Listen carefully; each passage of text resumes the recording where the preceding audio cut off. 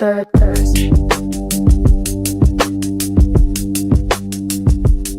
The third verse. Third verse morning show. It's breakfast. I'm Justin Hunt. I am stat quo. You understand me? We up in here. To anybody saying that we don't be on time, we here. You know what I'm Yo, saying? this is like a record. We here 1 minute to spare. And this DJ gonna be here today? We don't know. Will DJ be? Let's put the widget up right now. We're going to run this poll. Let's have this poll going on the whole time. Will DJ show up today? Yes. We don't know. We don't know. Yes. Nah. Nah, it's the thing. We're gonna show this poll.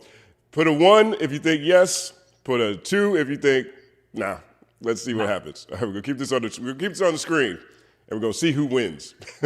I just want y'all to know we don't have any idea either. So it's not like we can just like know. We don't know either. Right.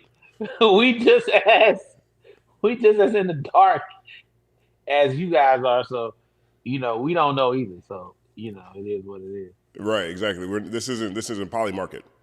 You know what I'm saying? So absolutely. let me see. I feel like we gotta share this. Oh, I guess we need somebody to share this from the Twitter account so I can reshare this to get our Twitter audience engaged. Good morning, everybody. Third verse morning show. Stat Quo, DJ More Millie, Justin Hunt. This has been a loaded week, man. Loaded week. It's loaded, man. Shout out to everybody on Twitter. Shout out to everybody on YouTube. Pull up. You know what I mean? I think Aaron set us up for Kick. They got a bunch of older dudes over there now, so we're gonna be on Kick. We're gonna rock out on Kick too. So if you got a Kick subscription, everybody on YouTube, please subscribe to the channel. Twitter, please follow. We here for y'all. We about to get busy today, dog. It's so much to talk about. We about to get busy. I wasn't on Culture United. I was not cool enough to be invited. You know what I'm saying? But I was in the chat checking y'all out. You know what I'm saying? Shout out to my man Glasses, G Malone, BKL, and my homeboy, I don't know Jeremy, but shout out to him too. He's in the middle of a war with academics. Loving that. Continue fighting, my guys. Love them both. You know what I'm saying? Very entertaining for the space. So please. I think academics say he's taking the gloves off now. I think he's gonna go at Jeremy's mom or something. Oh, that's what he said? He said that today? He said the gloves are off. Wow. So Jeremy, I maybe hit him below the belt, and now it's about to get serious. So I'm sure academics is doing some background checks. Jeremy went to monastery school or whatever was he. big shout. I'm gonna say this real fast. Before we get going. I'm normally not looking at the standard chat whenever I do this. I see Andy Pandy already. Yes, Andy Pandy. We have Twitch too. We have them all. Okay, so I don't want to. I see you going in. Kick. Why not Twitch? Kick is mango. Correct. We have all the accounts. Well, we have Twitch too, but this is the thing, Andy Pandy. In order for us to bring, sometimes you have to go into the darkness to bring the light. Darkness. So yes, we do understand that there are certain people over there with certain perspectives and point of views, but we have to make our presence known. Me and Justin, our whole goal with this is to be strong enough in this space to where we can take artists that our community loves and actually push them to the forefront. I worked at Lyrical Lemonade, and with Cole, we helped build something. And know that music doesn't really compare or is coincide with what we're doing here. But I saw the impact that we were able to make in the space where we could take an artist that no one knew and basically make this artist one of the biggest in the music industry. So that's kind of like what our goal is here, is to take the things that are important to this community and that's Culture United, Company Man, Third Verse, and be able to impact the culture. So let's say when we talk about a Nick Grant album, let's say it comes out and we're able to have conversations about it to make it just as relevant as a Drake project.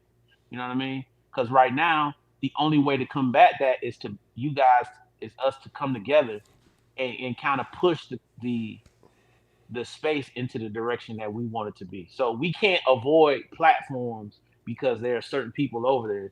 Our job is to make our voices known on those platforms so that we can dominate over there as well. So that's the point of us being on a kick. If you, long story short, Word up, word up, word up. Spirited episode of Culture United last night. I was really happy how efficient we were. There was some. BK went on a rant. Glasses went on a rant. Jeremy responded to academics. Glasses talked about Snoop and Daz and how he managed that very difficult conversation between two cousins who are also icons who are feuding over royalties. What else we talked? We talked about a lot of stuff yesterday. Did he respond to Dad saying that I invited you to my house and all that type of stuff? Yes, he he did. responded to that. Okay, cool. Because Yes, he I did. was curious about how he was navigating through that. Right. Yeah. It's tough. It's a tough thing. I mean, he actually even addressed that on the Lunch Hour, which is his show, and it's a really difficult thing. You know what I mean? Like there's all kinds of politics, but it's also family at the same time, also legacy. And G actually, I said this last night, and I think it was really impressive how he handled that because we are in an era where everything turns into content. Yes. And he refused to do so when it came to this, and I think that was just really great to see someone who doesn't treat everything like content. You know what I mean? I'm so proud of him. I mean, I said this before on the last show. Just the conversation that I had with him, I'm like, I mean, I wasn't trying to be insulting when we was talking because I hadn't talked to him. I'm like, man, you got so much to offer in the content space. Your perspective. It's the same conversation that I had with Nipsey. Not I wasn't talking about as far as Nipsey not doing music, but when me and Nip had a conversation, I was just telling him how important he was and his voice is. This is right before he got killed. And I just had that same similar conversation with Glasses. That his opinion is very necessary to, people need to hear that, especially what he's been through and what he's experienced as an artist and being around for so long, man. He played a pivotal role in Kendrick's maturation. You know what I mean? People don't understand that. He's a go-to person for Doc. It's people like him, like Punch, Top. These people are very pivotal. Dave, that Kendrick leans on heavily. So he's got so much to say, and his perspective is unique, and it's just important. I was just interested because I know how close he is to Dash, and I know how much Snoop loves him, and it's just like even me, not being as close to them as he is, but just even to talk about it, I don't. It's tough. You know what I'm saying? It's tough. It's a tricky thing. It's tricky thing man. with certain conversations like that. Let's take a look at a clip of Glasses talking about that last night. So, screen share.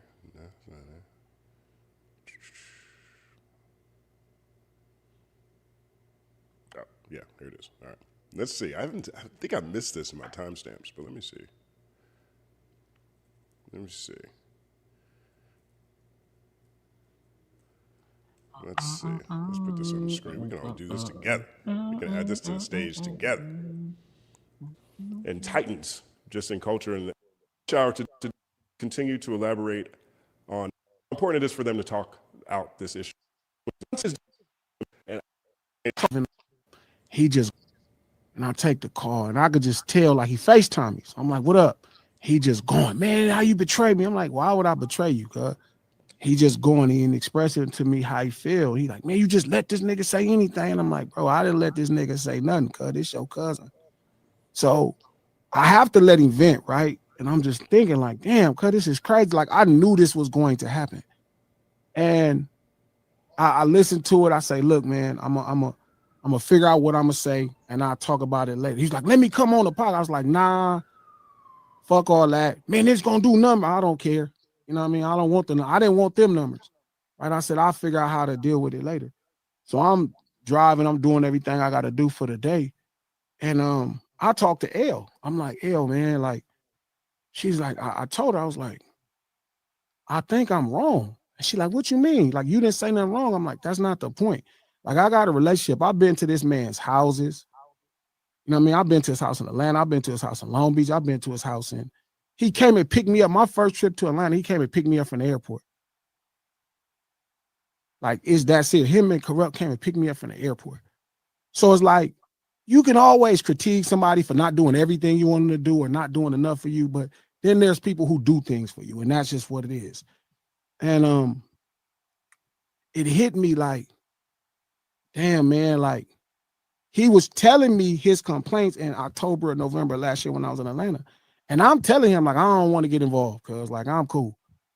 Like, he's showing me he building his house from scratch because it's beautiful, this big, beautiful house in Georgia, and these back studios and all this dope ass shit. And he's trying to explain to me, and I'm rejecting the information. I'm like, I don't want to get in your shit with you and your cousin, bro. Like, I got you niggas as cousins, y'all to make up, and niggas be looking dumb trying to get into y'all business.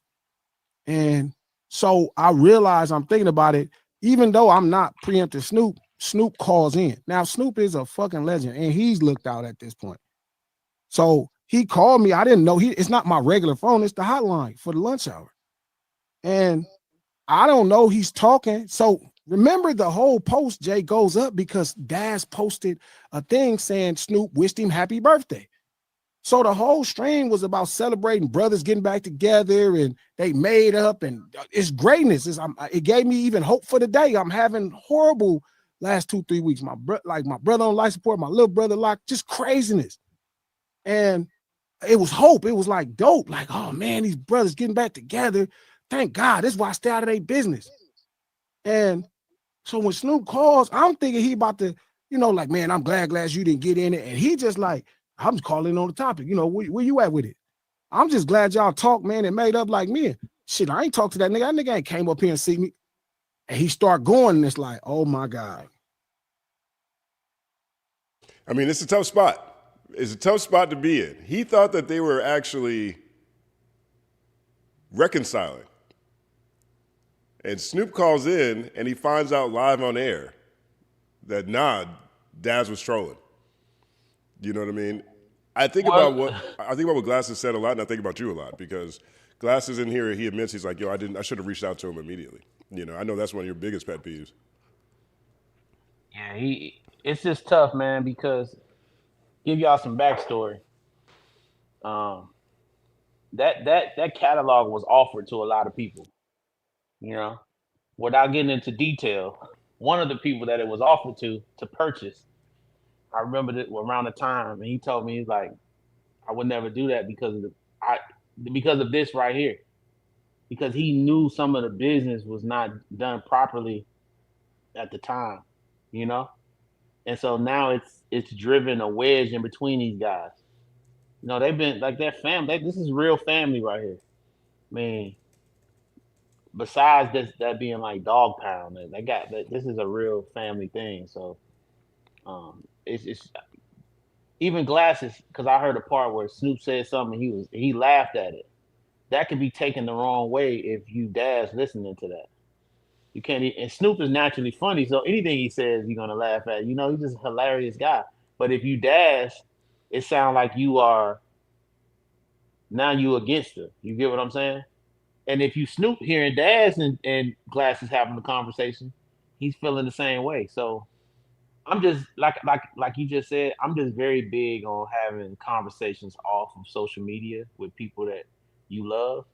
And, let's just deal with it there. Because when you involve the public in your business, it's never good, man. Yeah. No, it's never good.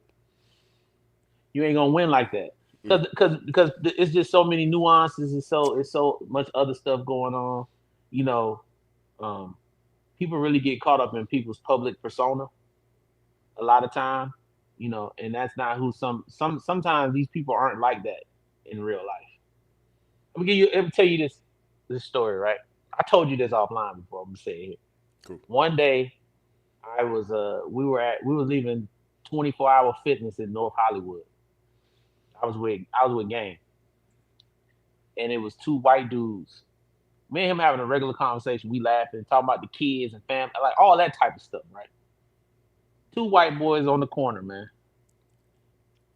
We walking. They like, hey, game, da da da da. And game bangs on me. I don't give you no picture, blood. Da, da, da, da. I'm like, what? Why you so mean to the white kids, right? He's like, watch this. We walked away. The two white boys was like, man, he's really a gangster. He's really a gangster. He's really that. You know what I'm saying? And it's like, yo, I'm like, dang, it hit me at that moment. Like, yo, this shit is like television. You know what I'm saying? Because that dude is a is a really nice guy. Like, you know what I'm saying? He's got dances. We be having fun, joking. But it's a sector of the population that thinks that game walk around just thugging all the time. You know what I'm saying? That's just not even close. It's a sector. It's some of y'all people that believe Kendrick and Lupe Fiasco just walk around with books, reading books. You know what I'm saying? I remember one night we in the studio. I'm talking to Kendrick. I'm like, what you doing? He's like, I'm watching the Wayne's Brothers. Now, see, y'all probably don't even think that he watched the Wayne's Brothers. That might be. Y'all might think he's too intelligent to sit and be laughing and shit. That's one of his favorite shows. You know what I'm saying? So y'all think Lupe Fiasco just sit in Indian style with samurai swords around him? No, he doesn't. He plays video games a lot. He plays a lot of video games, a lot. Okay, so it's just like with these personas, going back to the Daz and the corrupt thing. I mean, Daz and Snoop thing. You see Daz a certain type of way because of the history. We see Snoop a certain type of way, man. These people are not the public personas a lot of times. And so when you add the public into a situation and a disagreement, you have the public putting stuff in, and then these people having to live up to this persona that other people have created for them, and that they've created as well. That because that's their bread and butter. But Denzel Washington is not the same. He's not the dude from Training Day, regularly. When he's just chilling. It's just not. That's not how it is. You know what I mean? I love that game story. That's one of my favorites. He's so gangster. Yo, listen, we walked by him. The two white boys was like, "Oh my god, he's really a gangster. He's really like that." I'm laughing like, "What the hell is going on?" Like, yo, that shit was so crazy. In North Hollywood, that 24-hour fitness. If y'all live out here, y'all know where that's at. But yeah, that shit was so crazy to me. People have they make up these things in their mind of these people because they see them, they think they know them. Like, that's not who they really are. What was Game like, after the documentary dropped? Like, what was his energy like? The same thing. If you didn't know him, you think he's everything that he says on the record. But if you know him, it's a nice man, dog. Yeah. Really good man. Really good dude. Because I thought that, I didn't know him like that. And then, I forgot whose house we were at. I think it was somebody's house. I forgot where we were. He had this when he first dissed Jay-Z. We was watching the Super Bowl. It was the Colts versus the Chicago Bears. And I'm just like, hey, yo, bro, what are you doing, dog? You can't diss Jay-Z, man. You know what I'm saying? I mean, he had just told Jay-Z to suck his he just was disrespectful. I said, dog, matter of fact, just so you know, Justin, the majority of me and Chuck's relationship over the years has been me telling him not to do what he be doing. I am the one. Whenever something go on, I'm the one that calls him like, yo, you cannot do that. That's the majority of our relationship. I love him dearly. Everything he knows this. I'm the one that calls him. He still does what he wants because he's a grown ass man. But that's what he's like. Me and him, that's our relationship. Me telling him, don't do that. And I'm like that with a lot of people that I'm cool with, to not do that. That's just how I am with the people that I have love for, that you guys judge publicly because they have certain personas. But at the end of the day, because I would want that for me. If I do something and I say something, I want my people to call me and check me. You know what I mean? Ray Daniels, somebody I'm cool with. When that Jay-Z thing came out, I called him immediately. Like, hey, yo, we end up talking for 2-3 hours. That's my dog. I didn't go on a show and say, hey, you know what? I had to. Da, da, da, da, da, ooh. Nah, I'm gonna call people that I rock with. We're gonna have a conversation and give them a different perspective. I said something online. We gonna get in it if DJ join us with the Larry Jackson joint, right? Um, I put a propaganda statement out on the Ray's post, like, yo, maybe Kanye did that to Larry. Ray hit me like, nah, Larry and Kanye hanging out every day. I'm like, oh snap, I'm tripping.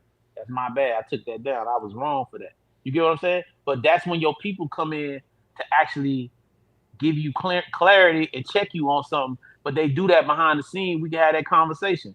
You know what I mean? How about this? An exclusive. DJ and Ray. They didn't have the best relationship for a very long time. But guess what? We got that back together, having conversations off what's going on and trying to work things out. You know what I mean? So What happened with that? I mean, was it anything? I guess it wasn't too detrimental. They worked it out. They worked it out, but at the end of the day, it was just two different types of perspectives, not understanding each other. DJ is DJ and Ray is Ray. So it's like you don't know how DJ is. You don't know that. You know what I'm saying? So you take certain things a certain way, and DJ is like, what are you talking about? Because it's everybody's different. So Ray felt picked on by DJ because the way DJ is and cracks jokes and makes fun. So Ray felt the way about that. But it all worked out and everybody cool. But for a long time, that shit was not cool. Right. But at the end of the day, I love DJ and I got love for Ray. So we're gonna work through that. You know what I mean? I'm not the kind of friend that's like DJ, one of my best friends on earth, but I'm not gonna this ain't exclusive. I'm gonna say this here. DJ is not fond of Tunji, right? How about that? Y'all don't know who that is, but hey, he not fond of Tunji. I rock with Tunji, but that don't mean I'm not gonna love DJ. I love DJ, and that's what it is. And guess what? I'm gonna always do. Always, whenever there's a conversation and that name come up, try to shed some light to push my brother through it. It's been people that I didn't like that DJ tried to put me back with him, and I was feeling like a certain type of way. It was a time where I held like great resentment for Shady Records and Aftermath and everything that happened with me in my deal. And I remember DJ bringing. This is when Paul was the chairman of Def Jam, and DJ put that relationship back together. And I was able to see the perspective. Now I got serious love for Paul, and I can't believe that I even felt the way I felt at one point in my life. But DJ helped me through that. And so I try to do that same thing when it comes to him or anybody else that I rock with. Like, when I had the thing with people think I don't like Curtis King because first time I came on Culture United. I rock with Curtis King. You know what I'm saying? Somebody said, well, you and him got into it. I didn't get into it with nothing. I never yelled at Curtis. I apologize on the stream if he felt offended. I respect everything he got going on. I don't want to be in conflict with nobody. Like, I don't want no problems. I don't want no issues because it's not worth it. And having these battles online about other people's business when it really technically don't really affect your life like that, like, what? Man, I ain't finna be going through all that. We can work through it. Life's too short to be angry, to be mad. Like, what are we doing? We so lucky. Everybody in this chat, everybody here is blessed. Before we got on this thing this morning, me and Justin was having a show before the show. I've been on the phone with Justin since 7 a.m. We didn't already had an hour. We didn't already had an hour show of us talking. You know what I'm saying? Right. Not even about what we're gonna talk about today. And it turned into a debate too. It turned into a debate pretty quick. It turned into a debate because we were talking about local politics here in Los Angeles. Right. So but what I'm saying to you is, I love that I get to be able to do this. Justin Hunt is my friend. Okay, guys? You know what I'm saying? This is a friend of mine. He wasn't my friend, and I told him he wasn't my friend. But I consider him to be my friend now. And I'm blessed and happy, and I want to see the best for him. And I'm happy that he welcomed me into y'all community. And what I want to do is grow it, like I said, and make it to where we can make a difference in the marketplace, because that's how you change. That's how you change anything. When you can galvanize your group of people and everybody is united in one, you can make a true difference in this world. I'm telling you, like it don't even have to be a lot of people. You got a solid 20, 30,000 people all working as one, all one together and saying, we gonna do this and we're gonna support this artist and we're not rocking with this and that, no, we don't like that. Man, that will change the music industry like crazy. Because that's what Drake and them got. That's what they got. They got that. That's why he do the numbers he do, right? Because they had that, they united on the bullshit. So let's unite, let's get our shit together. You know what I'm saying? Let's unite on some real shit. And so they can unite on the bullshit. We're gonna unite on the real shit and let's get it popping. And you know what I am? I'm a bridge because I know what they thinking. So let me explain to y'all and bring y'all into that world so y'all can understand it. So because if you don't have anybody from that world, then how are you gonna truly infiltrate it and make a difference? I lived in that world. I was successful in that world. DJ is a person from that world. To have him here with us is a unique opportunity. Y'all don't even understand. You know what I'm saying? This is incredible because there is no other person that has done what he's done in this industry that is speaking regularly on these platforms. It's not happening. These dudes will do one interview and walk away. This dude been consistently coming on here talking, telling y'all insight and because he's in the rooms. He's in the rooms. They let him in the rooms. So that's big. That's huge. That's huge. Yeah. I like that. I like community. Hip hop's culture, but it's also community. Yes. You can't forget that. Yes. So we talked about the artist formerly known as Dr. Cheyenne Bryant last night, and BK goes off. BK, I love a BK rant. BK rants are amazing. Shout out to BK. I'm gonna play a quick clip from that, so people could get a taste for where BK is coming from. Because this is BK's field, right? I mean, BK is she's about to graduate with her master's with a 3.9, average, right? So the whole artist formerly known as Dr. Cheyenne Bryant news cycle hit her directly. Here's what she had to say. Yeah, like her existence pisses me off so bad. As somebody that is on the road to being a licensed clinical therapist under the field of social work, you can't even call yourself a social worker in the state of Texas if you are not licensed. So like the fraud thing and the legalities that she may be getting into could get very tricky because it may even just be illegal in the jurisdiction that she's in to even say that she's a therapist or practices therapy. I think to Justin's point about having a good therapist and having a bad therapist, like there's even this process when seeking out therapy to like interview your therapist, to ask what type of framework or model or method they're using, to ask for referrals, to ask to see your own SOAP notes. Like, hey, what are you writing over there? Can I see like what's going, like you are entitled to that, but you're only entitled to that if you're seeing a licensed professional that is beholden to and accountable to a board. Right. And so like that's where the danger, the harm comes into play. The misinformation comes into play. Something that really pissed me off about that clip specifically is that something that really grinds my gears is when women play a role in upholding patriarchy and when women play a role in reinforcing toxic masculinity. I feel like the softie, you are a very gentle man and you're very feminine. And using those things as pejoratives was so harmful. And it was very curious to me that the executive producer muted up Torre and not Cheyenne, or didn't mute up both of them, you know what I mean? And like allowed her to shut the fuck up talking to me, softie, talk to your wife like that, like absolutely disparaging his character, disparaging, his masculinity. That was very upsetting to me. And to Elle's earlier point, that is not how a therapist, a professional, or an academic would handle themselves when speaking to a to a journalist or speaking among their peers. And that's absolutely ridiculous. The fact that, I think Torre said something about like, it was really hard to access those, episodes from the third party that used to do their show or something like that. So I know we had, whatever. So I don't know who uploaded this and that little cut of like, is this who you would accept coaching for? Like, I wonder who. That's my favorite part. Right. Like, who is that dude? That dude is super viral and he's not getting no like ads or nothing. He just popped out of nowhere. He's right. a YouTuber. They clipped his video. So I imagine he was either they sent it to him, which is possible because he's been covering this beat pretty consistently. But I would say don't connect yourself to the field of psychology or the field of mental health, which already faces a really big stigma of, as Dr. Raquel Martin said in her video, that it's just pseudoscience or it's folk wisdom, or, I had one bad therapist, and so that means the whole field is just shams and shrinks and all that. Like, there's just people contributing to the field, practicing their field, that are upholding ethical and professional standards and are serving the Black community, that are not going to be uplifted.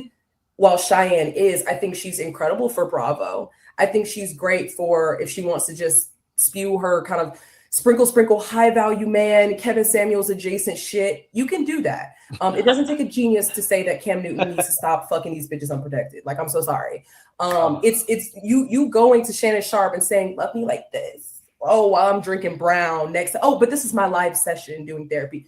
You're ridiculous. You're fucking ridiculous. And then it's like, you're not even holding yourself as a professional, as a woman, as someone that's been in a classroom, that's someone that's been, facing rigor, that someone that holds themselves with respect. It, like, to see this behind the scenes stuff, it's actually no different than the clips you can see from Bravo. It's not much, like, it seems like you really want to throw a drink and shake a table. And I think you should do that instead of calling yourself doctor or trademarking doctor, or being like, I don't owe my allegiance to man. I owe my allegiance to God. Well, bitch, get in the pulpit and grip behind the pulpit then, right? Start a women's group and say that you're, pay me $15,000 for a fucking women's retreat and you'll get a man and a bunch of dick after this. Which you don't have a man, you don't have a family. Like, what? Not to say that you have to have those things to give good relationship advice, but if you're not coming from some sort of framework that comes out of a book, and you don't have the things that you're claiming to get other people through your advice, your shitty, misinformed advice, shut the fuck up. Because it's at the very least, it's a misuse of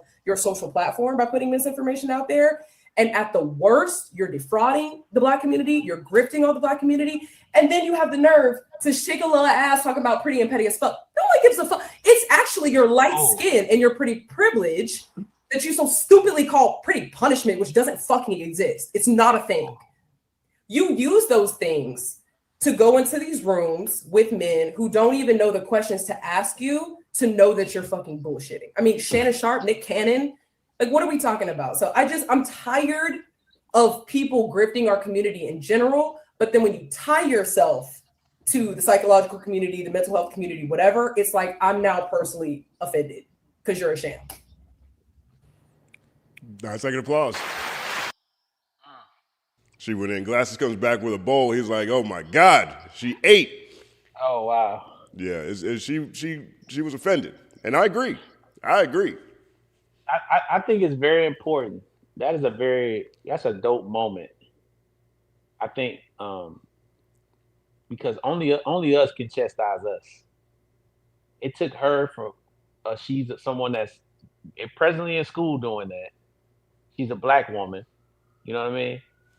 It took her to really bring it all together in the best form that I don't think no one else could actually like bring it home like she did.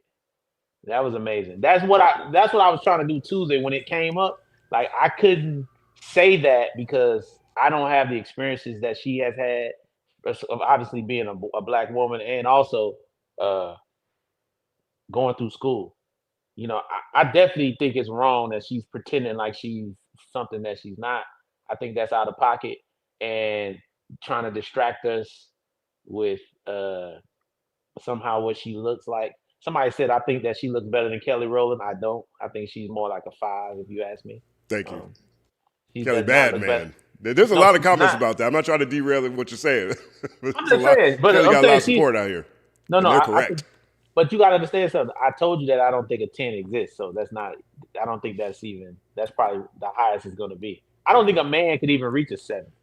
We more like the highest man is us. The highest we can get is a 6 on the chart, dog. So that's just so you know what's going on. But she is definitely. I never was really a fan of her, what she had going on. I don't like anyone that tries to embarrass people, and I feel like she tries to go on. She goes on platforms to like try to embarrass people. I don't think that's cool. You know what I'm saying? Try to use anything someone says, she's a contrarian, and then she'll say, "Oh, well, you're doing this and doing that." Even when she sat with Shannon and Nick, and yes, these people have definitely some lives personally that I guess Cam Newton that you can pick apart. But I felt like it was her trying to embarrass them, and I don't think that's like. I don't think when you put the word doctor in front of your name and you say you are a real professional, you're trying to help someone, not to embarrass them. Imagine if every therapist you went to made you feel less than what you was when you sat in front of them. You know what I mean? Imagine how that session would go. Right. We're there to get help, and essentially, I think those guys having her on the show because she wasn't as huge as she was is to they wanted some help, and they were doing it live, and she was just tearing them apart. And so now you get into this thing with Torre, who's a staple in this culture, in this community, and he's been putting it down. He's a married man, got kids, you know what I'm saying? And because of what you deem to be not masculine, that's the first thing you go to. I just think that's foul, man. I just thought it was foul. But after BK said it, now I can jump in where I need to be at because I agree with everything she wanted to say. Right. I just wanted someone that was with us to come out of it before I just jumped out there because, you know, I don't ever want to be accused of jumping on the ladies or, you know what I'm saying? But I thought that was wrong from the jump. Yeah. And I don't agree with a lot of things Corey Holcomb had to say in his perspectives on things. I don't agree with it. But when he was talking about that she was not a real doctor, I was 100% with that. You know what I mean? Right. To let you know that even though you disagree with somebody 98% of the time, they can say something that you can agree with. So I agree with that. When he said that she's not a real doctor, I'm like, yeah, that's not real. I went to University of Florida. I graduated. Right. Economics with a Bachelor of Science, whatever the freak it was. I have a diploma. I have people that I went to school with. I don't call and be like, well, they don't have the diploma anymore. No, it's dead. That's the craziest part. Like, they don't have the diploma, the degree. Hey, sorry. You know, the degree closed at 7. You know what I'm saying? You got here at 7:12. If you look on social media, when somebody says my name, there's somebody from college be like, yo, I went to school with dude. He's solid. They know, like I actually went. So this whole idea that anybody in the chat that went to college that like don't nobody know. I don't think it's enough of her classmates stepping up. People was at my graduation. You know how many people come to a graduation? Nobody gonna say that. Nobody said, yeah, no, we graduated together. We got our doctorate together. There are people that I still know people that I graduated with. They were there when I had the gown on. Justin, there are people that know you and graduated with you. That's why you know it's a BS. Right. That's crazy. That's crazy. Now, again, this Cheyenne Bryant conversation exploded because a legacy clip of her and Torre arguing on a show that they did together leaked over the weekend. Torre dropped a response video to that yesterday, breaking it down. This video is going viral. He's got like 200,000 views almost in 16 hours. And so you want to see a clip of what Torre had to say in response? Yes. All right, so let's take a look.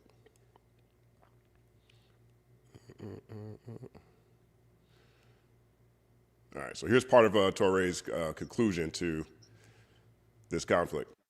Remember Obama. Dimitri, does this feel, I know you weren't alive for the Obama administration, but does this feel disrespectful to the former? Cheyenne leapt in to say, Torre, you're so old, you're dead. That's okay, Dimitri, because Torre was technically dead. He's an ancestor. Okay. I let that pass without comment. All good. Make a joke at my expense sometimes. No problem. That can be good for the show. I did not make jokes at her expense in the same way because I didn't want her to feel like she had to get me back. Again, placating her ego. But I was unwavering in the message that children should not be spanked, no hitting, no corporal punishment ever. And she was unwavering in saying what no child or family therapist would ever say, gentle parenting is bad. That's just not how a family and marriage therapist with 3 doctorates talks. That's not how someone who has been through the academy sees the world. But after months of telling her, you're going to talk the most, and proving that show after show, giving her more chances to talk than everyone else, even despite all of that, she couldn't prevent herself from fighting for one more comment. I was so disappointed because I had put so much into building her up and making her feel special and making her feel like you will be heard. Just let me do my job. And even still, she lacked enough self-control to actually be professional. This was someone who loved to hear herself talk, not someone who tried to make sure she had something valuable to say. I fear all of this comes because she wants to be famous and wants to be listened to. She thought she could fake it till she made it. And what we have instead is a case of stolen valor, the academic version. And I went to school with Cheyenne Bryant. She was already calling herself doctor. We got into an argument about it one time because the dialogue we were having in class was, do we call ourselves doctor even though we weren't completed with school? And she said she paid so that she could be a doctor. We got into a very heated argument about it. And our instructor said, you cannot say that you're a doctor if you haven't completed your dissertation and done with school, period. Now, I don't know if she graduated or not. What I will tell you is I got my transcripts last year. So when she's saying she couldn't get it, and she lied, because I got my shit. I suggest that we all as a community just collectively ignore Doc McStuffins, okay? Check yourself. You don't talk to me like that. Shut the fuck up talking to me like that. That's what you do. That's what you do. You better tap into your gentleness and real quick. Thank you so much for watching. Clowned her at the end. Not Doc McStuffins. Right. Oh my goodness! But you see, the girl she went to school with, she got her transcripts. So something ain't right. Right. Something ain't right, dog. Something ain't you right. Can get something ain't right. But you know, that was unfortunate how she played the Touré stuff, man. You know, when people don't like you, before y'all even get into a conflict, they already thinking of how they can like bring you down. So what she said about that man is what she felt about him from the beginning. So she was actually being fake to even be around him because she felt that certain type of way. You know what I mean? It's like if me and you get into a conflict and all of a sudden I said, man, Justin, why he sounds like Superman when he talks. I was thinking that from the beginning. You know what I'm saying? Right. Which is not an insult, but I'm just saying. It sounds better than gentle. Exactly. But I'm just saying, like, she was planning that. She felt that energy about that dude. She always thought that he was a gentle man. You gentle because you don't want to beat your kids? Listen, when I was a younger guy, something I don't like to talk about, but I'm just gonna say this. When I was a younger guy, I used to think it was okay to whoop kids before I had kids, right? But when you think about a whooping, right, and what it comes from, isn't that some slave stuff? When the slaves when the white people beating the slaves, I think it's a better way to communicate with a child. You don't have to actually like whoop them. But you know, everybody do parent that way they parent. I'm not a therapist, but just my personal thing. And I don't think a person you should deem them to be gentle because they don't want to. You call it gentle parenting because you don't want to beat your children. I just think that's foul. How about them your kids, right? And you should raise them kids how you see fit. You know what I mean? In the guidelines of what's legal and not legal. But telling somebody what they need to be doing with their children, it really ain't our business. You know what I'm saying? As long as you ain't doing nothing messed up to them, how about you let people raise their kids? If you want to, how about you go have some kids, Miss Lady, and then you can do them how you can be as not gentle with those children as you want to. But because she doesn't have any, I think jumping out the window, speaking like that as a supposed doctor is not cool. You know what I mean? Or just even as a colleague, you know, just as two people who share a show together. You know what I'm saying? Like he explains in his video how that should corporal punishment be a part of parenting thing. Had been a conversation they've been having all season. She has been fighting to tell people that it's a good idea to beat your kids all season. 2026, bro. It's 2026. You know what I'm saying? This ain't good times. It's a different time, man. We talking about it on the show, like, what's work for kids now? Especially if you got some kind of if you got some money or something. What you tell them to go out there and mow the grass? They're not mowing the grass. Let's just be honest. You got a lawn man. You tell them to clean the We got somebody to clean the pool, bro. I don't need you doing that. You know what I'm saying? Matter of fact, most homes, people that have some they got people cleaning the house. So the scope of what go do this, the scope of punishment is totally different in certain situations. You know what I mean? Go clean your room. Well, Maria just did it, bro. You know what I'm saying? My room is clean already. Like, what are we talking about? Right. I found myself like, man, just pick up your stuff. Just pick it up. Just pick it up and put it over there. Because the room already clean. You know what I mean? We got. What's funny about that? Like, growing up, we would have a cleaning lady come like maybe once a month or something like that. I used to get so mad at my mom. I'm like, why do I have to clean up for the cleaning lady? Why am I cleaning? You're telling me her role is cleaning lady. Why am I cleaning? And my mom said, if you don't, she said, Justin, you don't own shit in this world. You are broke. You're too broke to be bougie. Go clean this room. Absolutely. But it makes sense. Like growing up, it makes sense, right? Okay, when they come to clean, they're not always doing everything. You know what I mean? They're just like getting the windows or getting the dust bunnies and stuff like that. I still got to do my laundry. Well, what I've learned is the importance is cleaning up after yourself. Yeah. And that's something you can take with you as an adult. If you make a mess, then you should know how to clean it up. You know what I'm saying? And you should know how to deal with what comes along with the mess you made. And that's what she's not doing a good job at. She made a mess by lying to the public or whatever, not being able to produce the actual documentation to say that she's something. And then she's not doing a good job at cleaning it up. Because standing on a boat playing pretty and petty with being in a bathing suit, I didn't think that was a good solution with that. Neither did BK. She smacked her with that one. What's wrong with just falling back? What's wrong if you don't have nothing to say? What's wrong with saying nothing? Why do people feel like they got to say something every time their name come up? Let me let y'all know something, right? I'm gonna give y'all some insight. If something ever go on with me, I'm not saying nothing. I'm not telling y'all. I'm not getting on. Well, I'm not explaining myself to a bunch of strangers who won't feel how they feel anyway. I'm gonna talk to people that love me, that love what up, but I'm not about to be up here. Now, if it's maybe the members of the channel, you know what I'm saying? Maybe I'll do something for the members that are like that's rocking with me. But just getting up generally on your social media where most people don't like you, they want to see you. They don't care about what you got going on. They laughing at you. You sitting up there explaining yourself to strangers. What are you doing that for?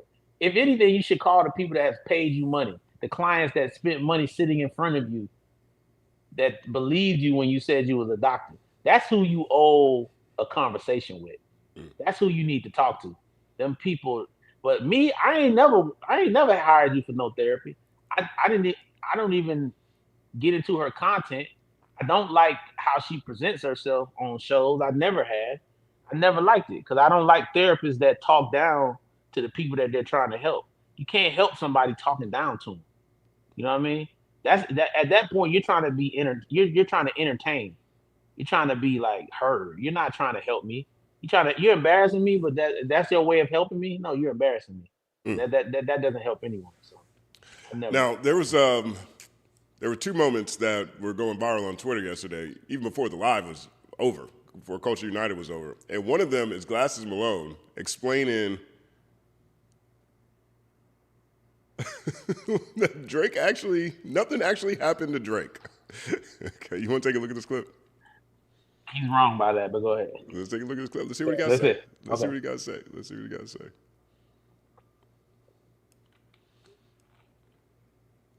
And why does this position him any more or any less than before? He was doing the same shit. He was suing them because they put out a song that years, bro. Because listen, I'm not saying you can't be what people consider independent. Like Jay-Z is what you consider independent until you realize his partner is Live Nation. Right? So the concept of, which I'm not saying it. Y'all all told me that he was finna be out his deal. He had one album. He had already recouped. Well, there's a lot of extra money he giving him. He's just the most generous motherfucker in the world. He gave him 4 more albums. He generous. I didn't know this nigga was that generous. I never knew that he was in the business of giving fucking money away. I swear to God, he was just suing him.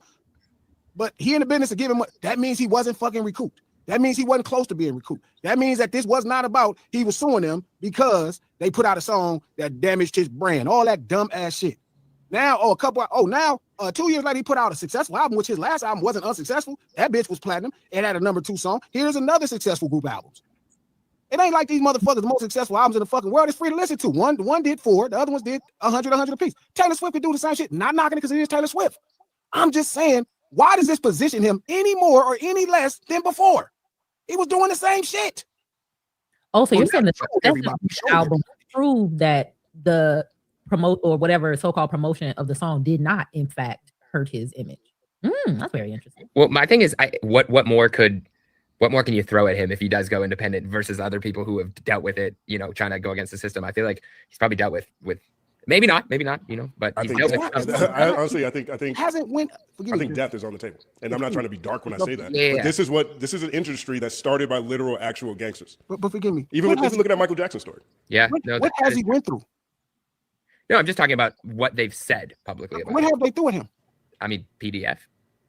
That's a fucking line in a rap battle. They actually threw PDF at Michael Jackson. But let me answer your question. I'll answer your question directly, G. If we're going to believe the lawsuit, Drake's team argues that UMG interfered with the potential success of any of these tracks during the battle by continuously promoting them, which in their filings, they argue would devalue him at a point when he was about to have to enter renegotiations. He devalued him in the place. That is the argument from what they're saying. He has not went through anything. Even people lying. You're not fucking crazy. He didn't go through nothing. He sued them because of how they promoted someone else's record. He didn't sue them because they lacked promotion on his record. He sued them because they said, you promoted this record. Oh, and you did special things for this record. What did he go through? I'm not defending the lawsuit at all. I was just saying. I know. I'm just saying he hasn't went through anything. The label they haven't did anything to him. That's their argument. They're like, bro, what the fuck you talking about? We made you a fucking millionaire. We've worked your fucking records. We made you an all American talent. That's their argument. And they're right. Even right now, they made you an all-American talent. They didn't do anything wrong to him. He had everything go his way. The only thing that did not go his way is they didn't take down this song. That's what this shit is about. I made you this much money. Why you didn't take this song down? I don't like how it make me feel. That's it. Nothing else happened. Trust me, if they shut his shit down, they can shut his shit down. I would like to go back to the dark part about if he goes independent. But first, could you give me an example of an artist who did go through a lot of things, just so you can kind of clarify what you mean by he didn't go through anything? Michael Jackson. Prince couldn't put out an album. He couldn't get out his deal. He had to put out his fucking music as a fucking symbol and still sold records. That's going through something. Going through something is when the labels do something to hinder your progress. They did nothing to hinder his progress. He got mad they promoted someone else because they were competing. Nothing happened to him. Man, he lost a battle. The fact that we keep making this big thing because he lost a fucking battle. Stop it, my dog. God. They promoted this song and the song. Stop it now, dog. But this is part right here I like. Hold on. Song made me feel like you even thought of yourself as a pedophile. You made that fucking joke. You made it in the song because you got pictures where you kissing some 17-year-old girl in the head and nobody tripped. Niggas was like, oh man, you just goofy. You got your own shit and you made the joke. Why the fuck are we talking about like the labels win against him? Oh, the rappers win against. Nobody win against you. The nigga who started this shit, you had him on your record. If it was one nigga to blame for all this shit, Future would be to blame. He kicked all this shit off and you on the fucking record. Stop with the fake ass victim shit, man. Let's celebrate the man's success. He did well, but stop acting like he was going against anybody. He was going against himself. He was going against the lies that he wanted to believe. He went against himself. No fucking body went against him. He got mad because they were celebrating the success of somebody else. Oh, it ain't about me. Bro, do your thing, bro. God damn. His fans, that shit just fucking corny. Oh, he beat it. No, he didn't.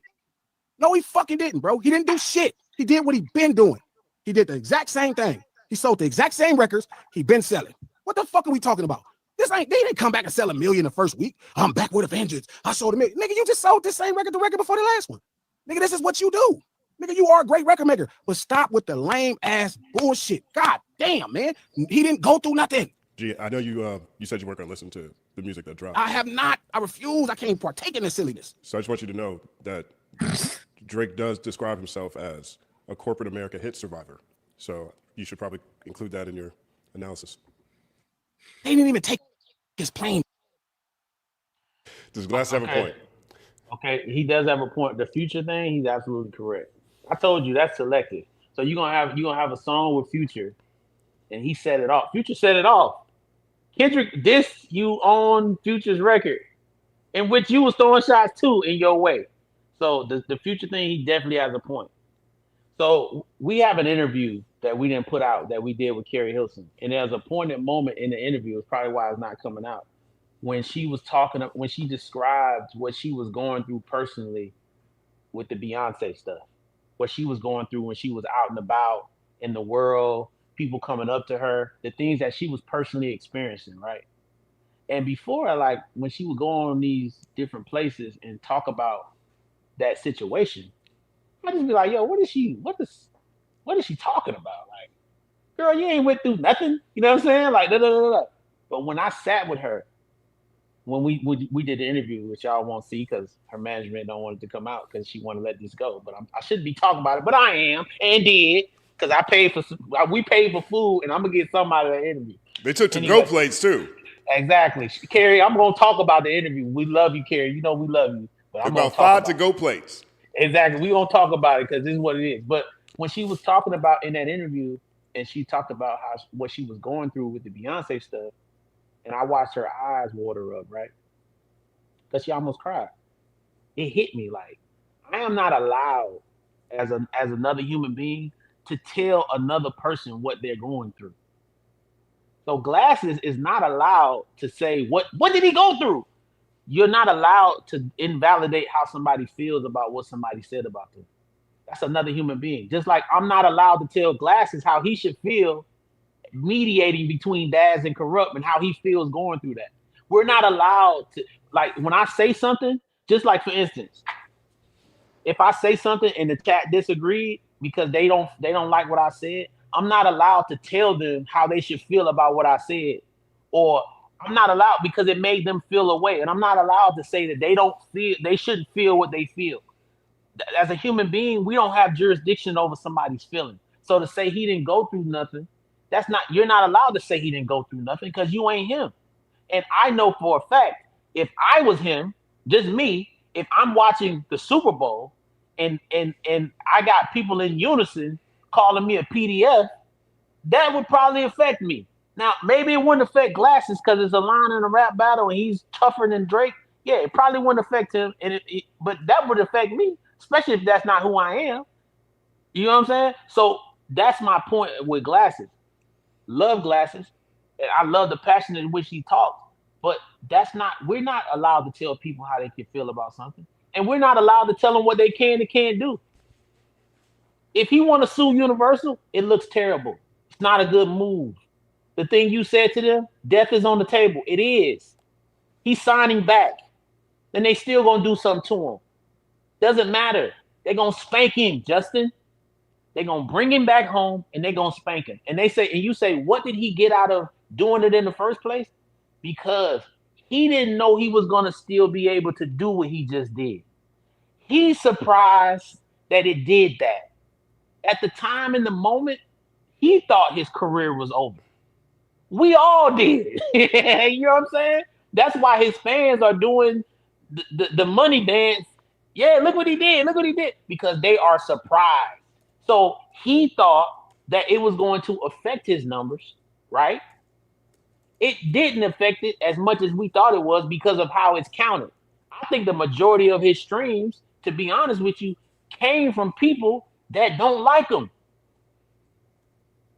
It's not like people went out and bought this. When you like what Glasses don't rock with him. So Glasses didn't listen. That's how you affect him. That's how you really affect it. If you don't rock with him, you don't listen to it. But I think the majority of people listen to that shit, even if they didn't like it. I listened to it 3-4 times because I do this job. So that 3-4 times that I listened to it counts towards him doing the numbers he did. You gave it another listen this weekend. Absolutely, because I just wanted to be sure because it was so much people saying it was great and it's great. I wanted to be sure, and it's not great. Because I also listen to Take Care, Views, and the other projects that he put out that's way better. Regardless of what we feel about his content, what he adds to the world or whatever, this is not good. It's not. Because as we were talking before we got on this, you don't put out 42, 43 songs and people are only concerning themselves with 6. People are only talking about 6 songs at most from the project. That's not good. I don't care what if my son said, yeah, I had 42 answers on the it's 42 questions. I got 6 right. We got to do some more studying, son. You failed. That's a failure. That's not good. That's not good. That's not good, especially when we're talking about the elite artists. When I mentioned GNX, yeah, Reincarnated is my favorite song, but there are at least damn near 10 songs off that 12-song album that people love. Man in the Garden, Reincarnated, TV Off. You know what I'm saying? The Hard Part 6, like it's so many records that people talked about afterwards. This Drake album, that's just really, even the fans, they only talking about 6 of them. Shabuzi, Justifina, whatever her name is. Hold on. I don't know what the name of the songs is, dog. I'm not trying to diss him. I don't know. I don't know the names of the songs. Shabuzi, what is it called, dog? Shebang? What you call it? Shebang. Oh, she boos. What's that? She bang. I wonder, is that from that? Like, what is that where he got that from? Is that where he got that from? Shebang? The internet says it comes from Hickory Dickory Dock. Well, it's the Migos song to me. That's what he put this. That's me. If y'all don't know, that's Migos flow. That's Migos pocket. That's why he got him on the song. That's all Migos. And he's really great at taking other people's flows. Shout out to him. But yeah, Shebang, Justifina. What's the other one? Justina, Janet. I was something with a J, dog. Jared, Janice. I don't know what. All right, counterpoint. Go ahead. You know, most of the conversation around this album is circling around the same 6 to maybe 9 songs, right? But just looking at the sheer absurdity, like in a positive way, of 42 out of the top 100 having your name on it. Yep. Isn't that the victory? Isn't that the win? Like he's still in the history books? Absolutely. But this is my thing. This is a counter to you. But this the same man that said Billboard don't count. It don't mean nothing. He said that on the new project. He said that. So does it mean something or does it not mean something? Because on the project you said it don't mean nothing. It's not real. Y'all can find that. But then when we see your name up here a bunch of times, now you got Michael Jackson with braids on his head. Like I'm trying to figure out what's going on. Like does it mean something or don't it? Tell me, because it don't mean nothing to me, because I know what it is. You're one of the most popular, polarizing artists that we have in hip hop. Shout out to you. Like, shout out to what you're doing. I appreciate you as a commentator on the space, and I actually enjoy a lot of the work. I said this again. I have a Drake playlist. Everyone don't have a playlist on my phone. I have one for him, and I appreciate his music. And one of his main producers is my guy, will forever be my guy. I love him dearly. He's family to me. So, but at the end of the day, this is not good.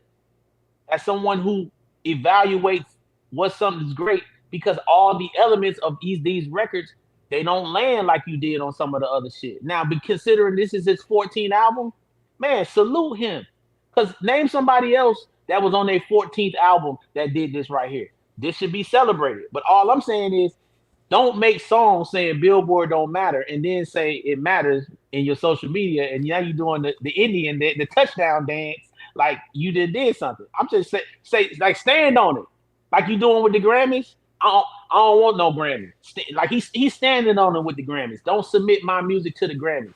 That's how you supposed to be with Billboard. I don't care about being 1, 2, 3. I don't care about having 40-something songs up here. Because Justin, as I told you, the system is flawed. If you're the most popular artist and you put out a project, don't you think more people gonna listen to all the songs than everything else that we listening to? It's just how so even if we don't like you, like I said, we're gonna listen to it because we're gonna want to talk about what's going on because you're interested in the space. So you're getting counted just because you're polarizing. You get counted for an album sale. The system is flawed. Back in the days when I wanted to get Michael Jackson, dog, I had to get my black ass out of a chair, go down to a record store, didn't know what it sounded like, spend my money and buy it. That's not the case now. When that shit drop, it's directly on my telephone. And Yo. even if I don't like him, I can just listen to it. On that point, there's a lot of people, because I've been watching online discussions around this, and there's a lot of people, obviously, who are making sure to draw a distinction between Michael Jackson and anybody in this era, right? But one of the things that I think can be murky for a lot of people is that we know that there's bots and there's all kinds of streaming manipulation. For a lot of people who weren't there at the time, they've heard about things like Payola. They've heard about things like the label buying copies of the album, right? Can you explain that to people who might not understand just the scale we're talking about when it comes to manipulating streaming numbers versus a label going in and buying a whole bunch of copies? Okay, so in anything you do, in any time where you bring finances into it, that's going to be cheating. You know, they say Babe Ruth was taking some kind of steroids back in the days when he was playing baseball. There's been enhancers in everything that you do. So back in the days, right, there's a thing called Payola. I think it was introduced in the 50s and 60s, where you had promoters that would go into radio stations and you would pay DJs to play these songs because the radio was the main way that we consumed the music. That went from actually having relationships with the stores and buying product, because once you start seeing that as a society, we follow. We're a bunch of followers. So if one person does something, it gets somebody else to go check it out. So labels start getting wind of that. So they had relationships with local stores, and they would go and purchase product from these stores. So let's say you wanted to be in the top 10. These guys would go out here and say, okay, well, I'm going to buy 5,000 CDs. They'll buy them or they'll hand them out as promotional items and shit like that. You know what I mean? But this would be considered part of the marketing and what they use. This has now moved to, now in the streaming era, we have botting, where, you know, you have stream houses and houses where there's just nothing but phones in there, and they are playing and manipulating these streams or whatever. But just like fake cable, right? The minute, and just like people that cheat on their taxes, just like the minute you create a system to try to get rid of that, there's somebody else that's creating the system to counter what you're doing. And when you're dealing with a corporation, it's just very, like, even difficult for Spotify and Apple to come up with something fast enough to counter what these guys are doing, because of the red tape that a corporation has to go through when it comes to going against this. And then a lot of times they have independent people that work with them that they are aware that this is happening for. You get what I'm saying? So the system that we have now is flawed, because none of the creators of the music or the writers or producers none of these people were sat in a room and said, this is what a stream is worth. Nobody had a conversation to tell them what a stream was worth. Nobody had that. That didn't happen. So you got people that are not involved in what's going on trying to make the rules for it. And then the artists are not being compensated correctly. The system is flawed. As a writer for years, writers are still not compensated correctly. Sean Garrett, a guy I've worked with, he wrote millions of hits that I worked with. This guy was one of the first guys to demand that in order for him to come in the room to work with you, you got to pay him. You got to pay for the song. They thought that was absurd. This guy got millions of hits. I'm talking about one of the most prolific writers in the history, Tehran, who's Ray Daniels' client. But a producer, he gets paid every time. So I write the song, but I don't get no money. So it's so many areas in this music industry that it's messed up, dog. And streaming is one of them. So going back to your original question, the cheating has been going on. It's going to continue going on because of the amount of money that's in it. And the powers that be, there's no union in music. So there's no system that we have to adhere to. At least as an actor, you have the Actors Guilds, you have these different structured things that are there, the Writers Guild, where you're somewhat protected. In music, there's no union. At the time when they tried to do that, it was Jay Prince, it was Irv Gotti, it was Suge Knight. They all tried to come together and do a union. And you see Jay Prince got investigated by the feds. Irv Gotti got investigated by the feds, and Suge Knight is in jail. So I'm saying, and I'm not saying these people are good people either. I'm just telling you what happened to them as a result of them talking about trying to form a union.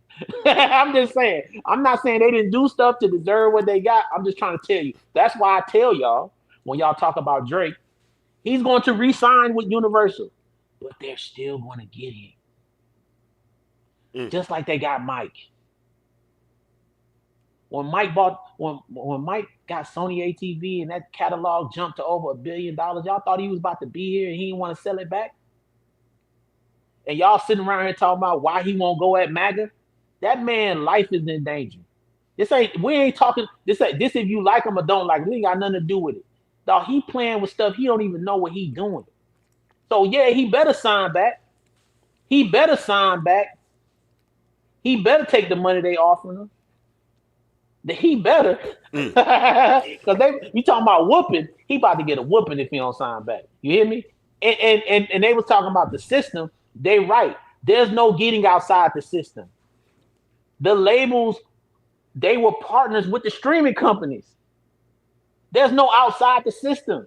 Where you gonna put your music? It's all one system.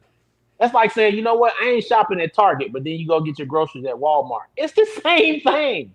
You can't get around it unless you growing it. We gonna boycott Target, but we gonna go down to Walmart. Hey man, all right, cool. No Target. We going to Costco. We ain't gonna put it on Apple. It's only gonna go on Spotify. That's the problem with a monopolized environment.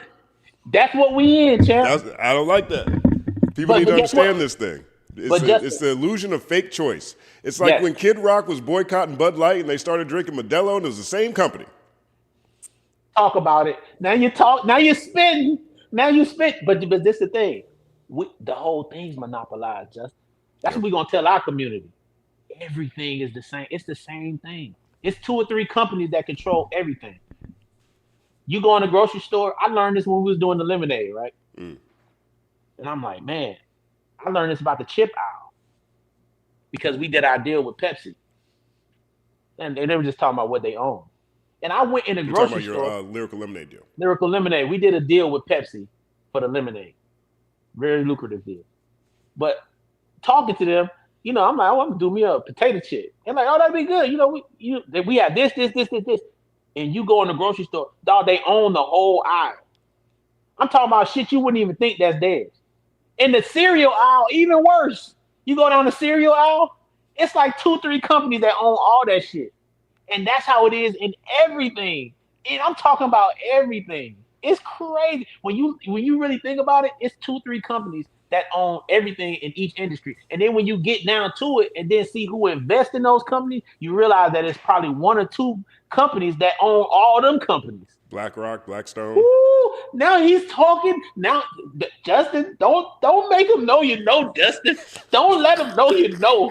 Don't tell him you know, Justin. We gonna get in trouble, Justin. We gonna stay in that house. We good, bro. What you mean by how do you know Octagon? What, Justin, be quiet. They gonna know we know, Justin. They gonna get us. They gonna get us, Justin. Don't let Massa know we know what they doing to us, Justin. We gonna keep eating they fried chicken, then we gonna keep eating they hot Doritos, and we gonna die in peace. That's what we gonna do.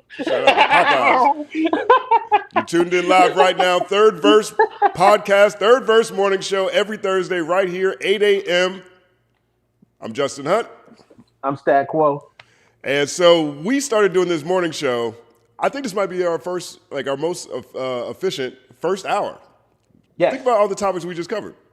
We just covered 5 different topics already. Before we even get to the stuff that we really want to focus on in this conversation, I think this is going to be a really illuminating segment. We're going to get there a little bit later, Stat. But and we were on time. Yeah, and we're on time. Come on, man. Everybody throw your 3 Vs up. Throw your third verse. Throw 3 Vs up in the chat. We got to figure out what we want our chat to be throwing up, too. Yeah, we got to figure. I don't want to throw a lot to figure out for texture of this show. We got a lot to figure out. When that the Drake he said throwing up was it throwing up something? He had a throw up song on there. What plot twist? Yeah, Twisting up, something about twisted up, twist. they twisted at me, twisted their Yeah, fingers, they twisted at me. yeah. Yeah, It's yeah. crazy. Yeah, That's what it is. We got a couple super chats. Let's address a couple of super chats, and we'll go over to the next topic. I think a few of these super chats might actually lead us there on their own. Big shout out to K-Way for Rizio. K-Way for. What does it say about us as a culture, consumers, and general human race that we are celebrating a nigga that is literally stealing name, image, and likeness of musical icons and defaming them with pictures in the process? I don't like this part about all of that. I don't think he needs to. There's nothing that tells me he has to celebrate this milestone by desecrating at worst or desecrating Michael Jackson's iconography and imagery. It's crazy to me. Well, when your consumer base are full of those that colonize, they can respect the colonization of everything that what you're doing. Who is he rapping to? Aiden Ross. What are we doing? This right online. That's his target market. He's targeting his market. You can't be mad at him for targeting his market. They're over there I knew Michael Jackson was white. He was way better when he was doing Dangerous. That's Mike. They gonna rewrite this whole thing, man. By the time we gone, Mike gonna be a white Jewish dude or something, man. Mike and Marvin Gaye gonna be white. You know what I'm saying? Me and Justin gonna be white. By the time they finish, they're gonna change. Culture United gonna be a whole different type of show. They're gonna have some. They're gonna have Aiden's also on there. You know what I'm saying? Somebody hosting it. It's gonna be a Stat Low on there. You know what I'm saying? And then DJ. They're gonna make DJ black. He gonna be a token black dude. Like DJ gonna be black. You know what I'm saying? Just to show the unity of it. You know what I'm saying? That's Two white boys and a nigga. Culture United. Yeah. With AI, everything is on the table. Big shout out to Tanisha Michelle. 1694 says, Stat confuses me. Drake started the beef. He started the beef. He went at Kendrick's family first. Kendrick amplified public info. So whatever Drake went through is of his own doing. The facts are there. What are you missing? I agree. I don't disagree with that. But nobody sees their fault. What she's saying is absolutely correct. The conversation I had with somebody very close to him, I'm like, dog, why did the Taylor-made thing even come out? He never should have said nothing. I've been saying this since the beginning. Justin, that's one of the first phone calls we had. And I'm like, dog, why is he saying anything? He lost when he opened his mouth. But people don't see their faults. You know what I mean? It's like a man, right? Like a lot of men in relationships. I'm gonna say me. In the early part of my life, when I was super young, let's say I do something in a relationship and then a girl does something to me. And I'm like, how's she gonna do me like that? Well, dog, you cheated on her? Like, what are you talking about? And so she went off and messed with somebody else, and you upset because she did that, but you forgetting that you've been cheating on her for all this time. But why did she do it to me? That's what Drake is going through. He's not seeing himself as he's not seeing fault in himself, because when people telling you're great all the time, it's hard to see that you're wrong, to see the fault. That's when you got to have a strong base around you. That's why you got to have good friends. I see Stat got good friends. Well, he said on the album that he is staring at himself in his therapist's glasses, but it's not really working because she's very attractive. There you go. He worried about the wrong thing in therapy. You know what I'm saying? He's not there to get help. He's there to get something else. And what's crazy is because of his popularity, she probably gonna give it to him. And who did that hurt? I mean, you know, I can't be making assumptions about mental health professionals. I think about them as professional first. Now, I'm joking. I understand where you're coming from.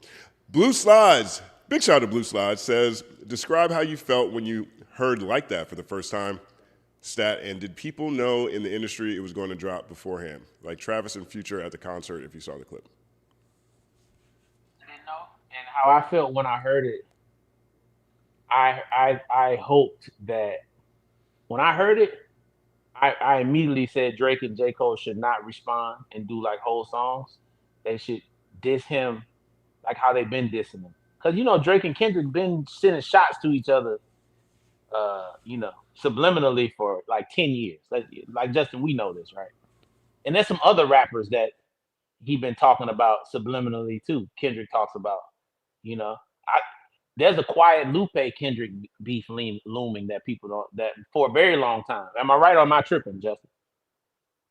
No, you're right. You're right. Okay, so people don't know. They don't Well, talk wait, about that. hold on, real quick. I just said you're right without thinking about it. I was trying to mute the silence behind you. What'd you say, Rick? I'm saying there's been shots that people have said Kendrick's talking about Lupe, and then there's been shot Lupe have said where people have said Lupe's talking about Kendrick in verses. Definitely on the Kendrick to Lupe part. I think people react to Lupe's public comments more. I'm not sure if I've seen people pick apart bars. Well, first of all, it's hard to pick those bars apart. But I see what you're saying. Yes. What I'm saying to you is that's how I think Drake and J. Cole should have handled what Kendrick did. Because from a popularity standpoint, the argument could have been made that both of them were more popular than Kendrick at the time when that happened. You know what I'm saying? I don't think maybe J. Cole, but maybe with Drake though, from a popularity standpoint. You know what I'm saying? From the sales. So I would thought fall back, just subliminally go at. Who should Drake be more mad at? Future or J. Cole? Future. Okay. It's the epicenter. That's where it started. Well, I feel like it started. To me, it starts at first person shooter. Well, himself too. He should be mad at himself first. Right, but okay, he should be mad at himself. But first person shooter to me, if that doesn't exist, does Kendrick hop on Future's album and say something in your opinion? Okay, so this gonna make people in the chat mad. Y'all gonna get upset. This is where Kendrick is flawed. I'm just gonna say it. This is where Kendrick is flawed. You had that record, bro. They trying to get you on the song. You knew you never was gonna get on that song. You know you never liked dude. But you held it for all that time. Now they got on it and did it. So now you mad and got upset, and then you did on that. That's where he was flawed. But he was smart to be flawed because it helped him. You know what I'm saying? Well, let me ask you this way, right? If he turns down that song, they get on the song and they don't throw subs. They're not talking about. They don't say his name. J. Cole's not over here talking about we're gonna turn your song to a funeral. If they just took a different approach with it, do you think that Kendrick? But Kendrick got J. Cole's phone number though, right? That's where we got. That's why I feel like he should have called him. If we believe Drake, J. Cole don't call people back. Dog, hey, listen. I'm just saying, like these are things that are out here. He answered that phone before he went on that stage, though, right? I don't know. If you listen to what Drake is saying that J. Cole never returned his phone call. Hey, man, if you think Kendrick Lamar can't get J. Cole on the phone after that song came out, you lost your damn mind. First of all, Kendrick Lamar got Prince on the phone, man. He got Prince on the phone. Okay? When has J. Cole ever been more important than Prince to anyone? I love J. Cole. Prince is Prince. Kendrick did a show with Prince. He went to Minnesota and sat with Prince. They talked on the phone. You think J. Cole ain't talking to Kendrick Lamar on the phone? First of all, J. Cole told me and Dre about Kendrick. He told us he loved Dot. That's why it's weird. But the thing about Cole is he'll throw them shots and then say, I ain't do that. He did that with Lil Pump. That's Lil Pump. He dissed Lil Pump for damn the whole song and then say it ain't about him. He dissed Kanye West and then say, oh, he getting Kanye. Oh, I ain't do that. That's how he moved. But I'm saying Kendrick was like, probably saw that behavior of him pump faking and was like, nah, I ain't calling you, nigga. You said that? Let me tap you real quick. And that's when Cole should have fell back and not said nothing because he started it. And that's when Drake should have fell back and not said nothing because I can understand why Kendrick felt how he felt. Drake, you gave me a song. I didn't get on it. Now y'all dissing me on the song. I can feel that. I can understand that. So that nigga was like, man, fuck both of y'all. I'm about to go at both of y'all. Now what? What you gonna do? And they both made catastrophic mistakes. I think it hurt Jake. This situation hurt J. Cole way more than it hurt Drake. I'm not hearing nobody say that. It hurt J. Cole way more than it hurt Drake. Well, before we move too far away. Because I 100% agree with you on that. like the mystery is completely gone with J. Cole.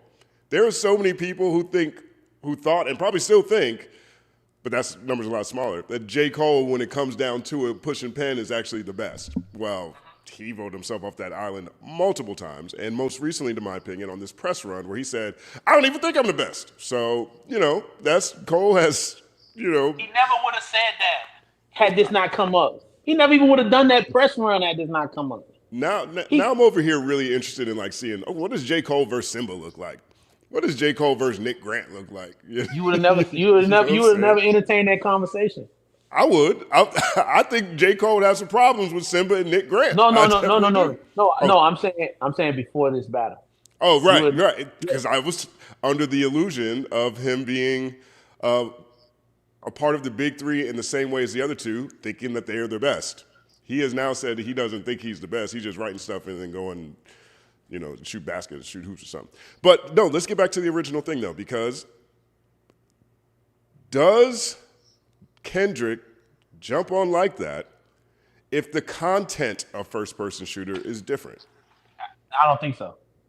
And so to me, that's a fact. So to me, when I think, because I agree with that too, right? So to me, when I think about it, I know Future, should catch a lot of smoke because it was his albums, right? Him and Metro.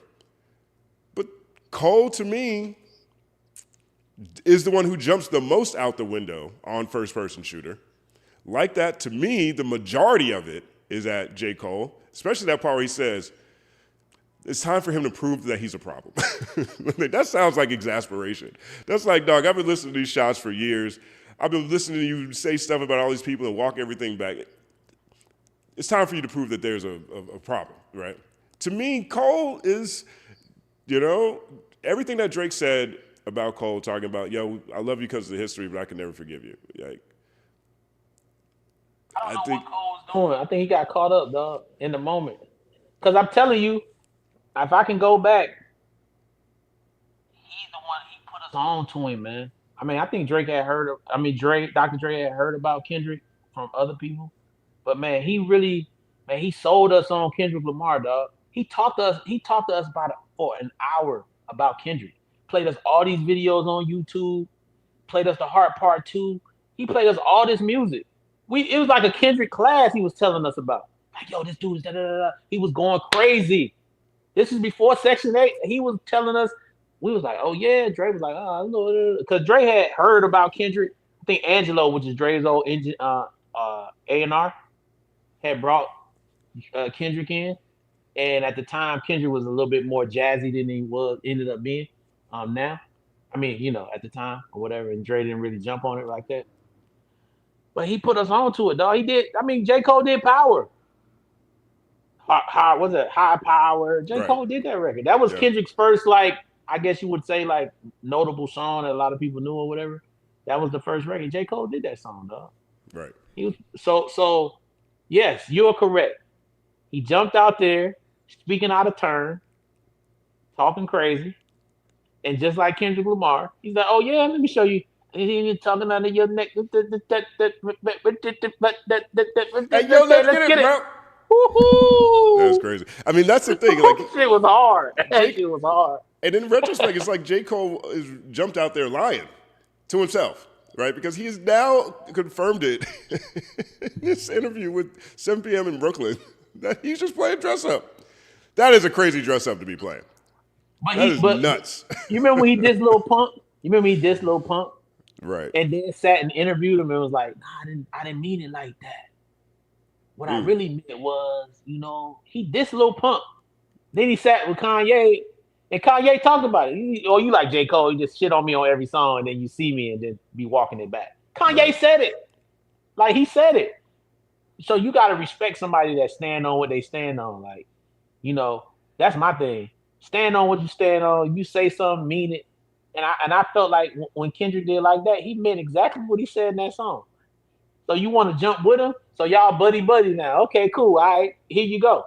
And you're right. If the content was different, I think Kendrick wouldn't have said nothing. You would have left him alone. As we say all the time, certain people you got to leave their ass alone. You y'all leave Kendrick alone. Do not give him more ammo that he needs to do what he does. That dude is dangerous with that pen. You hear me? He Right. is dangerous. Did you hear the verses that he wrote? I'm not gonna say the dude's name because at the time dude wasn't, but he wrote for this one. They leaked it, and he wrote this joint for Diddy. That's just fucking long time ago. Of course, we didn't know Puff was who he was. And did you hear the verses that Kendrick wrote for Diddy? I was saying to myself, how did he think Diddy was Diddy going was to gonna even say deliver that shit? Yo, this dude Puff he had some of the best people writing his rhymes. He's like, why are you even doing it? Yeah. Styles P, Jay Electronica wrote a lot of that shit that Jay Electronica, some of that shit that dropped that people love. Those was Diddy songs that Diddy didn't rap. Pharoah Monch. I'm not putting myself in the category, but I'm just saying. Pharoah Monch is incredible. This is one of my favorites.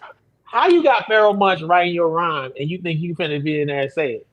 But see, that's the thing. That's the thing with Diddy. That's the thing with Diddy. That's the thing with Dre. Like, these guys don't go out here acting as if they're the ones writing their rhymes. So everything's on the table. Like the first time I heard Dre rap, the first time I heard Eminem write for Dre, like, forgot about Dre or whatever. You know what I'm saying? Like, it was great. It's a different thing though, because Dre actually contributes with the bars. Okay. Like when people say Kanye got bars, Kanye ain't just somebody. He got the melodies down, but he actually got bars in there. You know what I'm saying? I don't think Diddy got no bars, dog. Diddy has no bars. He ain't contributed nothing in there. He ain't got no bars. I think he wrote, "Don't worry if I write rhymes, I write checks." I think that's him. No, he didn't. He ain't write nothing, dog. He ain't come with no flow. He ain't come with nothing. Dude, when he get in the booth, he's like a child in there. He really just like he's that's like right. You wrote for him. You were in there. You wrote for him, right? Yeah. So when he get in the booth, it's like dude don't even know. Like he's like, man, don't leave me, man. Please stay with me, because he can feel the frustration of the person cutting his vocals. You know what I'm saying? Because it's a very frustrating thing. He's like, dog, get on the beat, get on the beat, get on the beat. You know what I'm saying? He has as much as he can dance, dude can't stay on the beat like he's supposed to. So it can be frustrating as you cutting the vocal. Dre don't got that problem. Dre actually writes the rhymes, writes some of the rhymes, and timing is something that he understands and knows. The thing about him is you think you got a good take out of him, but it's not good enough for him. So you think it's good enough, but that's not good enough for what he's doing. Gotcha. So he's harder on himself than he is on everybody else. You know what I'm saying? And Kanye West got how Kanye do his thing is he'll go in there. So the beat to come on, Kanye be like, and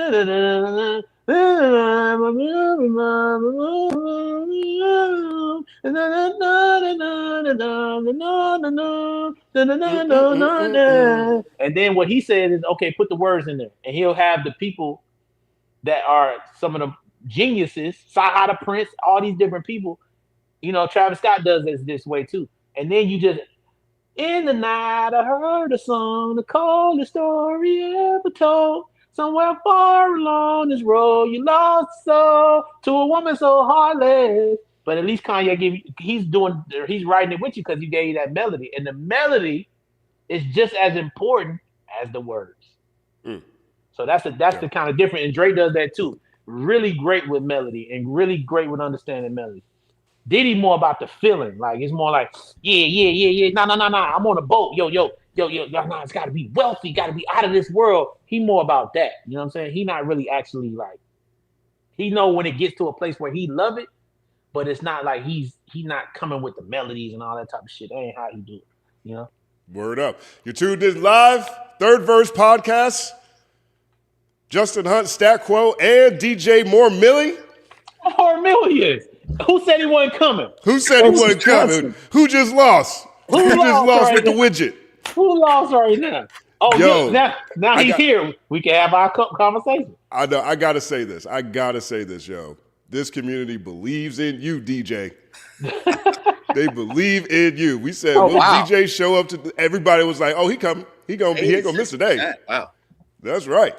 That's I wouldn't even put the odds that high. I appreciate it. Hey, you're a bookie. You know what I'm saying? So that means something. What's going on, guys? Hey, man, great to see you.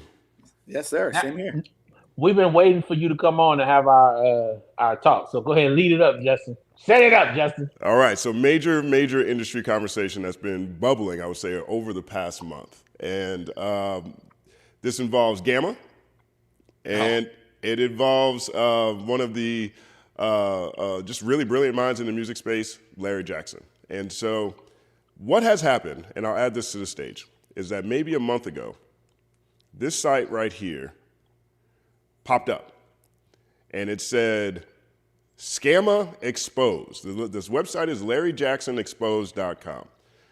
Whistleblower drop April 2026. Larry Jackson Jr. and Gamma's Yeezy betrayal. Leaked messages prove Larry Scamson Jackson and Gamma Music Group fake sales, botched clearances, sparked label wars, and left Ye fighting alone while they scrambled behind the scenes. Claims he raised $1 billion, paid Billboard covered. Was actually left as $10 million, so they're saying he's burning through cash. Larry Jackson paid for a Billboard front cover claiming he raised $1 billion. Internal sources say Gamma is down to his last $10 million, $90 million burned with nothing to show for it. And if you look through this, it goes through recent Gamma clients and just the lack of success that they've had. Usher, they said he had a quiet exit, French Montana. Had fan complaints, Rich the Kid had a quiet exit, Mariah Carey, quiet exit, 4 bats, OVO blocked the entire deal according to this website. Every receipt, every failure, and this goes on. It goes on for a long time, right? And so this popped up again a little over a month ago. And just around the industry, people have been talking about this, like, yo, this is actually a really damning indictment. We don't know if it's true. We don't know where it's coming from, but if it's true, it looks very coordinated. And People are now getting to it's gotten to another point now because Larry Jackson has decided that he was actually going to sue. I think part of that is probably to figure out who is behind it. Let me pull that headline up real fast.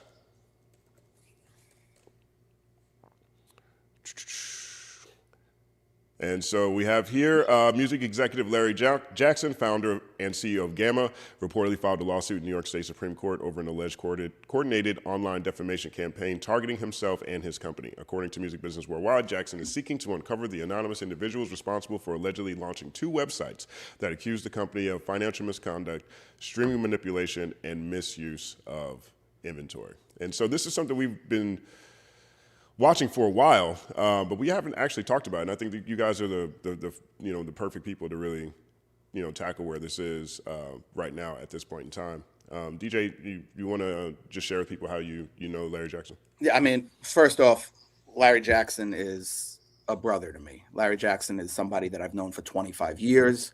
He's somebody that I've competed against, somebody I've worked with together at Interscope, somebody I helped bring there. That was all that. But it helped with the introduction part of it because we were really close before him and Jimmy became cool. This shit is all disgusting to me overall, just to be honest. But to me, Larry Jackson is a disruptor. We come from a generation of disruptors, and Larry is schooled by a few of the best, including Jimmy. And he is really, really good at doing things that piss people off, whether by being successful, not by being a criminal. So by being successful. And he did it. He was I knew him when he was at J Records, and he was competitive. He was disruptive there, and it made it difficult. And that's part led to his exit. Came to Interscope, became a part of our thing that was always disruptive. Jimmy, I like to think of myself that way. A lot of the producers, Polo was that way for sure. Dre, everybody was against Eminem. Obviously, is disruptive. There was a very disruptive culture. Then he went to Apple and continued to be that disruptive against not against the labels, but doing things the way he wanted to do it. He's an artist advocate. He's a guy you want on your side. He's a good dude. He's fucking I can't say enough good about him. Obviously nobody's perfect, but he wants good for artists. He's just one of those guys for sure. And Larry Jackson is somebody that, I could talk about this forever, but he's and just the man. But in simple code, he's a winner. Stat talks about that a lot. Larry Jackson's a winner. Larry Jackson's not doing this. Like, unlike, you know, his boy Drake, and I don't know what's going to happen with that lawsuit. Larry Jackson's only doing this lawsuit because he knows he's on the right side of it.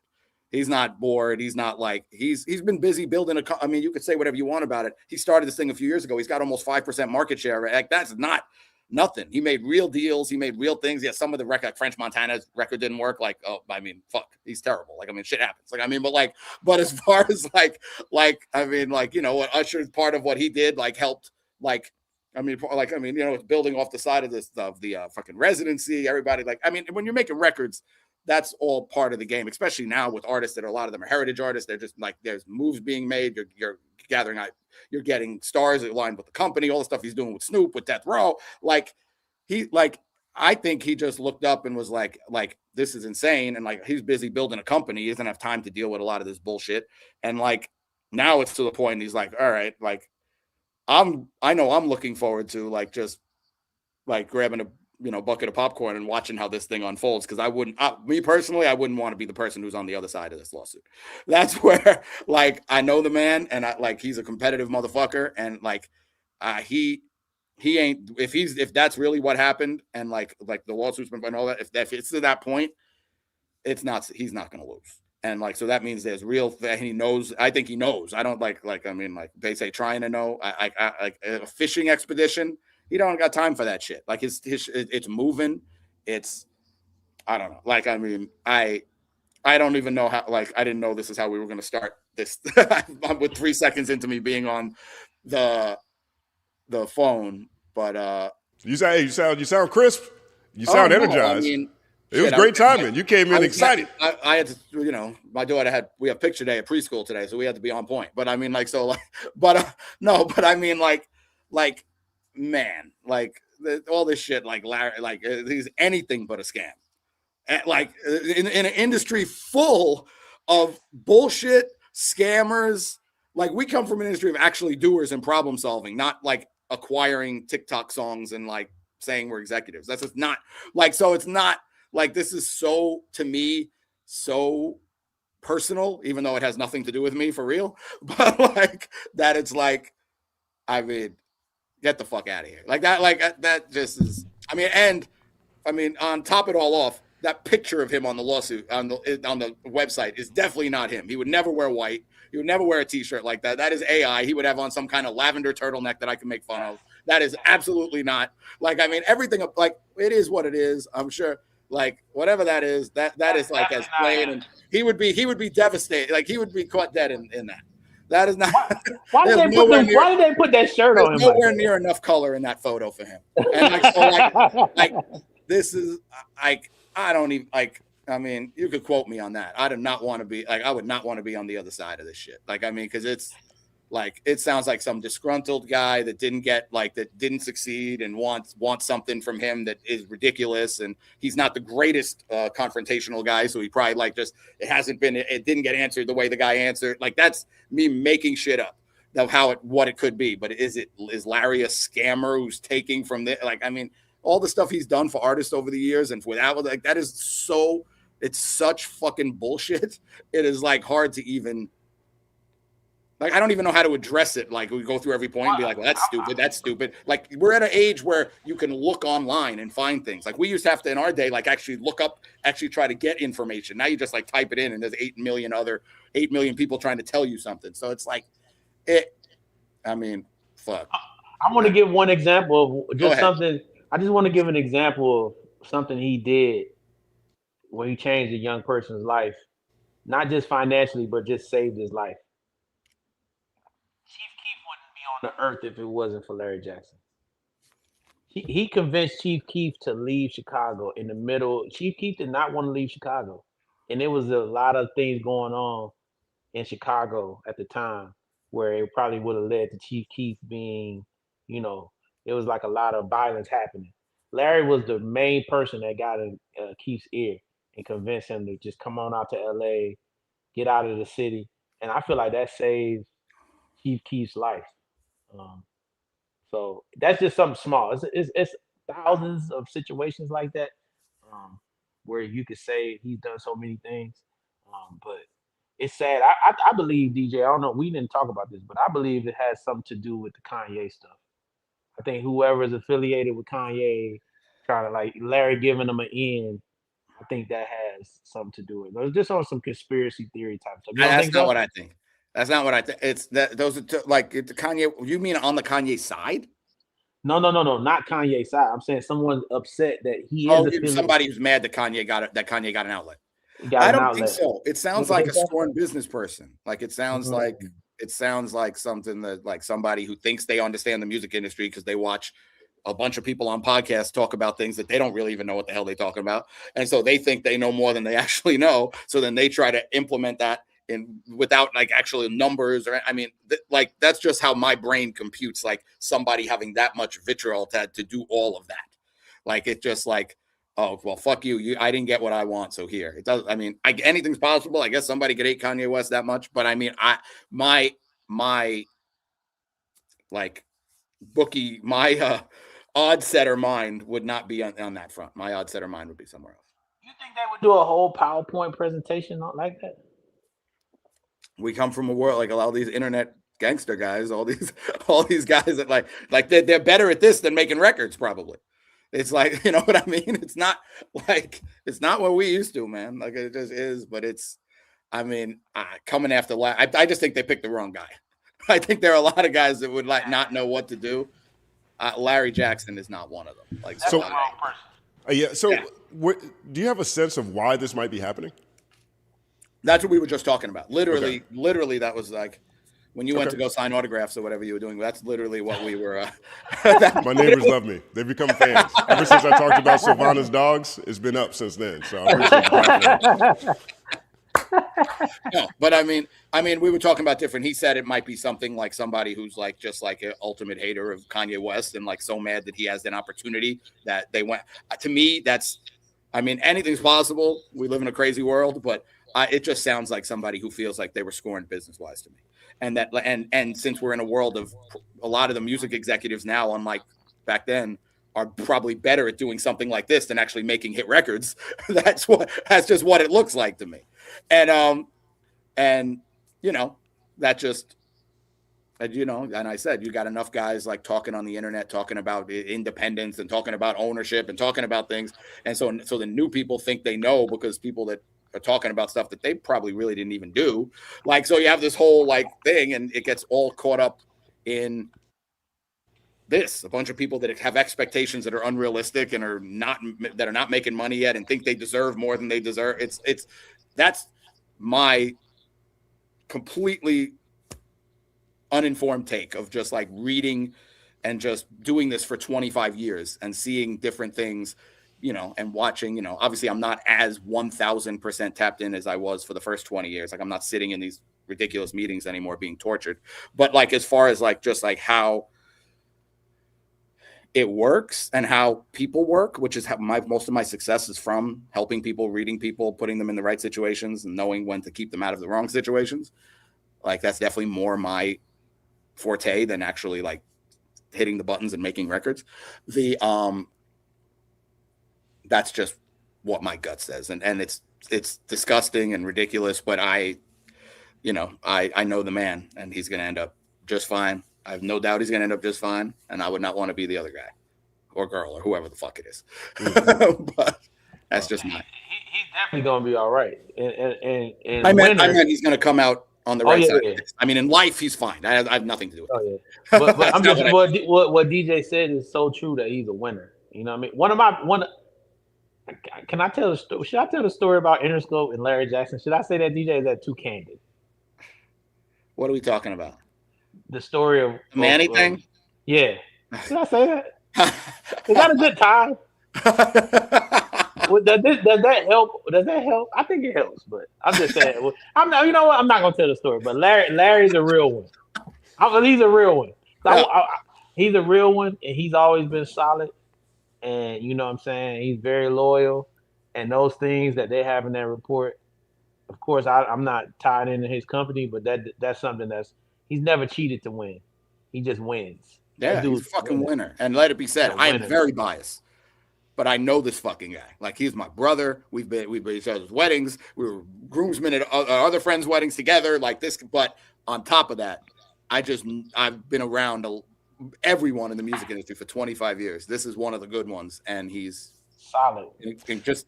But also just smart, So- calculated. He's not like just throwing shit out the window and like it's just not like this is not that. I mean, I can't. I'm not going to even address and go through like each point of that 8 million points. Like I don't know. Like nobody's perfect. I have no idea if he's definitely not batting 1,000. Batting 250 is incredible in the music industry. So like it's not. That's neither here nor there. But as far as like scamson and all that shit, get the fuck out of here with that. Like that's like a. So I want to ask this question because we talked about this briefly last night on Culture United. Glasses and Simba weighed in, and they brought him up as an example of what happens when you try to exit the industry. Yep. Right. And so here, Larry Jackson gave Ye a platform. He gave Ye an opportunity to enter the marketplace again. The ultimate disruptor. The ultimate disruptor. That is like Larry Jack. That is his goal. That is what he loves. That is what comes out of his vein. Like he is. That's. I mean. So we talk about and thinking about this Drake situation, right? Is he out of his deal? Is he going to go indie? I think I guess the assumption is he's probably going to sign back with Universal or sign back into the system somehow. But is this an example of what happens to artists, particularly big artists, when they try to exit the major label system like this, right? And is Larry Jackson the artist in this situation? Well, he is a byproduct. Yeah, partially, right? Because he's the one who. I'm saying you're alluding to him as the art when you say when artists try to leave the system. We're talking about Larry, right? Or are you talking about something else? Well, it's Larry and Kanye, right? It sounds like people just mad that Kanye is back, and they're taking it out on Larry for being a major reason that's the case. Maybe. I just think Kanye is a good clickbait to the top of it to make it even more. That's just that's literally my take on it. Like I don't. Like, I just don't think the world is really good enough of a place that they really care that Kanye West has that they're really like that moral ground and like they're like I just. Well, there's a lot of there, but I mean, you're not alone in that. You know what I'm saying? So I guess more so, my question is more like the industry gave him an in, like that the industry wasn't giving him an in, and Larry's the one that did. Well, I mean, he did. Yeah, exactly. I mean, Ye's been voted off a lot of islands, probably because of himself. Yeah, no, I get it. And then here comes Larry Jackson to the rescue, and now we're calling him scamster. People still on the island. No, I get it. Yeah. And so the question I'm asking is, Stats already talked about this, but I'd love to get your perspective on it. If Drake decides to go indie, how do you think the industry reacts to that? The industry, like who? Like the major label systems, distributors, venues. It was very difficult for Ye, for example, for different reasons. 100%. That's not the same thing. But him coming and working with Larry Jackson, there's speculation that Larry Jackson is getting some, part of the brunt of that. Do you think that Drake's career or Drake himself becomes vulnerable if he leaves the major label system at all?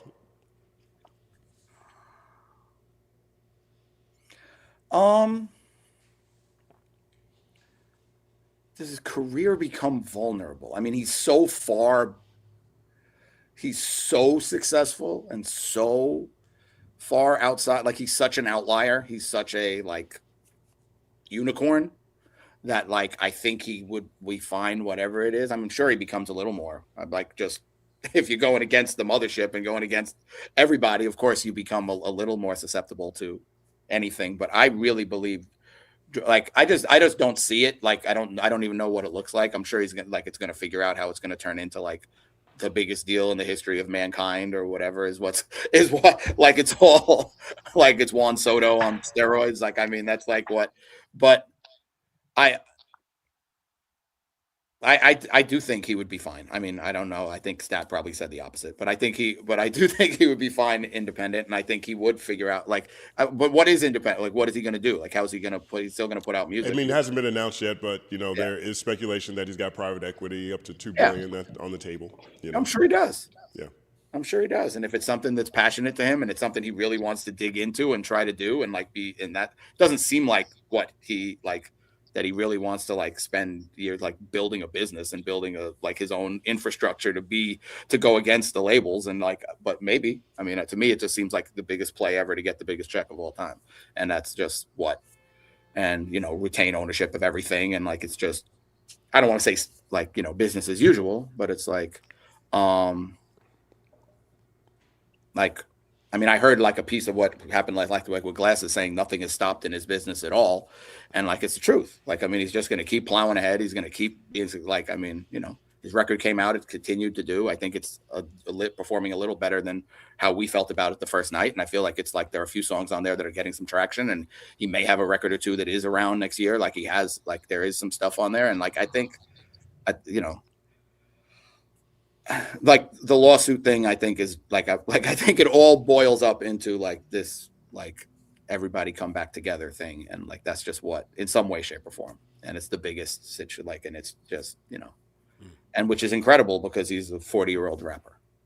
So that's like, at the end of the day, the fact that like, you know what I mean? Like, it would be like, I mean, good for him. He's still whatever. But I mean, like at the end of the day, think about like, you know, we think about like 15 years ago, we were hearing you're 38 and still rapping. Like, now we're talking about the guy who's like a 40-year-old who, I mean, like the guy who's right. He's not, is he 40? Was 39? Whatever. Like, but he's definitely not 26. Like, so, and like talking about the biggest deal in the history for his future music. You know what I mean? So it's like, okay, like, bingo. Everybody gonna be fine. Everybody involved in this is going to be really rich when it's over. They're really rich now, and they're still going to be really rich when it's over. So, like, you know. Well, DJ, my point was there's no such thing as independent anyway, because everything's tied together. Yeah, like that's what I was trying to say without saying it. Like I was you know, getting Starbucks and making sure that Ella like was ready. So I didn't hear what you said, but my assumption was in that ballpark.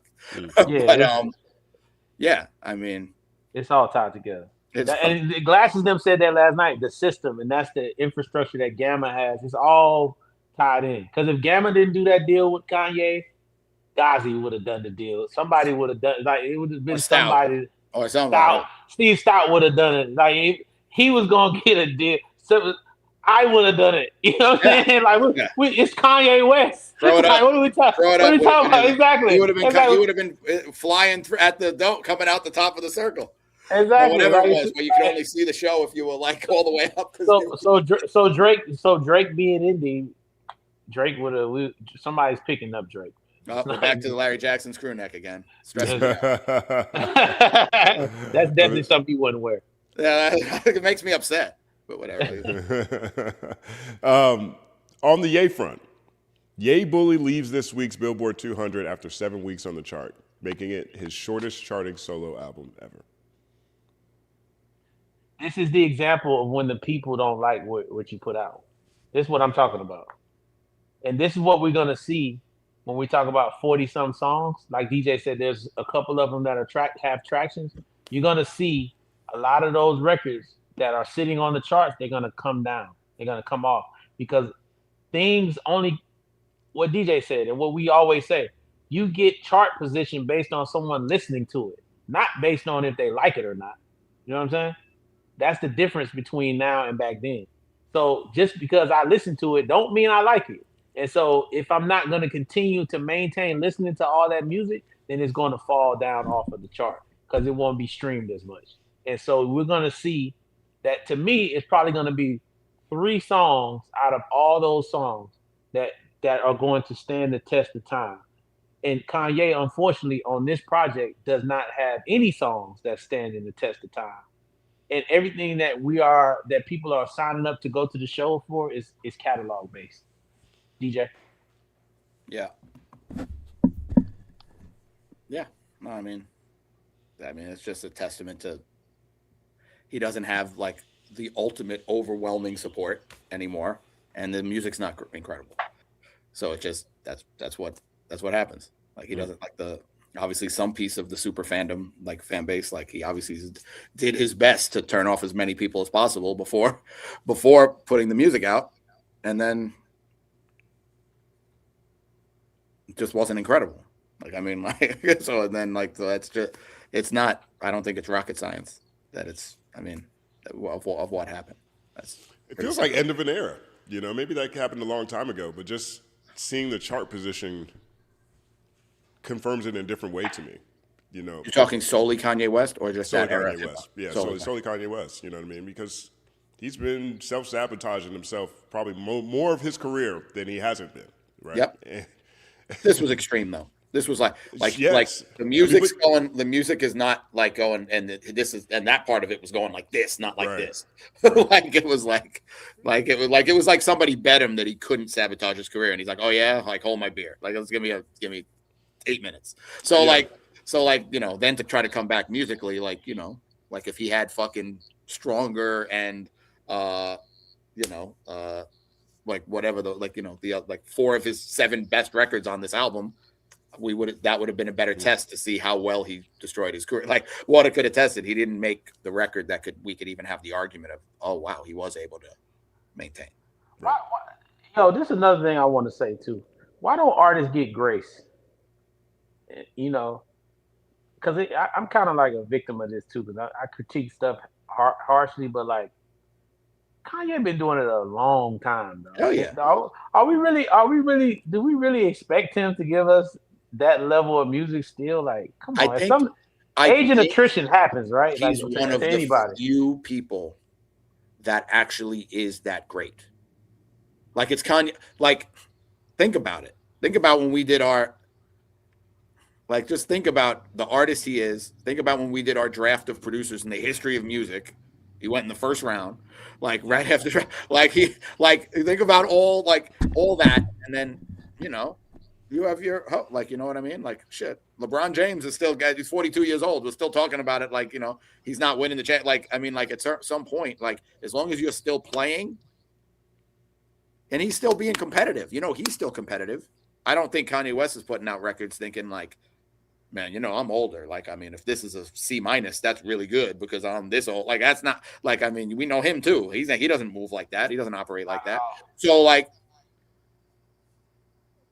yeah, I mean, we talk about it. Like I talked about it when we talked about Drake's album. Like, I mean, shit, like it's his 12th album. Like, I mean, he's probably gonna end up with the most hits out of anybody's 12th album ever. You know what I mean? Like, what we're comparing it to, like it's the same thing. Like, I mean, I do, and I definitely think it doesn't make me like Kanye West's 3rd album any less because I don't like this album as much. Like it, but it like at the same time, if you want to be in the game, you're going to be critiqued against. And unfortunately, fortunately, but unfortunately for just the statement, your first however many albums were that good that's all it gets compared to.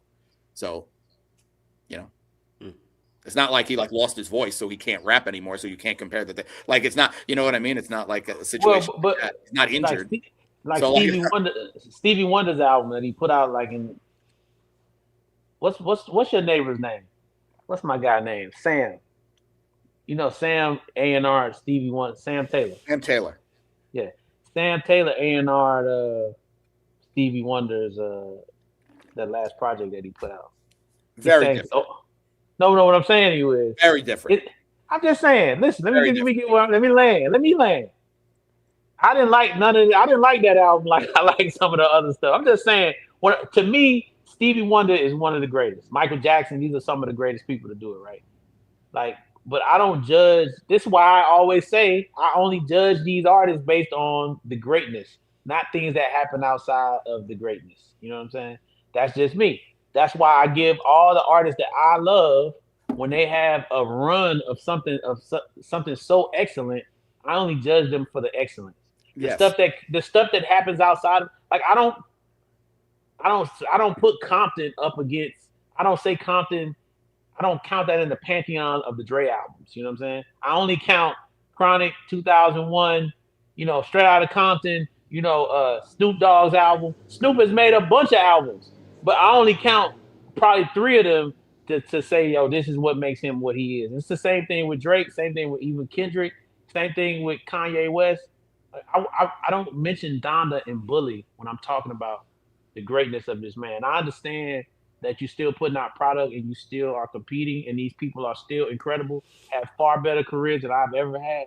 I'm just saying I'm not critiquing them as if I expect them to do that again. I That's understand, but there's no way they can do that again. but that's not. But I understand. But it depends on where the artists are at.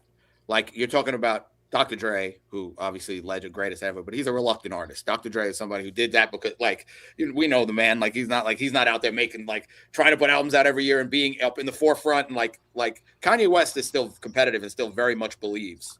Like comparing Kanye West's album when he's making a comeback and selling out SoFi when everybody says he couldn't even get into SoFi with a ticket, and Stevie Wonder making a passion project that's 75 years old is not the same thing. Like it's not like I don't think Stevie Wonder's making his 75-year-old album and saying my album should be ahead of fucking who just put out one of the young Don Tolliver. Like it's not like it's just not it's not like you're telling me you don't think Kanye West feels like he's competing with Travis and Drake and then when he put this record out? I'm not saying he's not. I just said Stevie Wonder doesn't feel that. Do you think? I don't know what Stevie felt. Do you think he? But I'm asking you because if he made that record and is like, yo, I'm coming for that number one. I feel like I don't know either. But I'm saying I know, at least I feel like I know Kanye West does. So I feel like Kanye felt like he's competing with everyone. I'm just saying it wasn't received like that. That's all. The fact you can feel one way, but the reality of it is it was not received that way because it fell off of the charts. Yeah, he got on the charts. No. I'm not saying he shouldn't. He should do whatever he feels, whatever makes him happy. He has earned the right based on what he has done in music, or anyone, not just him. You should be able to do what you want to do. I'm not saying. I'm just talking about. Yeah, that's what he want to do. He should do it. And guess what? Even with him falling off the chart the way that he did, that album was more successful than the majority of everything else that's come out in hip hop. Absolutely. And so, is he entitled to some grace because of his greatness? For sure. But at the same time, we can still say it's not good. And that doesn't mean he's not getting great. It doesn't mean we're not also saying his other stuff is still incredible, and it doesn't make him no longer a great because this isn't good. Like that, those are two different things. But that's why the Drake thing to me is crazy because it's 3 albums and it's 40-something songs, and we're only talking about 6, and people are telling me I'm tripping. Like, how am I tripping when we only talking about 6 out of 42? Like, how am I tripping? The discussion is not all. No one's talking about Habibti's track 11, 12. Like, no one's discussing that. We're talking about 6 songs tops. Tops. I want if people say I'm crazy for what I said. But what are we talking about? How many albums that have? I mean, I know he put out 1,000 songs. Take that out of it. Like, how many albums that in the last 2 years are we talking about? More than 6 songs on? How many? Don Tolliver. Leon Thomas. Okay, I'm saying there are some great, but you're comparing something we're saying is horrendous, is what we're coming with to all the albums that are the only ones that we're saying are incredible. So I'm saying putting it in that. But DJ, you asking me? We're not this professor. I think we're comparing Drake to people at Drake's level or moving into Drake's level. It's not just the open marketplace. And most people, I think, are comparing Drake to Drake. Yeah, and I said that. I said comparing Drake to Drake, he's never going to be able to keep up anyway. But I'm saying just if you're comparing it to what we're hearing outside, he's still very competitive, and he's still if you go outside right now, more than half of the songs I hear, that urban music that is playing, is him right now. And I mean, obviously, he's one of the biggest artists in the world, and he put out a record last week or 2 weeks ago, whatever the fuck it is. But I'm saying he's still. GNX had 12, 13 songs of it. More than half of them songs was being played and talked about. So that's what we're gonna compare him to. Future's album that came out with Metro album had a bunch of songs that people was talking about, had less records on it. I'm just saying, what I'm saying to you is, yes, it did. It did. Did it? It did. I'm with DJ on this one. Hold on. I ain't talking about that one where he did the local sound shit. I'm talking about the one that had you said Future. Yeah, you're talking about We Don't Trust You. I think Like That jumped off the page. Like That, he had a couple other ones on there. It's a double album. Yeah, it was 2. Okay, well, he failed too. Sorry.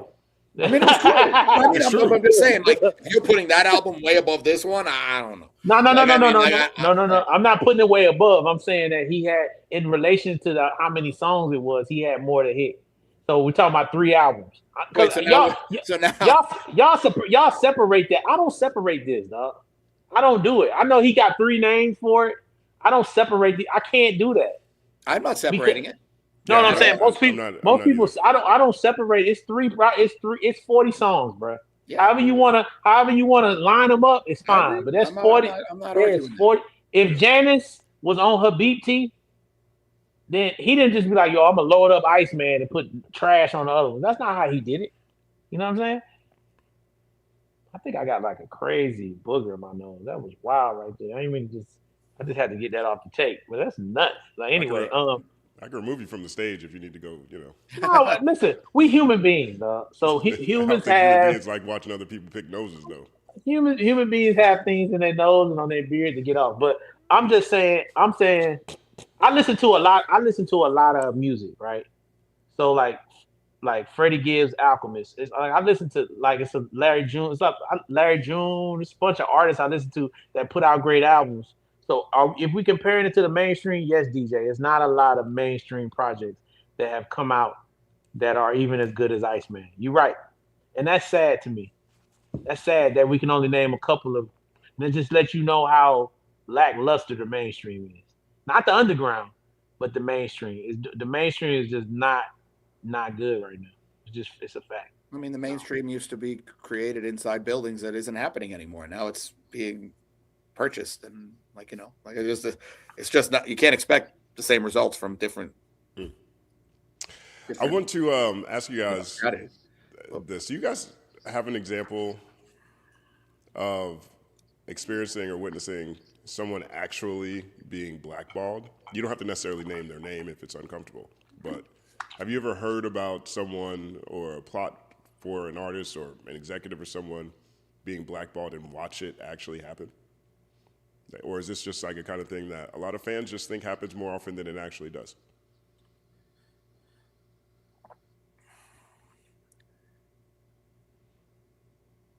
I think people call it like blackball. I just feel like you just got to get a bad reputation. So like somebody say, hey, I just had such and such over for an interview. Like, hey man, that guy's bad news. I'm telling you, he did this. Yeah. Really? It's not like someone has when you steal a rental car and you go on Enterprise or something, they put you in a database and you type your name in.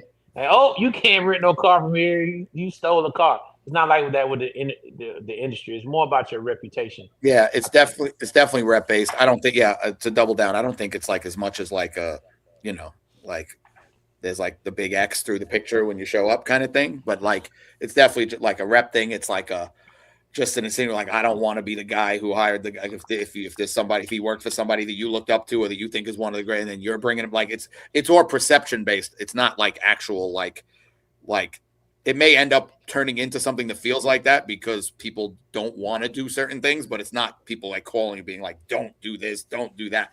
I mean, I'm not saying it never happened, but I've never been a part of or seen like somebody like intentionally like like you see like I mean, like outside of like, there are certain things like if people try to have their own power, like if it's like a power struggle, like you've seen Irv talk about how he tried to keep 50 Cent from getting signed. Like, I mean, like you saw like those kind of specific things based on a very specific incident. But as far as like on like the high, like executive level or like artists, like I've never experienced like that. Word up. You're tuned in live right now. Third Verse Podcast, Third Verse Morning Show. Happy Third Verse Thursdays. We got DJ Mormilly, Stat Quo, and myself. We're a new show. If you're not subscribed, go ahead and do so now. That'd be appreciated. Also, big thank you to all of our members, all of our moderators, and everyone who's been rocking with us for the 6 months we've been out here doing our thing. You guys want to take a look at some super chats before we move on to the next topic? Yes, sir. All right. We got this one from Fan Thomas Fanto. Big shout out. Says, Ye is a scammer now. He's making cafe press t-shirts badly cut with some great value scissors, talking about he's providing a service to humanity. DJ, he's laughing at you. So he said Kanye is a scammer. I think he's talking about the Yeezy.com. Now, I'll say this about Yeezy.com. First of all, I like the concept a whole lot because everything is affordable. Like, this is a lot of people's best opportunity or maybe first opportunity to actually get a pair of Yeezy anything, right? Things start at $20. Now, where I agree with him is we're literally watching him build this business, right? The first version of stuff that came out on Yeezy is exactly how Thomas told. He's making cafe press t-shirts, badly cut with some great value scissors, talking about he's providing a service to humanity. It's literally a rectangle with the sleeves cut off, and it says the big number 1 on the back. One of my neighbors had one on yesterday. I got suckered into buying one when they first came out. It was the worst cut shirt I've ever seen in my life. I got some jogging pants too. Didn't come with pockets. I don't think they had the budget to put pockets on it yet, right? And this is when they were doing the sock shoes. Now, if you go to Yeezy.com, though, there has been some evolution. You can tell, okay, they did their first round of things, and then they got a little bit of money, and they put it back into the business, and they did another round of things, and that's where they are. Because there is a big jump here, right? Is this on the screen? Can you guys see this? Nope. Okay. Like, for example, if you look at, let me get rid of those. Yeah, we'll close this. So if you look at, for now, they actually have real boots. No, remember, it was just sock shoes. But now they actually have boots. You know what I mean? If you look at some of the men's stuff over here, where are the t-shirts? This is the t-shirt he's describing, right? This is a terrible t-shirt. This is basically the first one. But this one has sleeves on it now. It didn't have this part. It didn't do this. It just did this, right? Here's more fitted t-shirts. So he's building his business back. He's building things on his own terms, and they're making progress in terms of what they're offering. But in the beginning, it was just these. It was just sock shoes or whatever. And then they have the moccasins, and so they're making progress. But yeah, that first shipment of Yeezy products was not not something that I think anybody who thought they were buying. I bought the sock shoes. Terrible. Shout out to you, Kanye. You missed on these, buddy. But this is some of them shirts, man, them hoodies. And because I only wear black, so I was like, oh, this is cold. I bought, but the sweatshirt fit terrible. I ended up giving it away. I went back and got a hoodie and some jogging pants. The jogging pants have pockets now, at least side pockets. So that's dope. I had this dude come over and working on the pool, and he had to wear certain clothes to go in the water. I ended up giving him a bunch of that Kanye stuff that he was wearing working on the pool. Shout out to him, man. You know what I'm saying? We got this one next from K-Way for real. I saw that on my own. I just thought it laughed. Hold up. Do y'all see DJ background? He has giraffe skin, suede, soundproof walls. Let me hold something. Trying to get these screenplays off the ground. I want to be the next Tyler Perry minus the male bondage. I was literally, I'm trying to read the thing you guys read before, and I saw this one pop up, and I was like, I can't. I was like, that is DJ's movie room he's in right there. I'm getting the setup, guys. I'm figuring it out with the house. I'm trying to, so I look all with all my, look how important I am. Look at all the records I've sold. Look how cool I am. I'm working on it. But for now, this is actually Ella's room. If you really want to see the corner, I threw all the stuffed animals. There's 150 stuffed animals right there that I had to just throw out of here so I could get online. So. It's supposed to be a movie room, but his daughter has taken over. No, completely taken it over. It's her playroom. It's literally. I see the Lyrical Lemonade stuffy right there at the top. But you showed that last time. Yeah, that's funny. Big shout out to K-Way for That's real. An amazing comment. That went. I like you were trying to read me the other thing, and I saw that on the side. I was like, that's insane. Big shout out to Doomer 253. Food. Wait, real quick. Have you guys heard Food? The album? Who's that? You guys haven't heard Food? It's the thumbnail. It's the profile pic that Doomer 253 uses. You guys haven't heard Food? I don't know what you're saying. You really? Keep saying I don't know what you're y'all talking heard about. This? Food? No, I don't know what you're talking about. You ever heard the line, Rap snitches telling all they bitches. Rap snitches telling all their business. Sit in the court and be their own star witness. Y'all don't know this.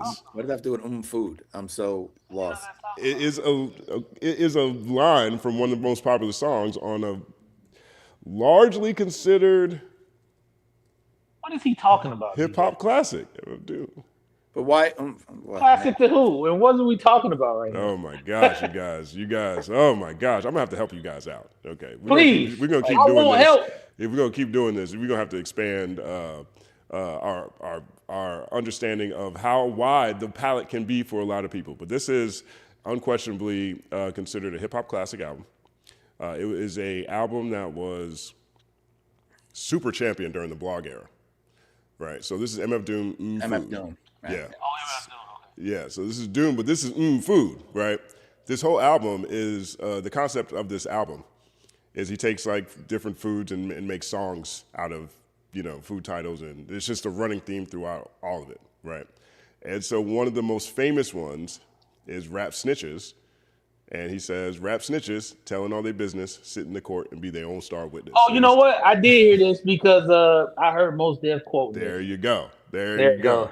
There you go. We Okay, have to do something about this, guys. Hey, you know what? but I know hold on. you do a good job of listening to things that you hadn't listened to before. I'm going to have to slide you some of Doom's greatest. Let me say this. So I had an artist. I had an artist that I signed. Her name's Kumbaya. Incredible. And I was aware of Doom because I was in an underground hip hop group when I first started called Network Reps. That was under Fat Beats. Was the label, which was basically the second to Raucous. Like it was out of New York. So we had Spinner, Mike Zook, all these different people on the project. So I knew I'm aware of Doom, but I definitely didn't get into his catalog. But what I have heard, Doom is one of the greatest dudes to grace a microphone of all times. I just didn't get into the catalog because, as I told you, just like with Lupe, I'm a beat guy. I'm a complete purchaser of everything, and I know. So there's one particular project that did. That's the one Doom album. The one Mad what's Villain. my yes. Now that album is that's my one. You know what I'm saying? Some of them other beats. Danger Doom. You didn't listen to Danger Doom? Is it better than Mad Villainy? Because the thing about Doom is every album is its own experience. I'm gonna get. You know what I'm gonna do? I did Lupe last weekend. Yeah. I'm gonna do Doom this weekend. Yes. And people were saying with Lupe, just so y'all know, I went through his whole entire catalog, and I have an issue with the production. I feel like if Lupe would have had his version of a Dre, his version of let's say Kanye West throughout his whole career, I think, or even a Soundwave or 40 and a Boy Wonder that's with Drake, I think Lupe would be one of the biggest artists. I think production slowed him from being on that pantheon. And that's why, like, for me I was going through the project, I'm just like, man, because the beats just was not what I wanted him to be rapping on. So, yeah. Well, you got homework. I do. You're going to have to do DJ, you're going to have to listen to some Doom too. You're going to have to listen to Mad Villainy. We're going to give you Mad Villainy, and we're going to let you be exposed. Okay. Because we got Doomer right here, and you guys are like, food, what is that?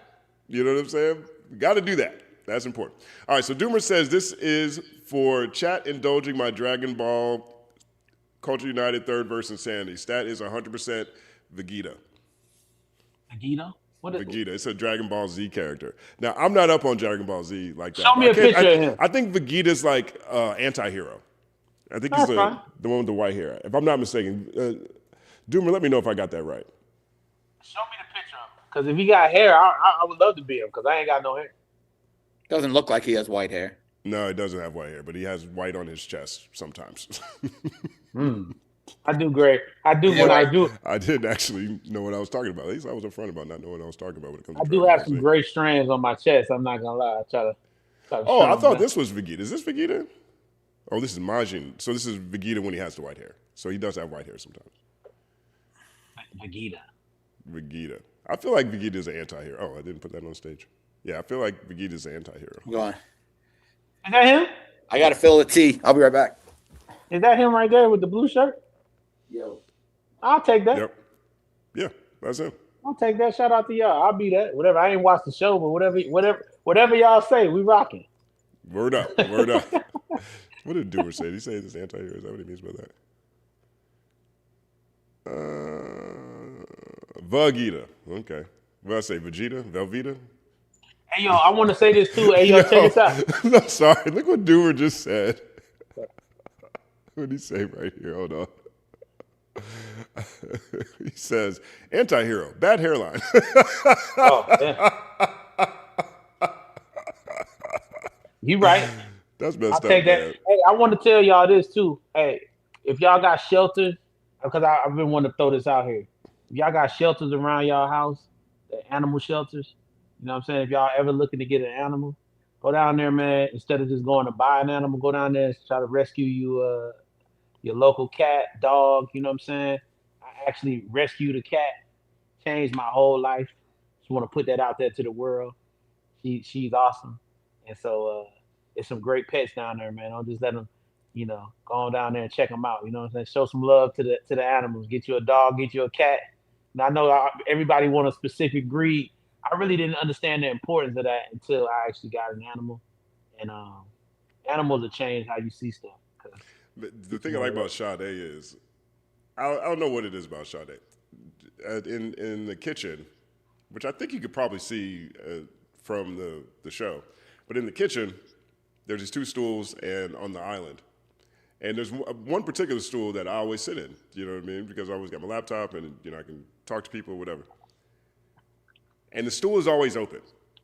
So I sit in it. And then I get up to go do something, and then Sade takes my seat. Every time. It's like she doesn't think about the chair until she sees me in it. And then she's like, oh, I forgot how much I like that chair. Every time.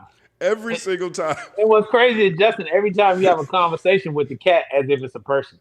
And when you get up, she's like meowing, like, meow, no. Tell me no every time. Every time. That's just like, Sade, can I get the chair? I want to eat. My first time, my first pet was a cat. His name was Battle Cat because I was making a He-Man. Yes. I learned later that he was actually a she, and my mom let her outside one day. She came back with all these male cats following her, and she just let it run away. So she didn't let it run. I guess she gave it away after that. Yeah, cats got a bad rap, though. Cats are good animals, though. Shot, you should get Justin. Why don't you have a pet right now? I'm wondering about that. You'll totally do good with a cat. It's too much responsibility for me, man. Like you don't got to do nothing. I don't like thinking about leaving a pet at home when I'm not here. To me, that feels like prison. That's not prison. They want to be there. I don't have a backyard. You get a stray one. Outside. No, if you get a stray one, they tired of being outside. They don't want to go outside. They've been see if you get a black cat, right? People do so many mean things to black cats. They so grateful to get inside the house. They like, man, the mean stuff they do to them cats on Halloween. People throw them around, all kind of stuff, dog. Because they got the stigma of being bad luck, man. So you know what? Get you a cat, dog. No, we good. No, that's fine. I don't need a dependent. I'm fine. Let me get a partner before I get a dependent. Okay, that's not happening. Don't give everybody me in the chat. Everybody in the chat. Let's get Justin a cat. don't do, I don't even have a plant. I like fly fake plants because let's get Justin a plant. Let's get a plant. You can't get a plant, dog. You don't want to take care of nothing. Yeah, that's it. If it ain't the community and Justin, that's it.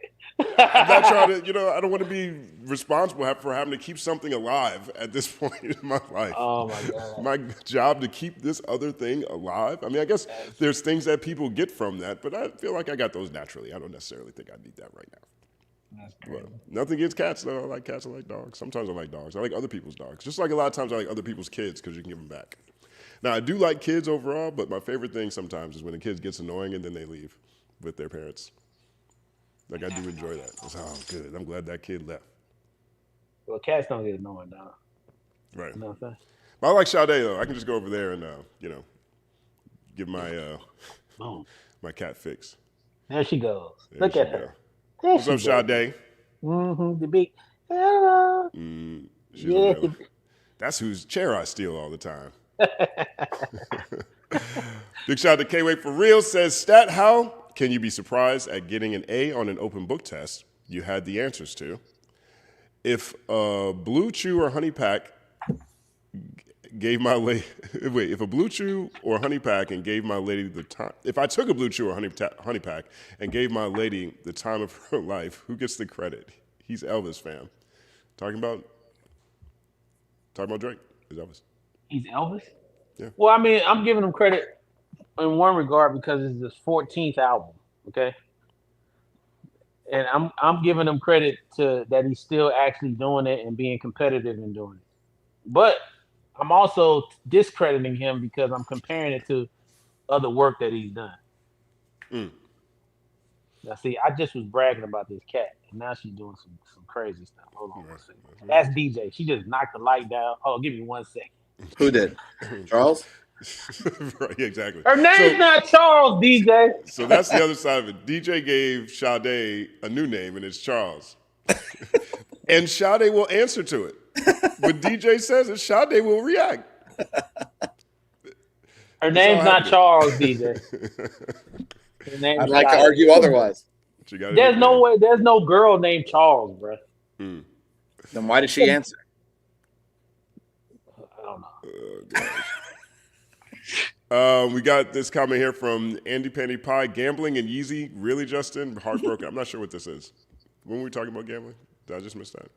I don't think we did that. But shout out to you, Andy Penny. We appreciate you. Yeah, I mean, I guess if you talk about potential sponsorships, I'm outvoted over here, guys. You know, it's part of being a team sometimes. Like, what else do you say? You're on a team.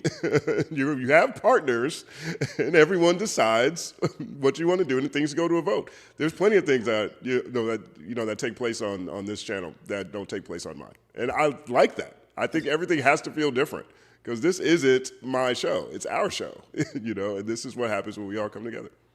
And if Justin didn't want to grow as a person, then he probably wouldn't experience DJ or myself. But you know what I'm saying? But You're welcome to helping you grow, Justin. Yeah, but I'm saying, but me and DJ watched Culture United yesterday. When Justin but man, time out. Hold on, time out. For real. Tell me what I said. Tell me what I said, Stat. I couldn't even believe it. He was like, yo, DJ actually texted me about Culture United. Let me tell y'all something. Do you understand the growth in DJ watching Culture United? That is huge. That's just huge for my man as in life. I'm happy that he actually sat there and consumed that content because the guy that I met 20-some years ago definitely wanted to watch Culture United. But he's growing and he's becoming a better person by watching that and seeing and experiencing that. That is actually amazing. And so the same thing with Justin. He's gonna grow with me and DJ. He's definitely gonna grow financially. He gonna be able to when we have a dinner for y'all at Third Verse, y'all gonna be like, man, this is really nice because me and DJ gonna help him get lots of money because that's what me and DJ do really good. No, I want to tell you straight up, DJ, because DJ was texting me during Culture United. Right, I thought something was wrong because used to DJ hit me when something is wrong or an image in a video isn't the one we need to go with or we need to change something. You know what I mean? I'm used to that, and so he hit me, and it was it was complimentary. One, two. I was like, DJ is watching Culture United. He's not watching the finals. He's not watching some FanDuel or something. And so it actually it meant a whole lot to me. It actually was like, damn, this is really dope, man. I really appreciate the sort of support on that, DJ. For real. I was talking to Sat this morning about that. I was like, yo, that was one of the coolest things that's happened all month. The first thing I said was, no, he wasn't. He's like, no, you said something about glasses. I'm like, what? I said, what? Are you crazy? Because I know he watched it one time when Simba was on there. Yeah. That's his guy. Simba's DJ's guy. Simba's my guy too, so whatever. Right. But he just up there watching it. I was like, oh yeah, Yeah, Yeah. Simba my called man. me. That's why I was out there for 5 minutes. I was Yeah. Okay, Oh, okay. sure, yeah. My guy DJ is expanding right before our eyes, and do you understand what that does for everything that we're doing here? It helps because that, like I said earlier, DJ is allowed in rooms that I'm not allowed in. Justin can't go in those rooms. It's just being real. Just like me and Justin are allowed in rooms DJ Right. cannot step foot in. It's just how it is. But when we come together, you get to expand and everybody gets to grow. So Right. shout out to this collaboration of this three-headed monster we have created here. You know what I mean? I like it. We're unique in the space. We are unique Absolutely. out here in these streets. I'll tell you that. K-Way for real. Justin, go to your local farmer's market on Saturday mornings and buy you a snake plant.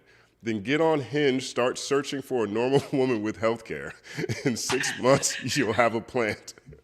A woman and a cat or dog. Happy hunting. And that's like a double entendre at the end. Happy hunting. Happy hunting. Yeah. No, I'm Oh, like, wow. I like that. I like that. K-Way is, man, he's good. K-Way is brilliant. K-Way's funny, man. Like, I laugh. He's got a great show. Check out. I go immediately every time he writes. I was like, oh, it's gonna be something.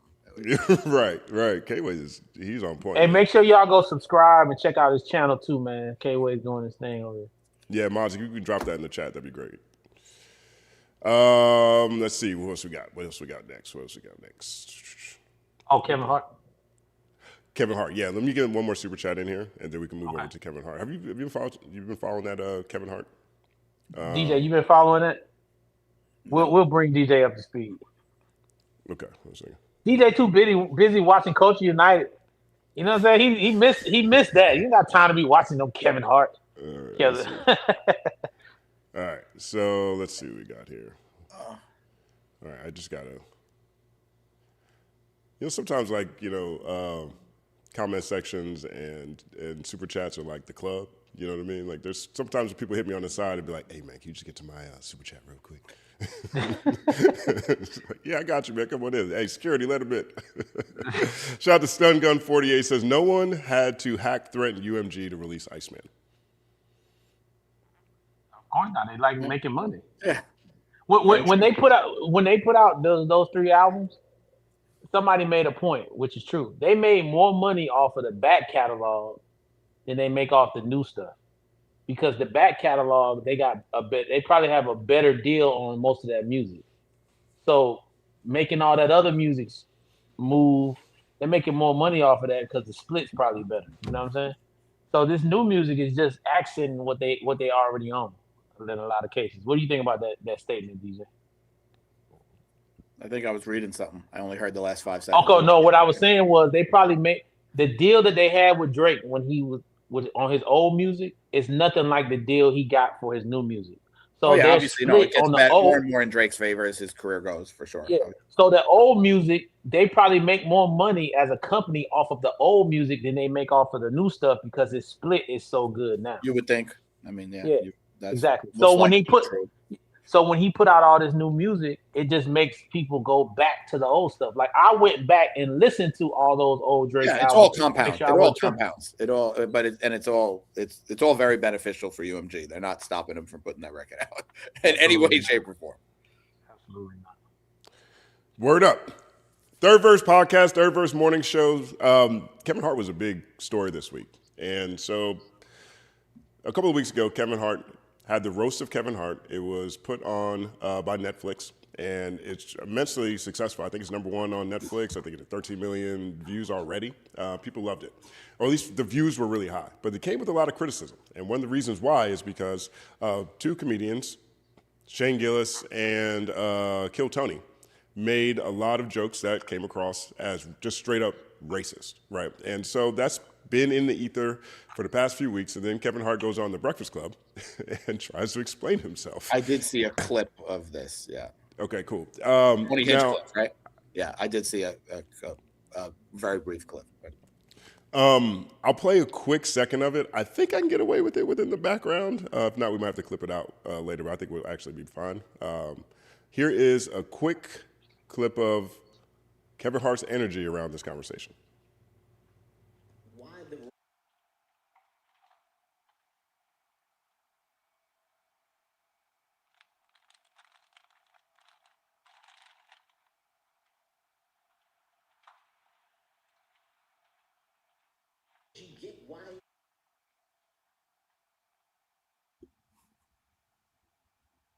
hear anything. Y'all doing it? Yeah, I don't hear anything either. I want to make sure I wasn't. I don't hear you anymore either, Joseph. So you guys can't hear that. Can you hear this? No, we couldn't hear that. Interesting. Okay. Well, I didn't know. Let's see if we can get away with it. Let's see what this says. All right, show. At the stage. And we'll just go to this view. I think that should work. All right, let's try it right here. Yeah, the George Floyd joke, it wasn't a tasteful joke to our culture, to our audience, but our audience that's watching the roast, if you're watching the roast, you get why they're doing it. You get why the racial humor is on the table. Like, it's not, I wasn't shocked. Like, that's what they do. Go look at the Tom Brady one. Like, that's what they do.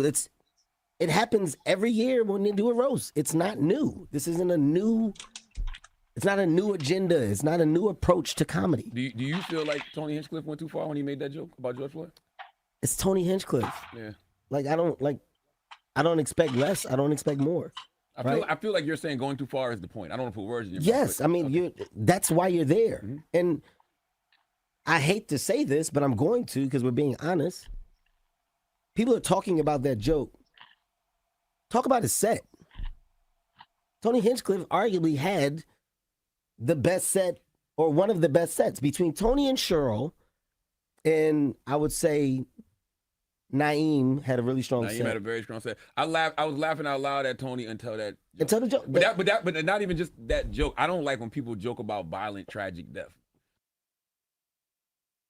So that's a clip of what the conversation was like on the Breakfast Club. What was your takeaway from the clips that you saw, Deej? Give me 1 second. I'm gonna close this door. Literally 1 second. Okay. Yeah. Word up. What was my takeaway from? I mean, I'm very pro. I love comedy, and I think, like, obviously, you know, it's. I know how sensitive everything is these days, but I'm very much from the place of, like, if you don't like something, don't watch it. I don't really watch it, so I didn't watch that, so I don't know. But I know Tony Hinchcliffe. I've known him. I don't know him, but I mean, I've been aware of him from the beginning of his career. I'm a fan. I think he's good. But the reason he's good is because because he's over the top. And I think a lot of comedians the whole concept is to try to get people to is shock and to try to get people to laugh and so it's sensitive, but I mean, I understand 100% where Kevin's coming from. Like, that literally is what a roast is. Like, I mean, do people go too far sometimes? Probably. But I mean, that's just kind of part of what comedy is. Like, and, you know, obviously, like, some topics are very, very uncomfortable, but, you know, right. You don't have to watch it. Yeah. So there's 400 million things on TV. Shut it off. Right. That's just my thought on everything. But yeah. Stat, you there? Or you're not there? All right. Well, take my. I'm right here. Oh, no, I'm right here. No, I'm right here. Oh, I was told told not to eat on camera. I was like, I knew what he was doing. He was. See, I was told that I shouldn't eat on camera. So when you're hungry, you're hungry. You know, I ain't ate in 24 hours, man. Been fasting, so. And why don't you pick when we shoot to fast if you're going to do that? Then you make it easy.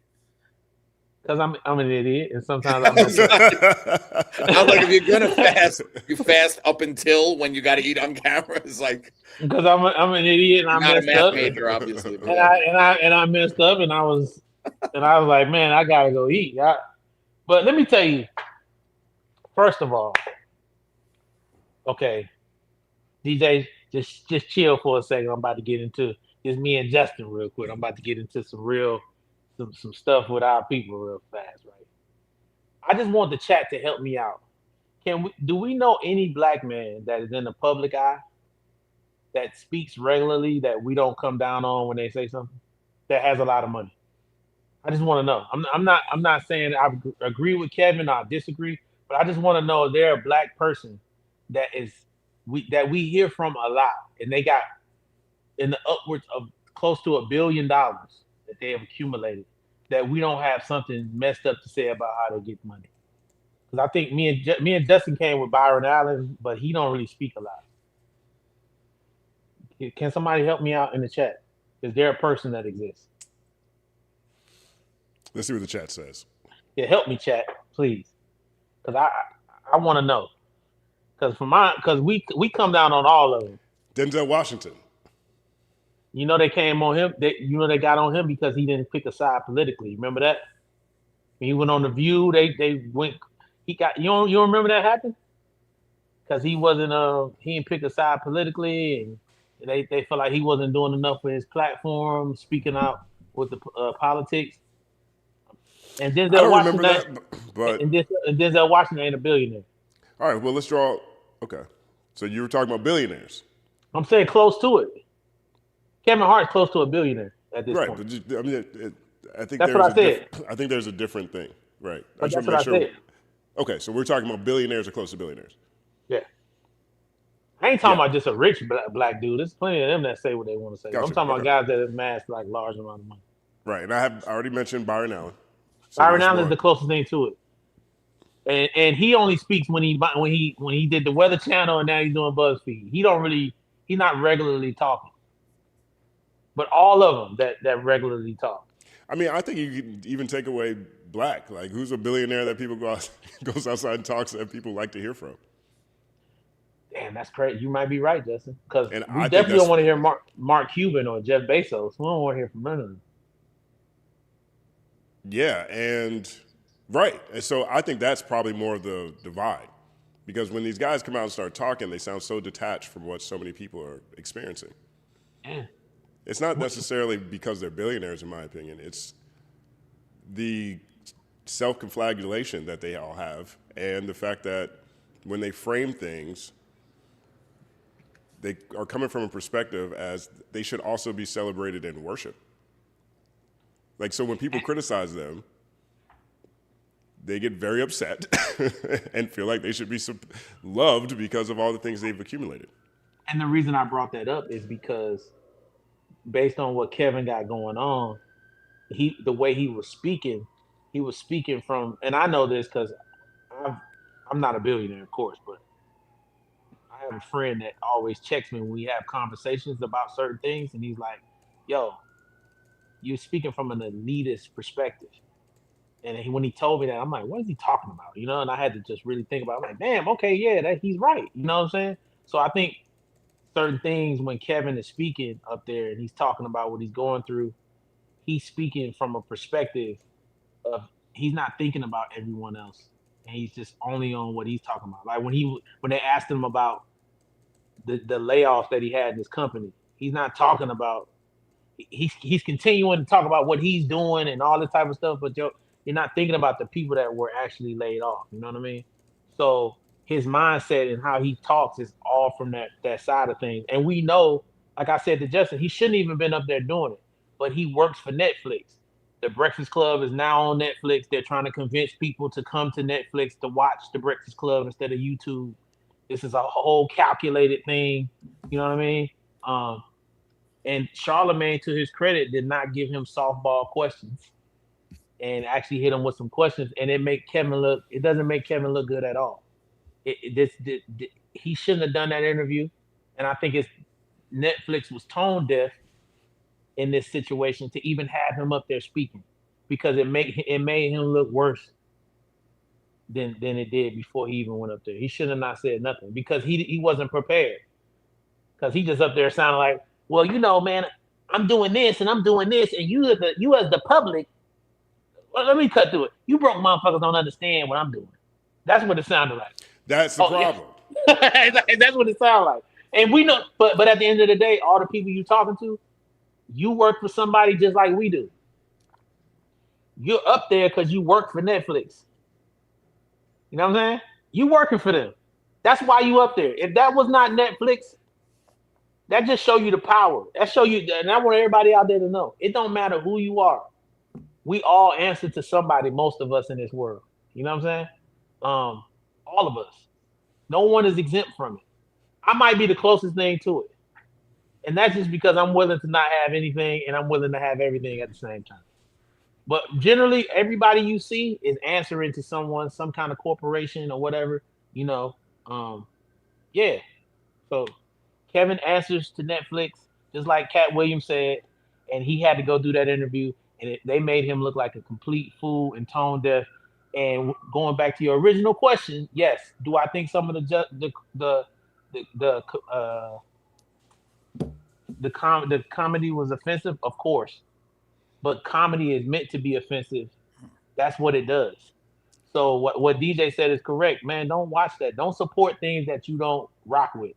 I don't sit up, and it's nothing against these guys and what they do, but certain streamers, I don't sit there and watch that because that's not my ministry. You know what I'm saying? So I'm not gonna support it.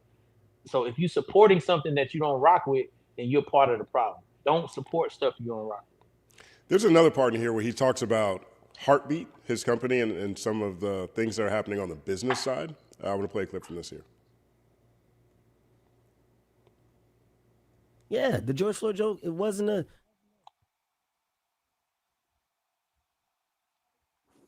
The day of the roast, a story. You guys hear that? I would even go so far as to say a hit piece.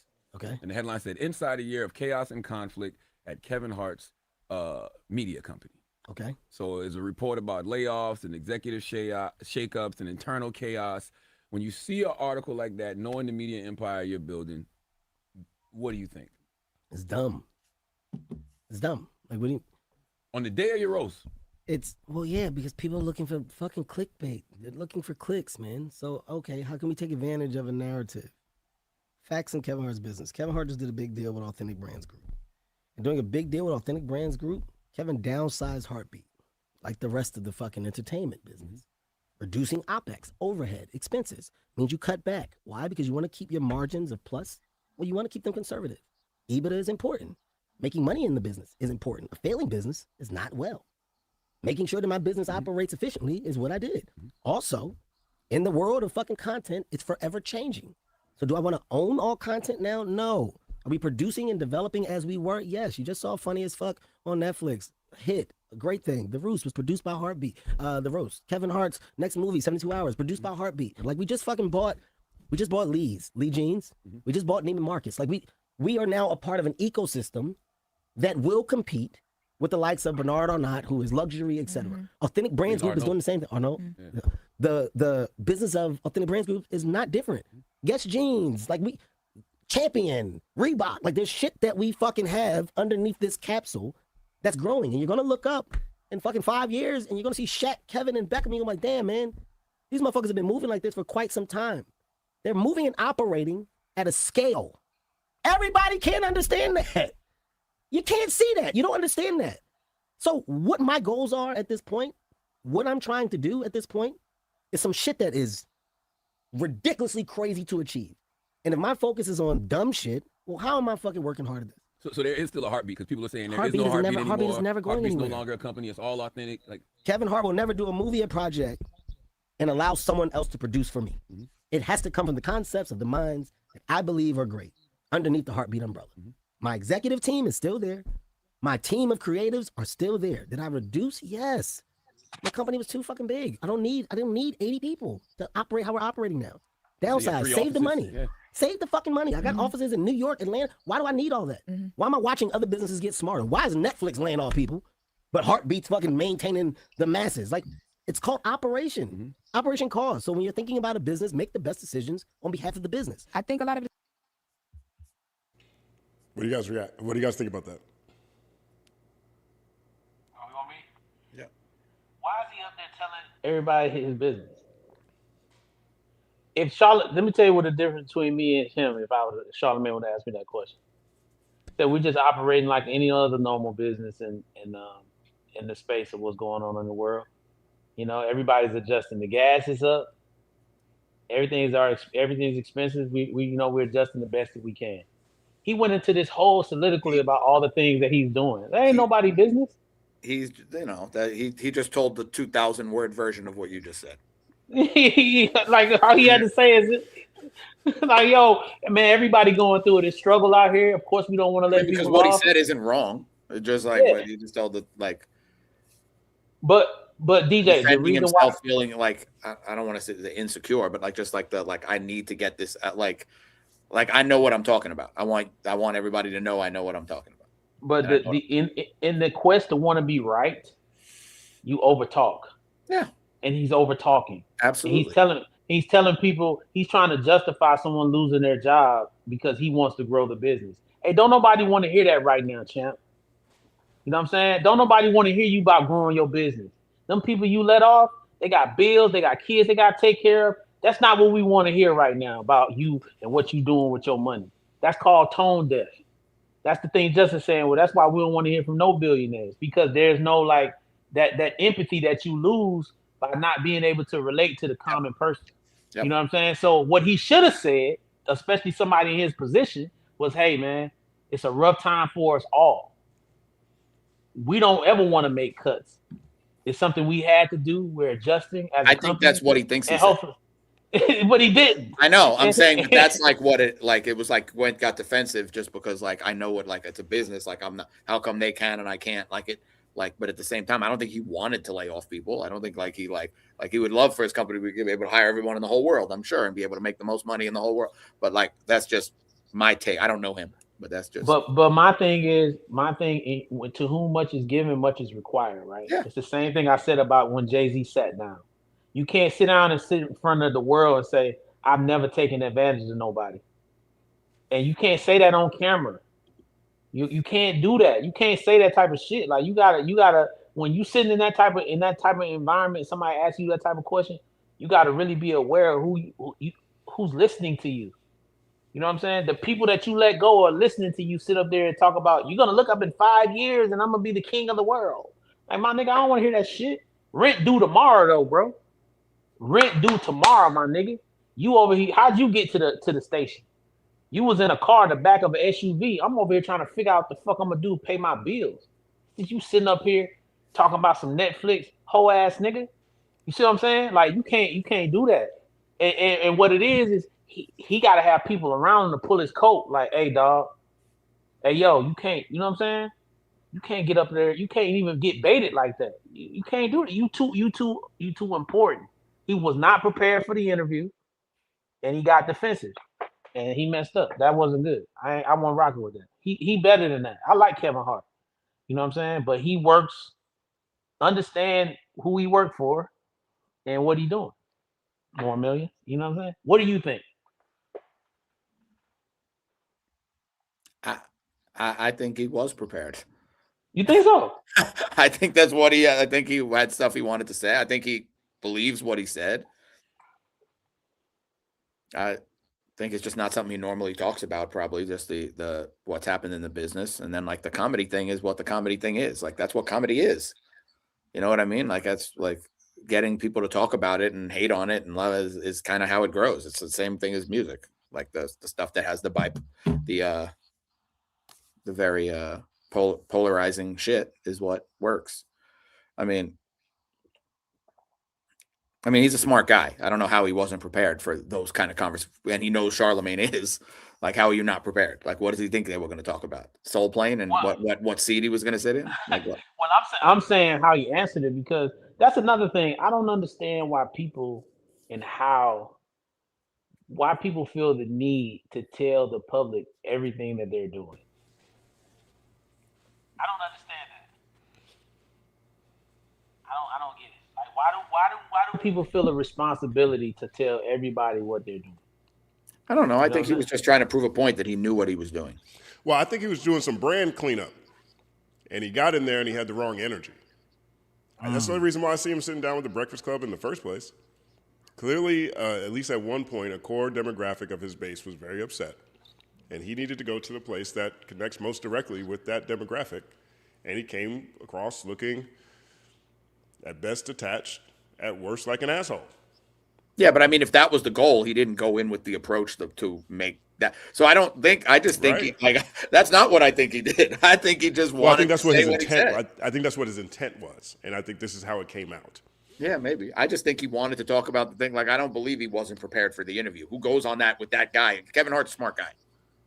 He's not like, it wasn't the first interview he's ever done in his life. Like, what, they weren't going to ask him that, or they weren't going to ask him about, like, what? No, I think that when you get to a certain level of success, we're talking about billionaire conversations. All these guys have the same thing. I watched Jeff Bezos sit there and tell the world you can tax him forever. It won't help nobody in Queens. And he is someone who actually has the means to actually make sure it does help people in Queens or whatever, and sound crazy. I'm not saying he was correct. I'm just saying I'm arguing the point that Stat said that I don't think he was prepared. I think he was. Oh, well. Yeah. I don't think. I don't think he was emotionally prepared. You know, in terms of how he wanted to present his point, because there's parts in there where he's bragging about how confident he sounds. Like there's another clip in the interview. He's like, other people. Like, it was the part where there's a part of that conversation where Charlemagne asked Kevin Hart if he felt uncomfortable with everybody on stage at the roast talking about how he's a whore and he'll do anything for money, right? And then Kevin Hart says, no. Does it bother you when Charlemagne says, yeah, well, everybody says that I'm gay. And then Kevin Hart's like, does it bother you when people say you're gay? He says, no. He's like, you sound shaky there. You sound shaky with that answer, Charlemagne. You sound shaky. I'm over here sounding confident in everything I'm saying, and you're sounding shaky. That part to me makes it feel like that was part of his strategy to go in there. Try to come out, sound his version of confident on these topics that he's talking about. And I think that ended up polarizing people because someone from his position I feel like talking that's that way. him in everything. That just feels like part of what Kevin Hart, like the whole, like to me, like honestly, I'm having this conversation. I haven't seen the interview. I'm just talking about the guy and what, like I'm just the clips we talked about, and just I know what happened at the roast, and I know when you guys said it at the beginning, I forgot that was even like I thought it was something like in the last few hours,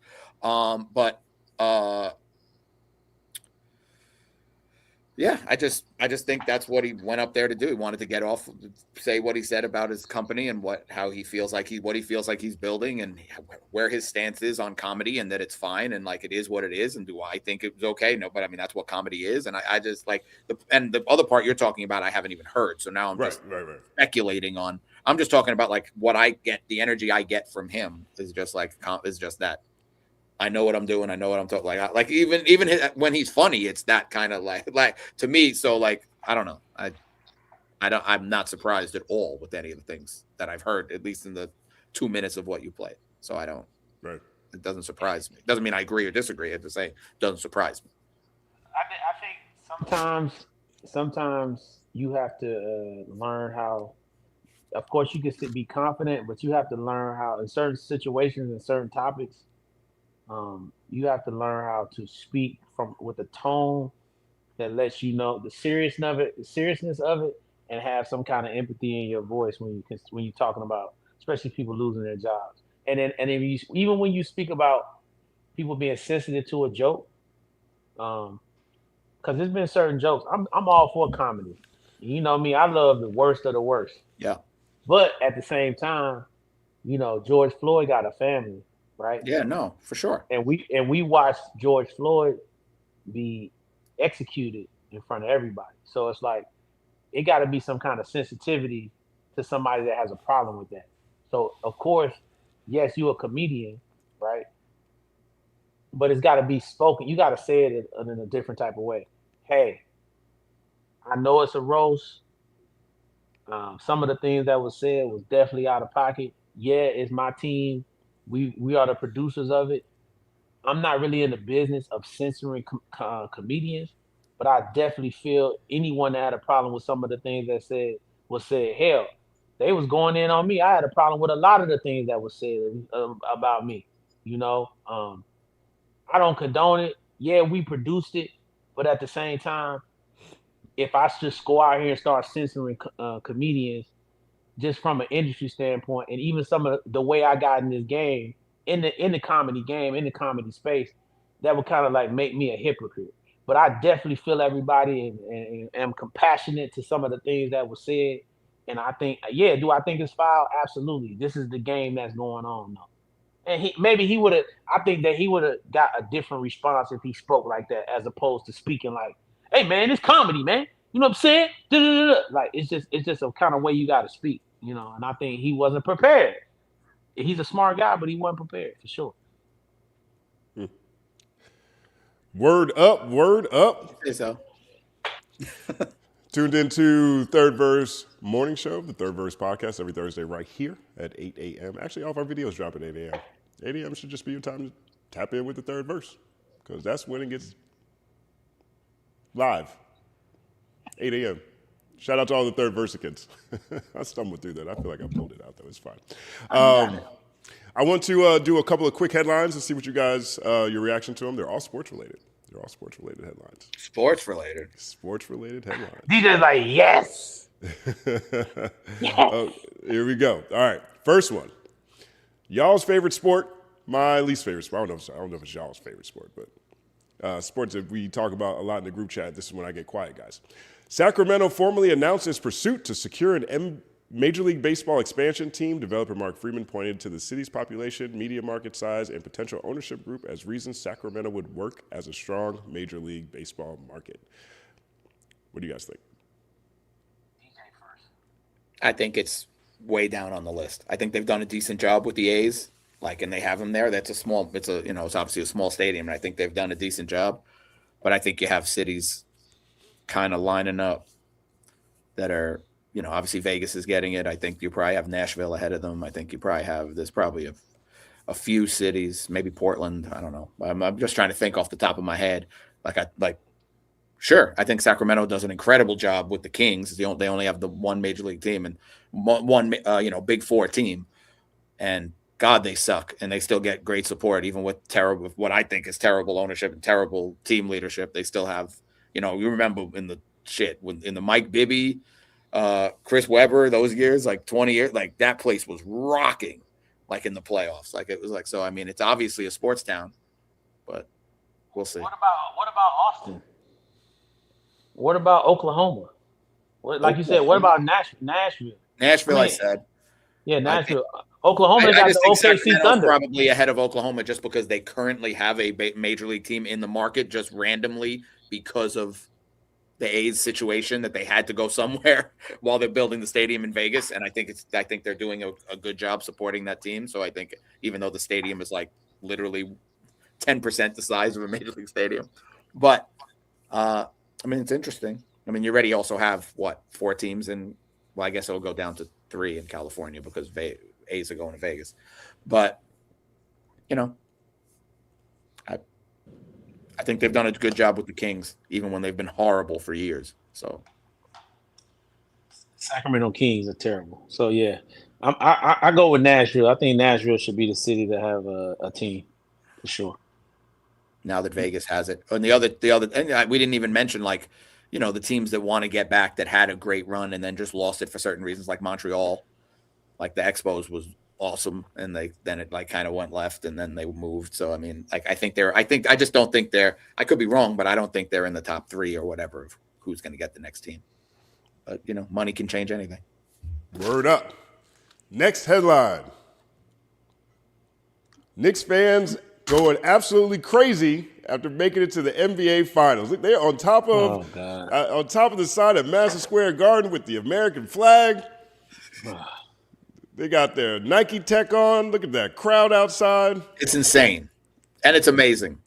It's amazing. The worst fan base in the history of sports. It's amazing. It's amazing. The worst. The NBA, which I think is a horrific product, is way better when the Knicks are good. I 100% agree with that. For the same reason, just being able to talk about the Knicks. They've been so bad.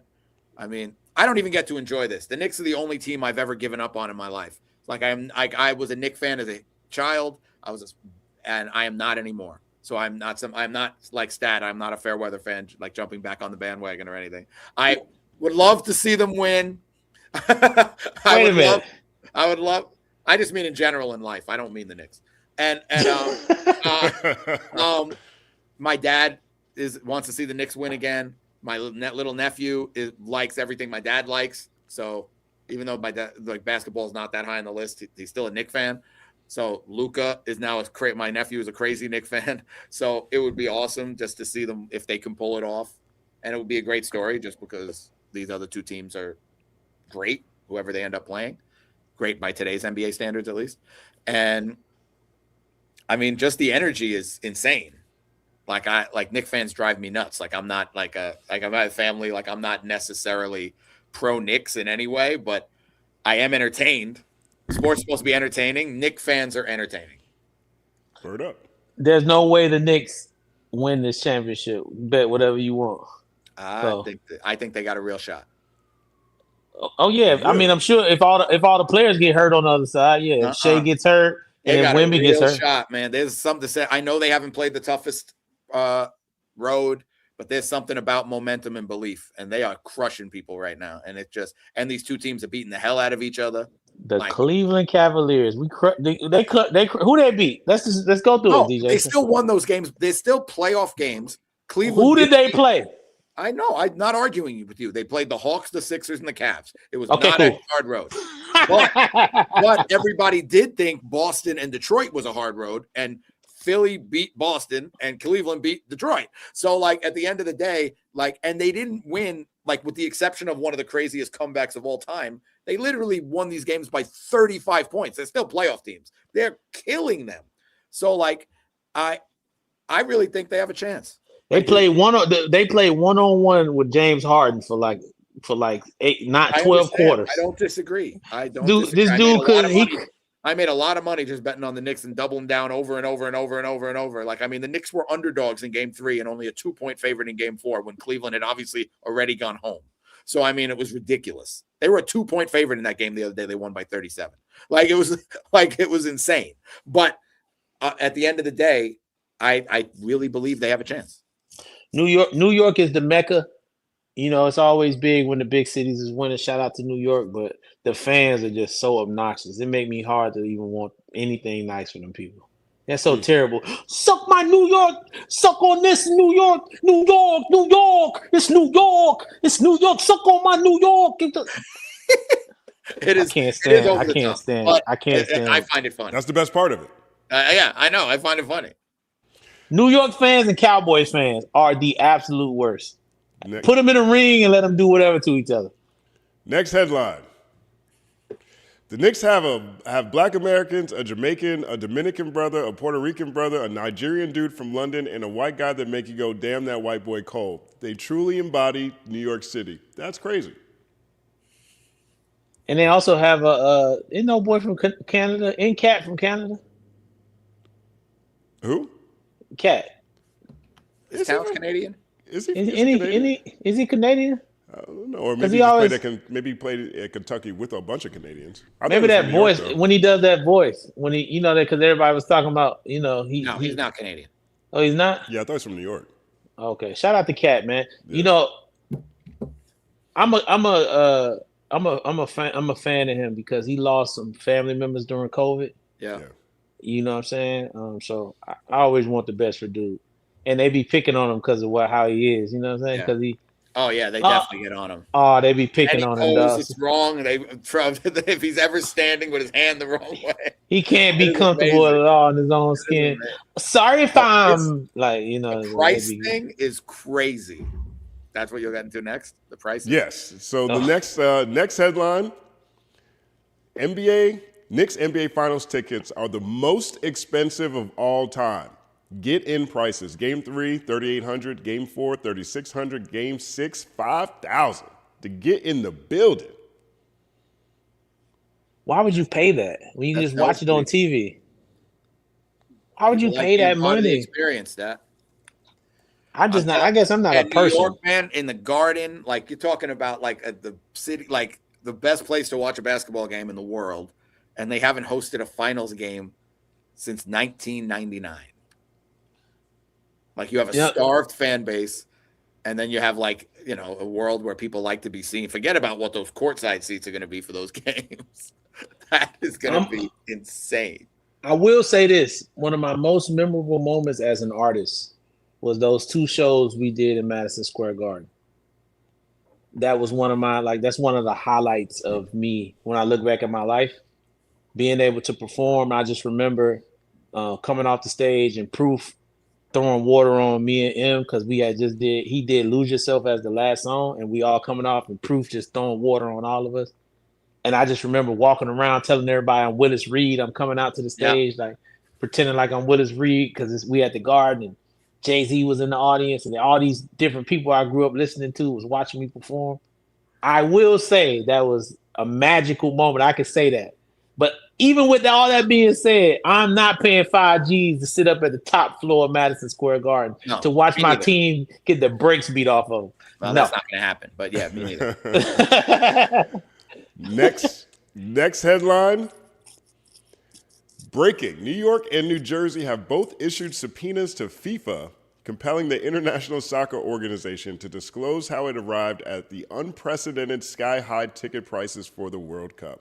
The investigation will look at other FIFA ticketing practices after fans reported being misled about seat locations and ticket categories. Now, just think about, people have been talking about these World Cup tickets, and, obviously there's a lot of people who just don't even want to go to these games.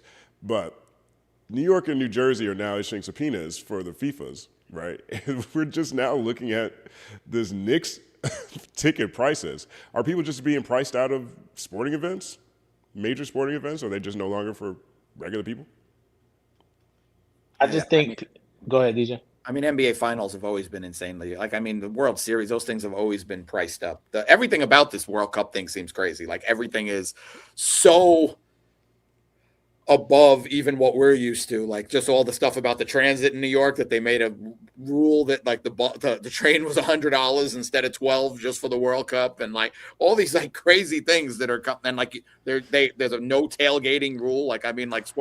Everything is just.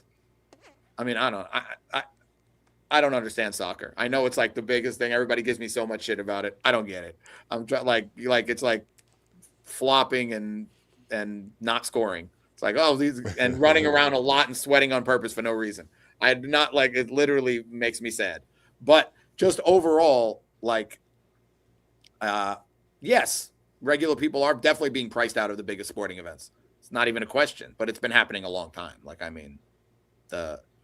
I have really good seats for a few teams like the Dodgers. The World Series is ridiculous.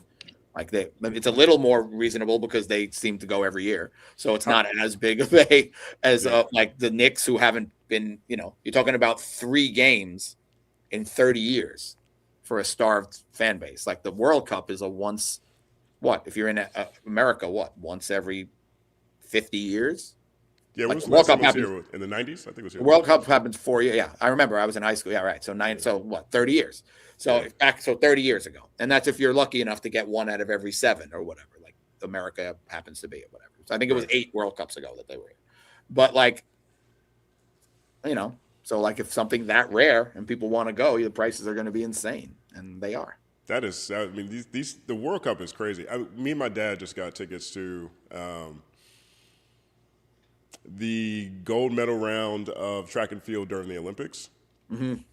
Pretty reasonable, all things considered. You know what I mean? We got 4 tickets at $750 each, right? The stuff for the World Cup is just disgusting.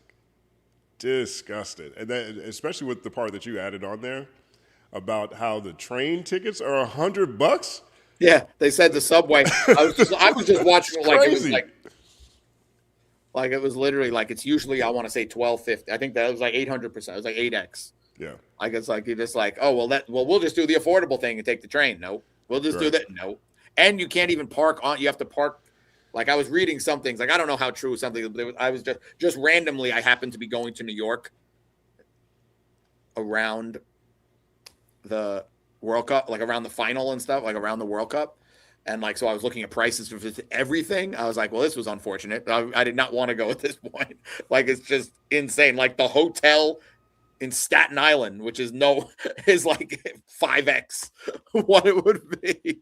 Forget about my guy at the Park Hyatt. I called them and I was I don't even want to ask, right? They go, well, we got you after it's over. You don't even want to be here. Well, it's just so times, but yeah, it is obnoxious times a million. But You know what it's called though, honestly? it bodes well for where we live. And Justin's gonna love this because this is one of his. It's a word he doesn't like, but that's called capitalism. Yeah, I knew you were gonna say that. That's what it's called. That's Yeah. called That's called capitalizing on those that you can capitalize on in the moment. And the only way you change it is to say no. I want you guys to look at what on your social media. You know, everybody in the chat too. Look at all the deals that fast food companies got popping up right now. You know why they're doing that? It's because no one's eating it anymore. That's just the power that you got, that we have as a community. If we say no, everything will go down. So if no one buys those train tickets, no one pays for those hotels, nobody pays to go to that show or go to that thing, then they'll drop the price to get us in there. So the power is in our hands. We have to take that power.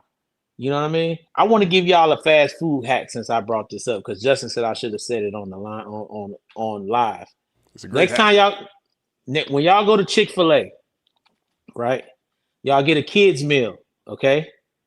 The kids meal comes with, I think it's out here, it's different wherever you are, but I think it costs $6.75. It comes with a French fry, it comes with a drink, and it also comes with 2 chicken fingers, and it comes with a toy.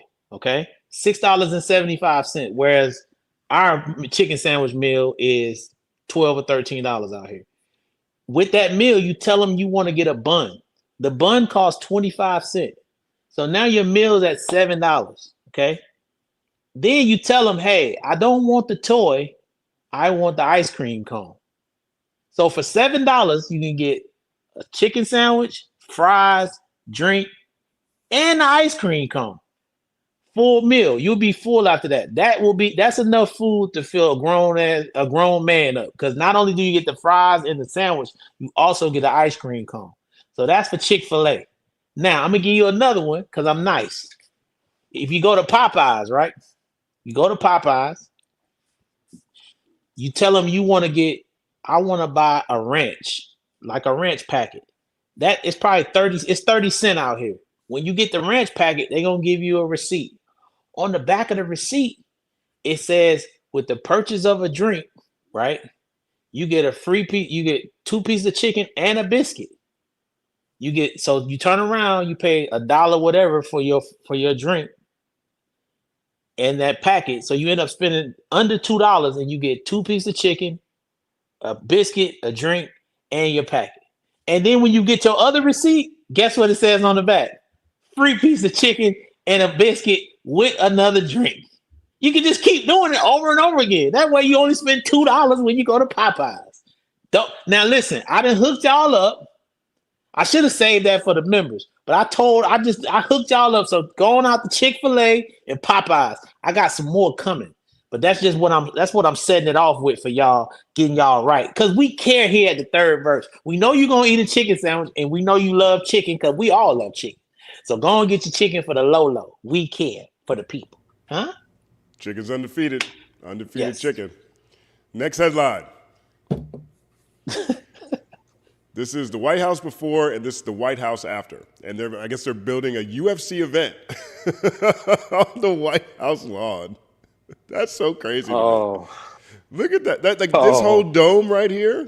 This is for UFC. This is for UFC. Hey, DJ, I just want to say something, man. Listen. Look at this. This is the White House back here, guys. I know you can't really see. It's the White House. Okay. We've seen it before. I just want to say, when Obama changed the tennis, tried to throw his hoop in the back, everybody was in an uproar. When Obama wanted to throw the basketball hoop in the back because he don't play tennis, Obama trying to get his shot off, we was in an uproar. Now, I told Justin, listen, Trump loved UFC, so he put it in the front. I think if I would have been the president in my 20s and 30s, I would have built Magic City in the front of the White House. And then just put it right there, just right in the front. I wonder what y'all would have said.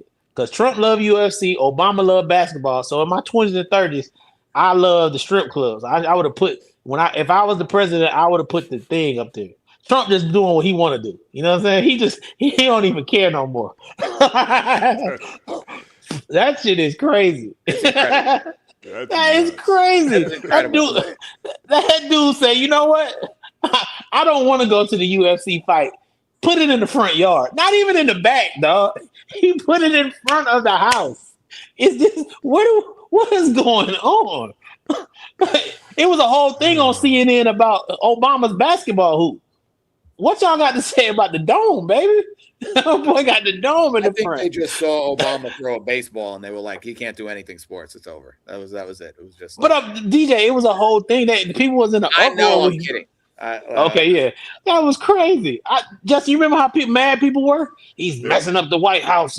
How could he do it? They were mad at everything Obama did. This dude, Trump. People are mad at everything everybody do. It's politics. It is. But I'm gonna say, yes, but there's scale. Yeah, People were more mad at putting up a hoop on a tennis court than a dome on the White House lawn. Okay. Yes, everyone gets mad, but everybody's just because an elephant and a mouse are both animals doesn't make them the same thing. Hey, but DJ, this is kind of incredible. It's crazy. DJ, look at that image. That is insane. Hey, DJ, just know what if we put a roller? You can put a roller coaster there. Like That would be fire, too. How That's you what it gonna looks beat like. that? It This looks dude like got like a screen machine. I've been to the White House, man. That shit's boring. This look like Biff Tanner right here. Yeah, it does. This looks like Biff Tanner. It does. It's Biff's casino in Back to the Future too. No, this is my thing. Aren't we in that? We're basically in that year, aren't we? What was it? 20? I think so. I think a lot of it is lined up. No, but DJ, what if I had Magic City in the front of the White House? Also, and then that'd be crazy. But if I built it like I went on that tour, it was not it. It wasn't it. That was not fun. That was not fun. I was like, take me to Georgetown. I want to see where Ewing played. There's a few restaurants I like in Washington, like the monuments. Okay, cool, whatever. The White House, man, that was just a lot of walking for no reason. That's crazy.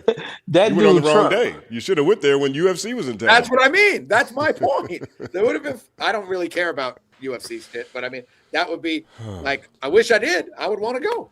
Hey, listen, I'm not trying to make fun. I don't want nobody in the chat because I'm not into politics or none of that. But I'm just letting y'all know. This is why I could never be the president, because all the stuff dude trying to do is stuff that I probably thought about. I'm not. I want to. This is not a political statement at all. Exactly. I want to put my. I would rather go to that than go walk through the thing. No, I'm just saying. I'm just saying who the president is. Nothing to do with any of that shit. Yeah, because if I was the president, I definitely would want to put my face on the money. He tried to do that. Yeah. And I definitely would put whatever it is I like to do. You know what? I'll have a festival at the front. Like I put a stage, and I have whatever rappers that I rock with. They'll be performing. Yeah, no. Oh, I could perform. You know what? I would actually perform. If I was the president, I would build a stage and perform in the front of the White House and do the lawn and all that. I would do that. Maybe we could get him to win. Look, it's not that ridiculous. I saw the movie Idiocracy. You have a chance. There's always a way.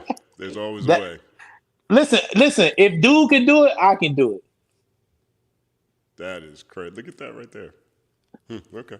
This next headline is not a sports headline, but I do think it's. Actually, this is a sports headline. But we'll come back to that. I want to do this one actually first because I do think this is pretty interesting. So the performances have been announced for the Great American State Fair. And booked to perform at the Great American State Fair are Martina McBride, Young MC, CNC Music Factory, Vanilla Ice, Milli Vanilli, The Commodores, Flo Rida, and Bret Michaels. Now, this is a White House event to celebrate 250 years of the United States. They had Morris Day and Time here, but they have since backed out. But CNC Factory and Milli Vanilli, I can't remember the last time I saw them headline anything. Like, where did they find CNC Music Factory and Milli Vanilli? No disrespect. Like, they made songs that were very influential in my life growing up. But I just can't remember the last time I saw a bill. What is this for again? The 250-year Great American Fair celebration that the government is putting together. Well, Justin, you know how the relationship that what a lot of artists have with the government right now. I mean, they got to get somebody. Who they gonna get out there? All that's fine. I understand exactly what it is. I'm just saying, my mind hasn't even thought about CNC No, this Music kind Factory. of looks like a joke somebody would make about who they would have to go get to do the fair. Right, and that's who they got. It's actually there. That's so crazy. Is Kid Rock up there? No, there's no Kid Rock. He could have done it. They could have got him. You know, but he just did the Turning Point USA. You know, no, he did the alternative Super Bowl. Yeah, but that was. Well, I'm just saying it was Turning Point. Yeah, okay, so he just did that. So maybe you can't do 2 shows within that period of time. I mean, but it just lets you know. Maybe it's lockout. This is not a one-day thing, right? It's like a fair. It's like a multiple. I think so. It's like over the time of. It's like the OC fair, how they have acts at times. This is like right. But yeah. But anybody saying that they would do this festival is going to get torn apart. Right. You know that, right? That's why people aren't doing it because they can't because the times right now you can't afford to upset a lot of the buying public, so they can't do it. I mean, I don't know. I feel like there's a lot more artists. Who? I think there's more country artists, for example. That you. Okay, yeah. You know Well, what that's what they should have leaned heavy on that. Right. You know. But also, what is it though? Like who? Like we don't know enough facts about this. I have no idea. I don't know what the money behind it is. Like what they're really paying these guys. Like you're still talking about massive tickets for the people that we're talking about that we would want to see. Is it really like I know nothing about this. I just saw it for the first time. It looks absolutely ridiculous. The names that are on that thing. It does. It looks crazy. Let's see if we can get some more information on it. Great American Fair National Mall. From the Hill, entertainers unveiled for the 250th U.S. birthday bash on the National Mall. An eclectic mix of entertainers is poised to join a massive bash on the National Mall marking America's 250th birthday, which is being billed as a once-in-a-generation celebration. Country music star Martina McBride, rappers Flo Rida and Vanilla Ice, Gonna Make You Sweat, Everybody Dance Now, singer CNC Music Factory. The fact that they had to say their songs first is crazy. And rocker Bret Michaels among the artists slated to perform at the Great American State Fair, organizers announced Wednesday. However, in a post on social media, CNC Music Factory's Freedom Williams cast doubt on the performance. One of the several listed entertainers who has sought to distance himself from the event. The 16-day World Fair-esque part of this year's America 250 celebration will kick off June 25th in Washington. The Great American State Fair will bring together people from all 56 states and territories to celebrate the traditions, innovation, music, military heritage, freedom, and entrepreneurial spirit that define our nation. Freedom 250 CEO Keith Cratch said in a statement announcing the lineup. I wonder who they're going to have from the American Samoas. The performers, innovators, military heroes, and everyday Americans showcased here represent the very best of who we are and the boundless opportunity ahead. Croc said, calling the gathering in the nation's capital a moment for America to come together. So those are details.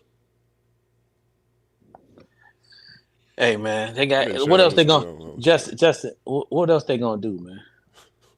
What choice do they have? Hey yo, this sometimes I be feeling Man, like they should go get Fup 'em. No, we can't even get me. I'm not. You guys, that would be a comeback. That would be a perfect spot. Nah, man. Hey yo, you know it's crazy. It just lets you know the amount of sucker stuff people be on, because it's a lot of talented people that supported this administration when it was trying to get in there, and now they just running for the hills. They running for the hills and won't. You know, I'm sure they reached out to a gang of people that won't align themselves with it. You know what I'm saying? It just lets you know how people pay attention, people, to how it is. People only want to rock with you when everybody love you, and then when they don't love you, they run for the hills. You know what I'm saying? That's just how it goes. Or you're not like kidnapping and oppressing them. Hey man, you knew that that came along with the support from the beginning. Who you running with? Hey, clearly it hasn't lasted. It hasn't stuck because I'm just saying. CNC Music Factory is on the fence. CNC Music, they might not even. They're still deliberated right now. That might be fake news. You know who they should have called? Music Factory might be fake news. They should have called. They should have called the people that they kept out of jail. That's what I was gonna say. Where's all the pardon? Where's the? If I pardon you, that's come with the pardon. You gotta do my festival on the lawn. So Wayne, Kodak, all of them got to go. Somebody in the chat said Kodak. I agree with you, big dog. Anybody I pardon, you got to come on here and perform. That's part of the game. Kodak could do his live remote from jail. You know what I'm saying? We just live bring him in. But who else? Oh, NBA YoungBoy got pardoned too, didn't he? I think he did. I mean, he did. He got to go up there. You up there? You took the pardon. They when the pardon came out, they'd be like, you know what? I don't rock with Trump like that. I ain't gonna do that. You know, I'd rather go to jail. I'd rather go to jail to stand on mine. Nah, they took that pardon. So you took that pardon, dog. Come on out here. That's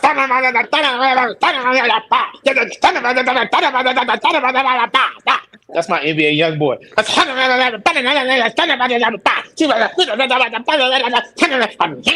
It sounds like something in his mouth, like you know. But that's what people. But that's how you feel the pain.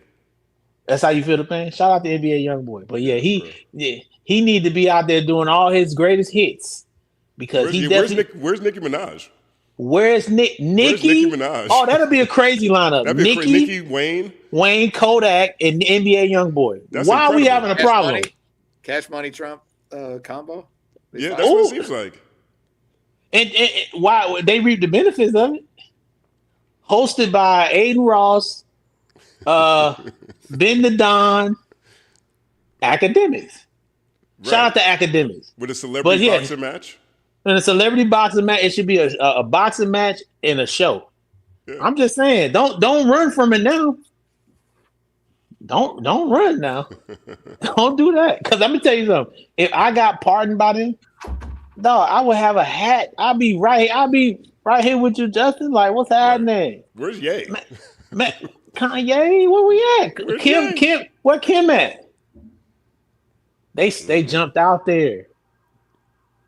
When you jump out there, you gotta roll with the rollers, baby. I feel like they have that's what I'm saying. CNC Music Factory, when all the Cash Money's sitting right there.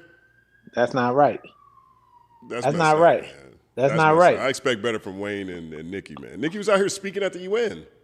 She can't perform at the Great American State Fair. Maybe there's other announcements to come. Maybe these are just the initial ones.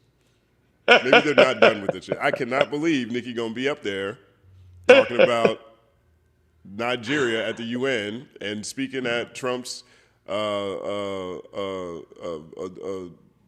was that? The credit card hustle he just put out. She's up there talking about he's the best. Just go perform. Put some songs on. Hey yo, do it for the barbs. When Dana White was on Breakfast Club, right? They did everything to get him to go against Trump. Like Charlemagne was going at him, right? And regardless of how you feel about Trump or whatever, man, Dana was so loyal to his mans. You get what I'm saying? And I think in a lot of situations, I see a lot of us and certain people, people don't have that same loyalty to whatever. Like good, bad, and indifferent, people ain't rocking with their peoples like that no more. People are so quick to switch sides. And this show thing is it shows you what it is. Because there's more talent. Not to say these people that's up there on the docket aren't talented, but like we said, there are a lot of artists and people that was fully down with this program and reap benefits from it that are nowhere to be found. And I'm sure they reached out to them. So, you know, that just lets you know the sucker stuff that be going on behind the scenes. Oh, you cool with us now, but then nah. Let me tell you something. DJ, y'all could be throwing tomatoes at DJ in the middle of the street and say he's the worst person on earth. I'm gonna be like, hey, that's my man. He messed up, but I'm not gonna turn my back on him. I'm not turning my back on my friends. I'm not doing it for nobody. It's not happening. I'm not turning my back on Justin. You know, Justin could be out here. Y'all could be trying to, you know, Justin jumping into politics. Y'all could be trying to kill Justin for some of his thoughts and what he got going on. I'm gonna stand there with my dog, man. We're not doing that. You got to stay with your peoples, man. Stay with your peoples. Y'all rock with us, stay with us, man. Your people ain't perfect. What you do is, if it's your real people, you pull them to the side, you have real conversations with them, and say, "Hey, this is what we doing." That's how you do with your loved ones, man. Right. There's people in this audience already that have done that. Various times. Lil's always, hold me accountable to different things. Andy Pandy, truthfully, Andy Pandy. I remember the first time Andy Pandy dropped a comment, she was really calling out a blind spot that I had when it came to Meg Thee Stallion. She was right. You know what I mean? Like, she was absolutely correct about that. You know, it happens within communities all the time, but I appreciate it when it happens with our community.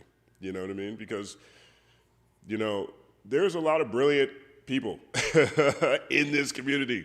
Like, Absolutely. Is it possible that everybody should go outside right now or go online and follow Shy Knows One? Okay. Go follow Shy Knows and go watch the impact she has on all kinds of large mainstream discussions and how the impact that what she describes has on entire comment sections, on the tone and temperaments of viral situations. Go follow V Sorceress right now, please. You know what I mean? Like, that is part of one of the things that we all value here at this community. You know what I mean? Like, so I'm definitely not you ain't gonna see me outside talking junk about DJ or Stat. You know what I'm saying? That's not gonna happen. You gotta ride, and then just so y'all know, I mean DJ and Justin don't know each other like that, but I've been knowing Justin how many years now, dog? Gotta be like 13 at least. Yeah, and DJ, me and DJ are dub in, baby. I ain't just wake up and meet these. Yeah, there's more than that. You know what I'm saying? Like, you talking about like long standing, like real. These are real relationships right here. You know what I'm saying? This is a real thing. So this ain't like we just got together and be like, yo, you know what we should do? I think we should do a podcast. No, me and Justin been having a podcast for 13, 14 years, and me and DJ been disagreeing, and we disagree on text. Dog, DJ blocked me from his social media just recently. He's like, I'm blocking you. I'm not talking to you. I don't want to talk to you. This is one of my best friends. This is one of my best friends in the world. I get him so mad that he does that. But that don't mean we don't love each other. You know what I'm saying? And me and Justin was just yelling the other day. Well, who was talking? I forgot who was talking. We was having a debate the other day. We just was having a debate before we got on the thing where we was getting loud with each other. Right. These are my guys. Like, yo, we don't agree on everything, and we're not gonna agree on everything. And don't nobody agree with me all the time. Just so y'all know, y'all are not in the minority. The majority of people don't agree with what I have to say. Yeah. And you shouldn't. I am crazy. Not clinically, but something's going on with me. You know what I'm saying? I am able to realize that. And I appreciate y'all for allowing me to be me. Thank you so much. I appreciate that. You know what I mean? Right. You know? There it is. And DJ appreciates you allowing him to call your cat Sade Charles. Yes. I do, very much so. No, that's not her name. You guys want to jump into these super chats? Absolutely.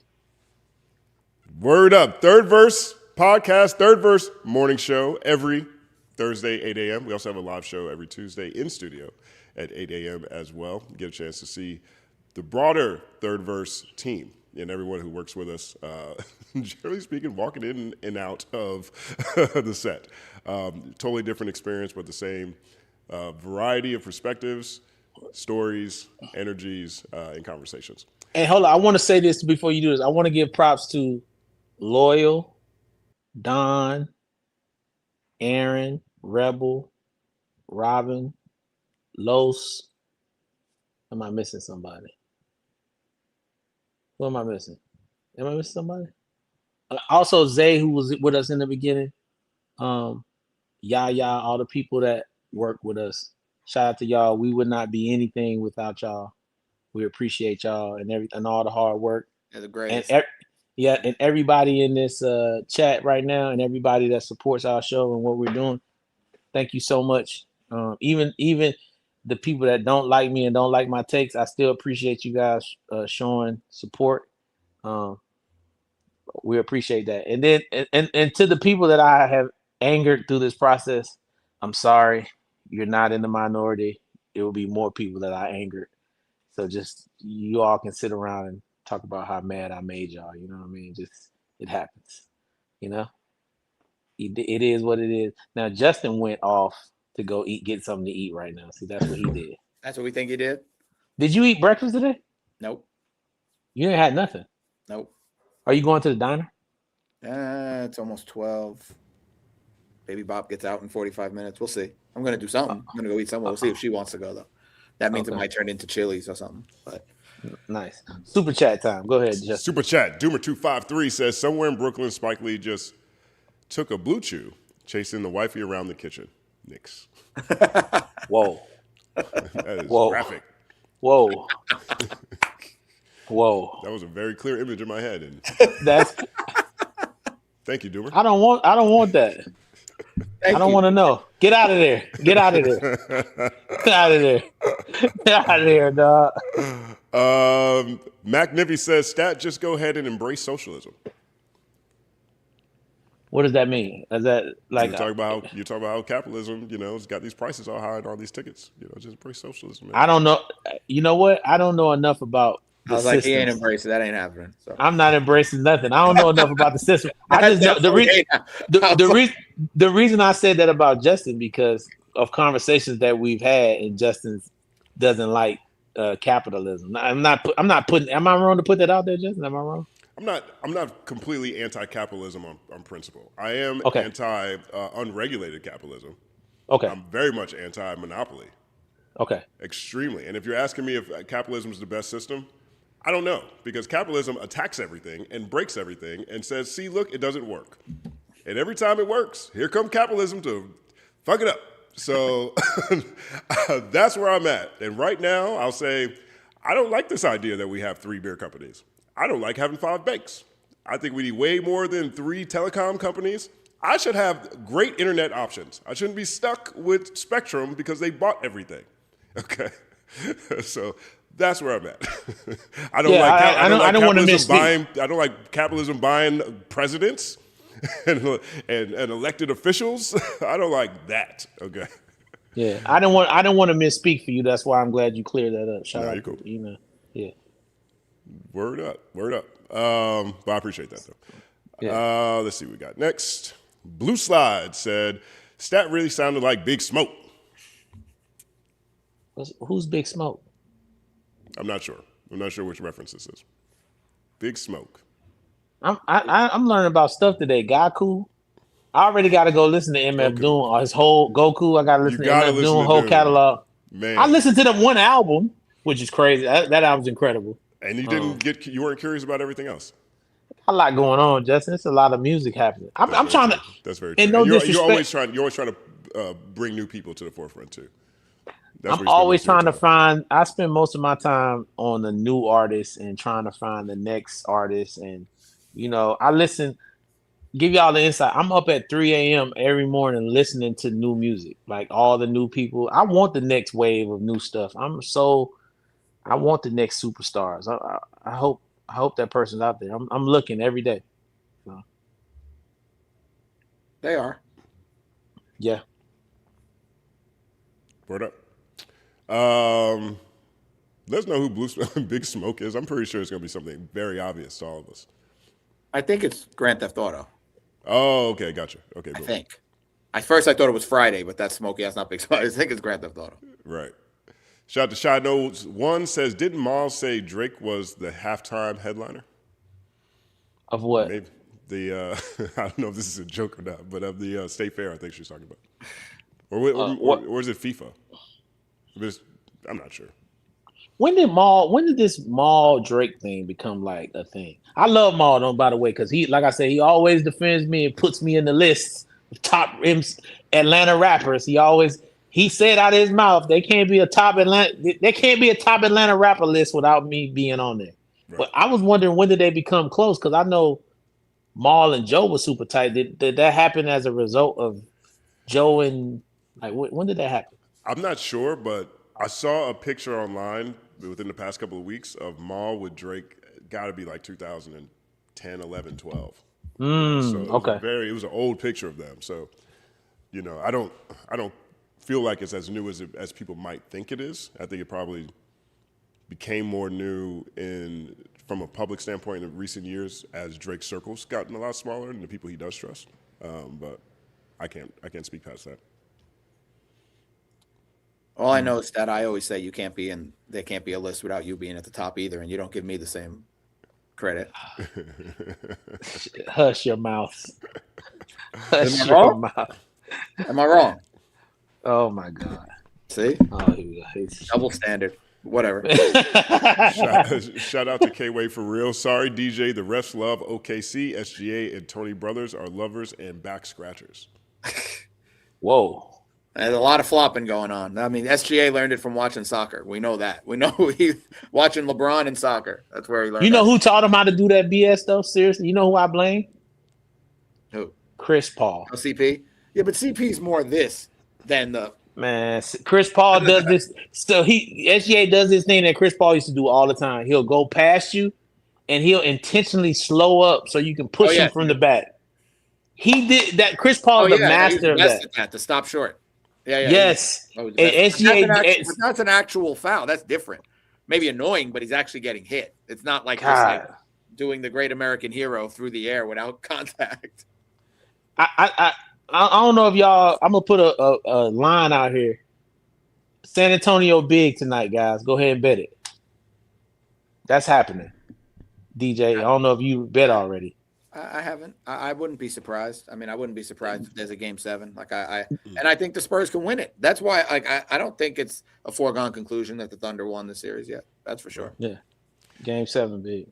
Big shout out to Fan Thomas. Fanto says currently 1.5 thousand ships trapped in Iran in Hormuz. We depend on the ships to live. Lockdown 2.0. Start a 24/7 streaming network. Justin, it's all happening.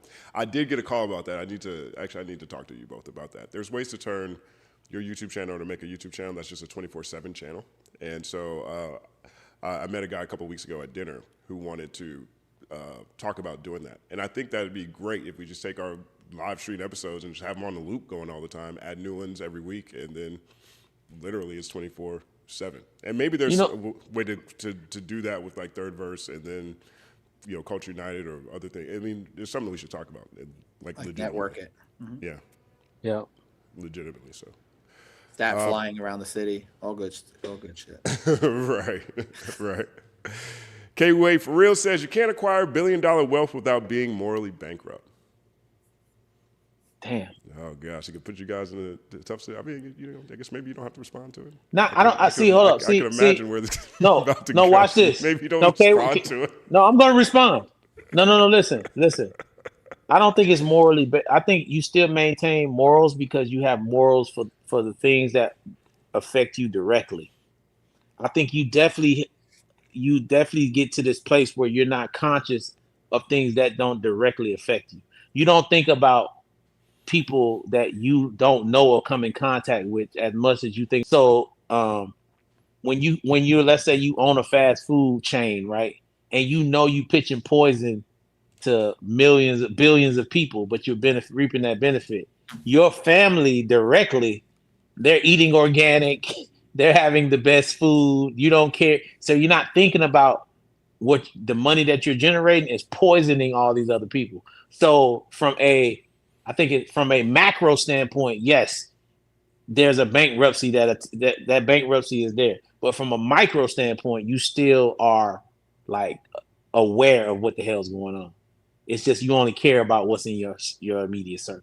So yes, from a macro standpoint, I absolutely agree with that. But from a micro standpoint, I disagree. Because these people care about their kids. They care about what's going on with their friends and the people that affect them directly. But they can give a damn what's going on in my house. You know what I'm saying? Society, right. And that exactly. I think that is one of the broader questions around it, right? Everybody uses roads. Everybody drinks water, right? So everybody uses public resources to get to where they're going, or at least along their journey. And then at some point, people start hoarding those resources. And that's how society is looking at it, particularly right now. You know what I mean? Like, I look at someone who's trying to get $1 trillion the same as I look at somebody on that TV show Hoarders. You know, like $1 trillion, you know, that is you want to take $1 trillion away from everybody else and control it yourself. Like that to me is mental illness territory.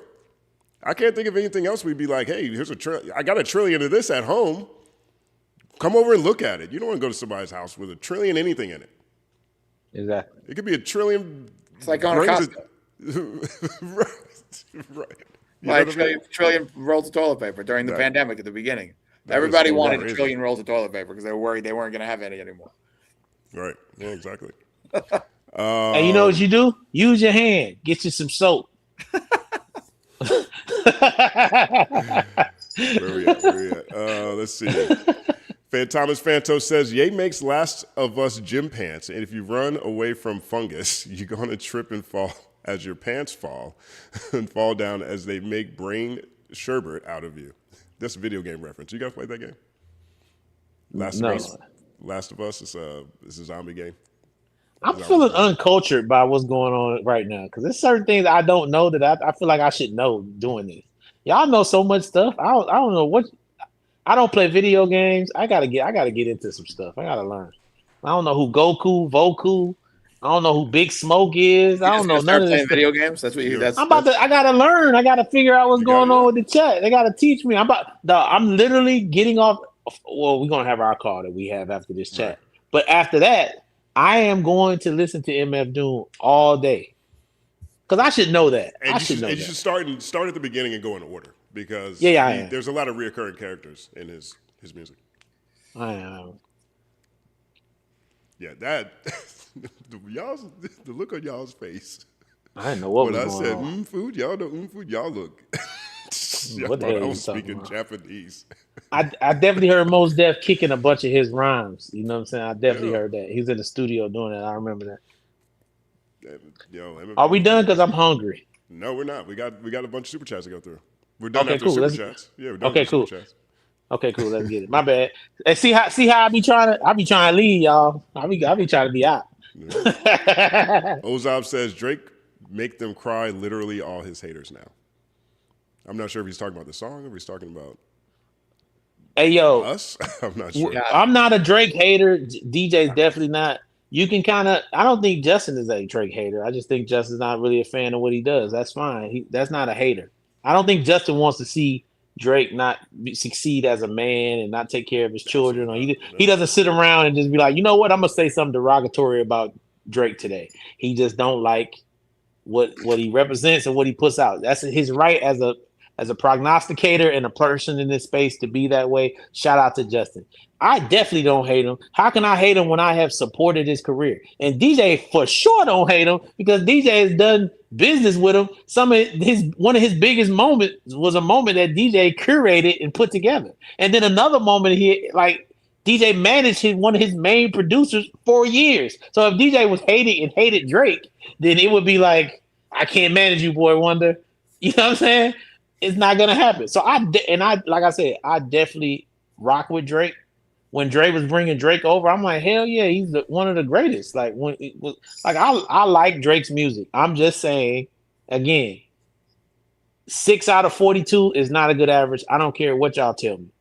So I don't care who that is. Had that been Kendrick, I would have said the same thing. Had that been Jay-Z or whoever you think that we supposed to all love, I would have said the same thing. So go ahead.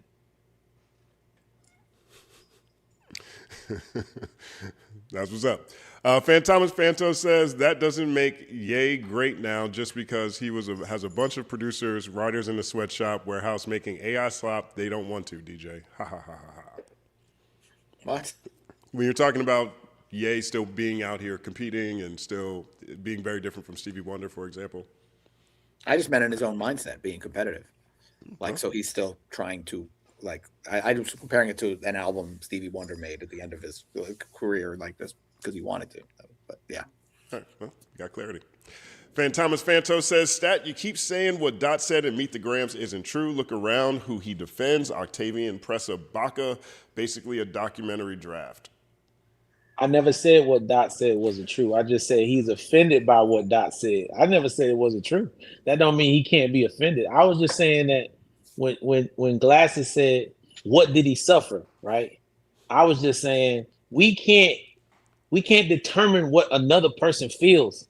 We can say that we don't think that personally, but we can't say what he felt. Because I was using the example, DJ, when we interviewed with Carrie and we talked about when we sit around and say what we say, but she was saying when she was out and about and people were coming up to her in person and what she went through and how emotional she got during that moment. It's like, damn, okay, that's different. We can't say how that affected her because it affected her. Right. And that's the same thing with Glasses. You can have your opinion and say oh yeah, nothing happened with Drake or whatever. Hey, yo, man, you can't tell that man how he's supposed to feel. His experience is not like Glasses Malone. Glasses Malone, not to put his business out there, he's actually seen homicidal activity in his life growing up. So the things that affect Glasses that will destroy somebody else. You know what I'm saying? So he can't relate to Drake on all fronts. So how can you say what he's supposed to say hasn't affected him? He's been affected. Clearly, he has a problem with watching the biggest sporting event in the world and hearing everybody drop the music and say A minor and think that they're talking to him. He's not as strong as you, Glasses. We love you. He didn't grow up where you grew up. He's not built like you. In a fight 1-on-1, I think you would beat Drake up. It's a different type of a man. So you can't sit around. What happened to him? What affected him? Why? Yeah, you tougher than him, baby. He can't walk a day in your shoes. And I can't walk in them either, baby. I can't walk in Glasses and shoes. And I grew up in some stuff. So like we can't devalue how somebody feel because we think it's like nothing that we rock with, you know? Well said. K-Way for real. I'll be dipped in shit and rolled in breadcrumbs. DJ actually showed up. Wow. Well, I guess he was part of the 14%. He was the one too. Right? He's part of 14%. Hey yo, not rolled in breadcrumbs. Hilarious. Dipped in shit and rolled in breadcrumbs. Yo, that's man. hilarious. Oh, I need a quote book from K-Way in a real way. That's hilarious. Jimbo Shrimp, stat lack of mic control is got me questioning his mic status, his MC status. Questioning what? Your stats lack of mic control got me questioning his What MC am status. I holding the mic? What is it? What is the mic right here? I'm not sure. Well, listen, whenever you question my MC status, just know I have written for some of the people that you deem to be the greatest to ever do it. And if in the world that I live in, if it wasn't in my world, I don't think anything's wrong with that. But guess what? In the world that we all live in, I can't talk about most of the stuff that I did because it would y'all will say that they not great no more. So unfortunately, I did a lot of things in a profession where I don't get to get credit for what I did. I'm sorry. That's me. That's my fault. You know what I mean? That's my fault. But just know, I ain't Dr. Cheyenne Bryant. It's a reason why when I walk in rooms and with around other people that do this, they treat me a certain kind of way.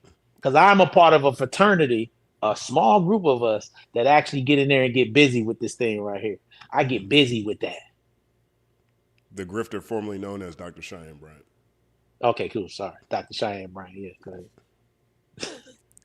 Shout out to Blue Slide says Heart Part 4 and Humble are about Big Sean. Probably. I felt that. You know what's crazy? So one of those, I forgot I think it was the Humble one. I mean, the Heart Part 4. I went and talked to Kendrick about it because Game thought he was dissing him. And I remember, for real talk. I went and talked to Kendrick about it. And Kendrick's like, man, I ain't talk, man, come on. He feeling that ain't got nothing to do with him. And that's when he said he wasn't never this dude. He's like, man, did he not hear the song on the first album? So that might have changed now based on all the shenanigans that have went on. But I'm just saying at the time, that was a conversation that I had. Shout out to K-Way for real says, when I first heard Like That, I wanted to squabble Future locks off. All my 304s do shrooms, all my 304s do coke is an egregious, fireable offense. Well, I mean, to Future's defense, I mean, he's been an advocate for his consumption since the beginning. I always commended him. It's not like he was trying to get us to do something that he wasn't doing. He's actually a participant, right. So it's different. He's like, hey, I'm on. You know what I'm saying? It's not like selling liquor. Percocet, Molly Percocet. That was a whole. He made that song, Mask Off. The beginning of that song is really, that's an advertisement for opioids, Percocet. Molly Percocet. Hey, it's a whole advertisement. And it was crazy too. I'm over there singing it. It was a theme song for Molly and Percocet. Like he theme songed us into abusing drugs. Yeah, for his commercial. Yeah. Yeah, that was incredible. I mean, terribly detrimental to the public, but I'm just saying, he's been doing that his whole career. Tim641 says, Stat just crushed with that breakdown. Do your market research and invest. They make money off you, make money off them. Shout out to Stat and Justin. Yes. Don't just go in these. I know sometimes y'all get those receipts from these restaurants and it's corny. Y'all just throw them away. But man, do that. Even with like McDonald's, another hack that I got is to, when y'all get those receipts, go online and order your food. It's cheaper to do it that way. So if you go in and you order it that way, you get different discounts. They giving this food away. Like a Taco Bell, don't ever go there and just get the one like a burrito and a drink. Get the bundle that they got that they offer. It's like $7. You're getting $16 worth of food that's a la carte. So it's ways to go about it. And you go in the grocery store, they got a section in the back where they have like breads and all this type of stuff. It's a lot cheaper. It's the same stuff. And if you in LA and in California, don't go to Chevron and get your gas. Go to Arco. Go to the off-brand places because it's the same gas. It's no different. Sinclair. That's where I go. Sinclair, Dino. Don't think that you going to Chevron and you getting some better gas. No, you're not. It's the same trash gas that's everywhere else. It ain't no different. And that 85, 91, 93, BS. Get the lowest one because it's all the same gas. They lying to you and they've been lying. So that's another one. You know what I mean? For y'all. To get yourself attacked by somebody's luxury car gets shut down because you told them to do 87 instead of 90. I'm telling you. 87, dog. I've had every type of car. I had a Rolls Royce Cullinan that I put 87 in. I was the only person with a Cullinan. This is a fact. And I had a Cullinan going to the public car wash, washing my own car. I was washing my Cullinan and my Bentley at the public car wash myself. This is me. Ask about me. I'm the guy going over washing my car with my son. Facts. Shout out to McNiffy. I appreciate the direction of this convo, but would you openly support a socialist revolution? Well, I support burning it all down. So whoever revolution is my solution. That's not what that is, but yeah, okay, yeah. Burn it down. Burn Hollywood, burn. I smell a riot going on. I love that. Burn Hollywood, burn. I like what Mamdani's doing. Mamdani's out here getting stuff done. And DJ hates that. I know he hates it. What do you hate about him? He's the worst. Everything about him. What's so bad about him? He's a 0. I give him a 0 out of 100. Maybe a -1. He is notching up wins for the other team, so I guess that makes sense. He's faking it. He's good at that. He should be in the music industry. Yeah. he you know what he is to DJ? He's what they try to make Larry Jackson out to be. He's actually that's actually what you should. They're supposed to put his name up there. That's what DJ thinks. I'm just saying what DJ thinks. Yeah, like he's taxing billionaires. He's got child care. He's getting stuff done. You know, we've had a whole century worth of. I'm sure guys you liked a whole lot better. Maybe your whole lifetime full of guys you whole like better, and you see what New York City end up looking like. I think it's time for something different. All I ever heard was people complain about New York anyway. At least there's different people complaining. I'm happy about that.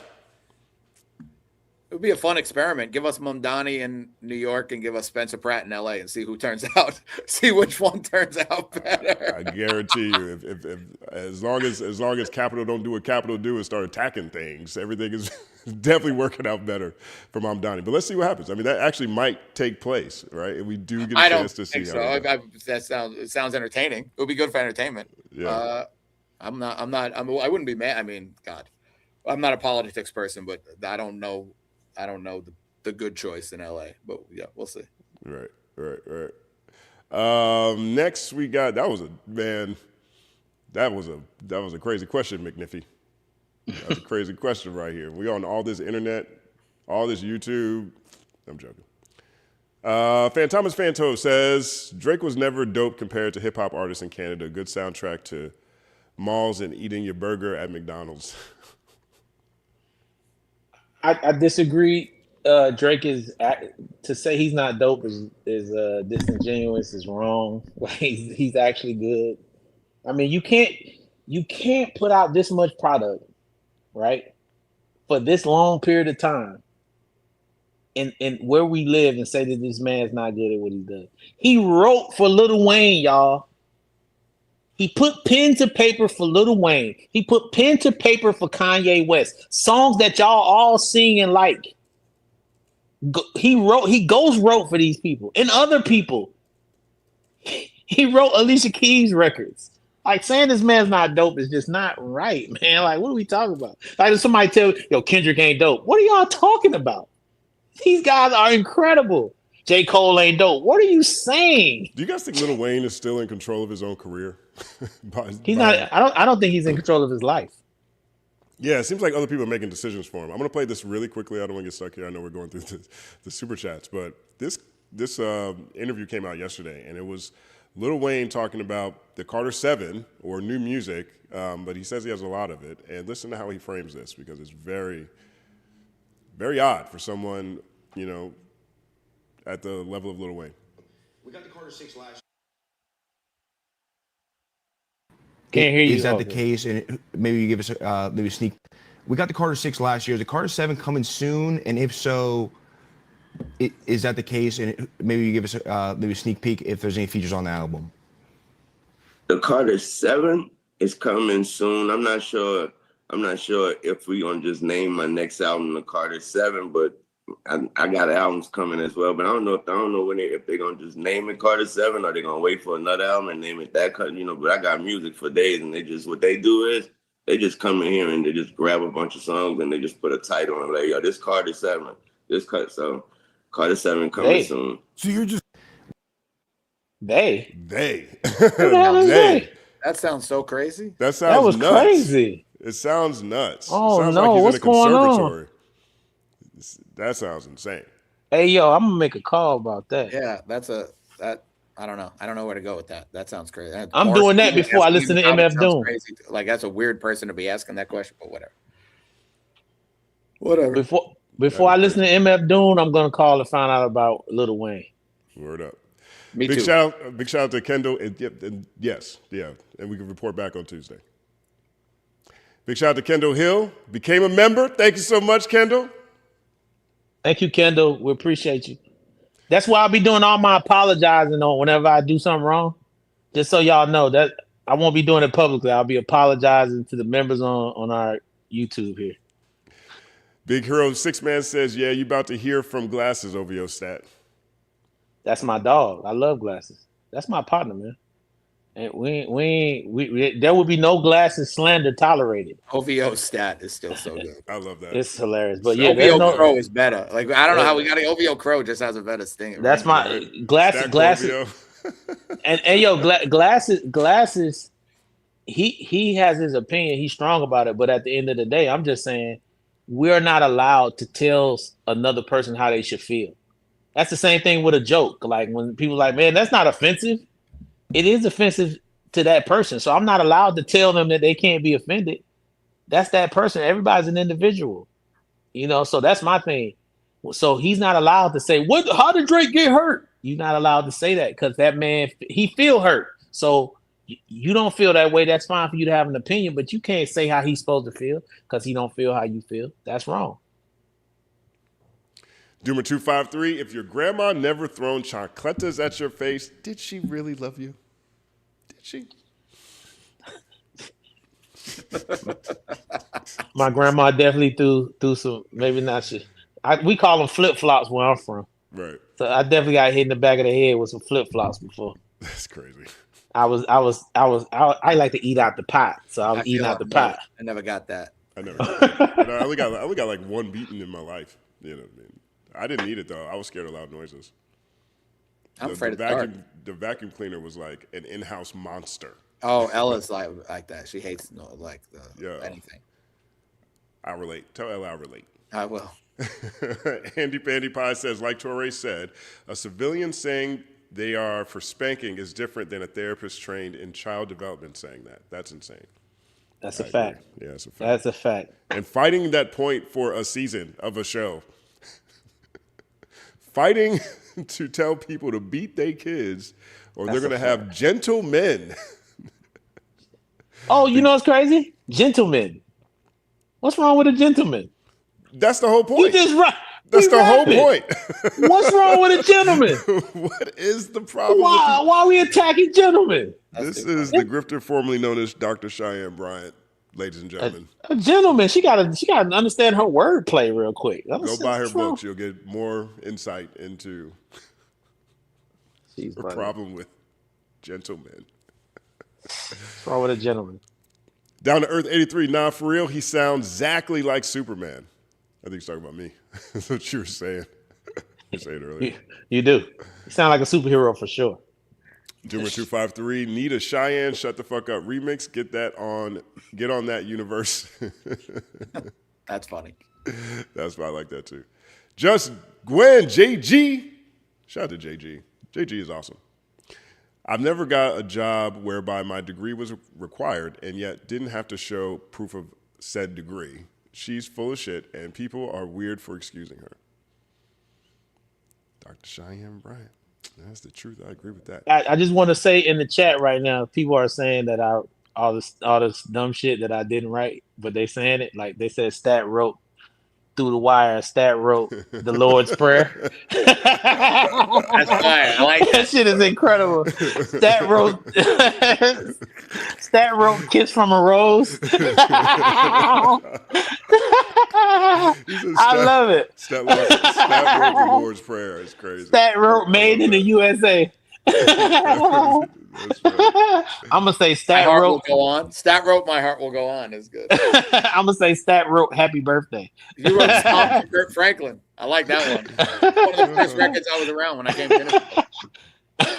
Stat wrote Ba with the Ba. Kid Rock's whole career. Yes. Incredible.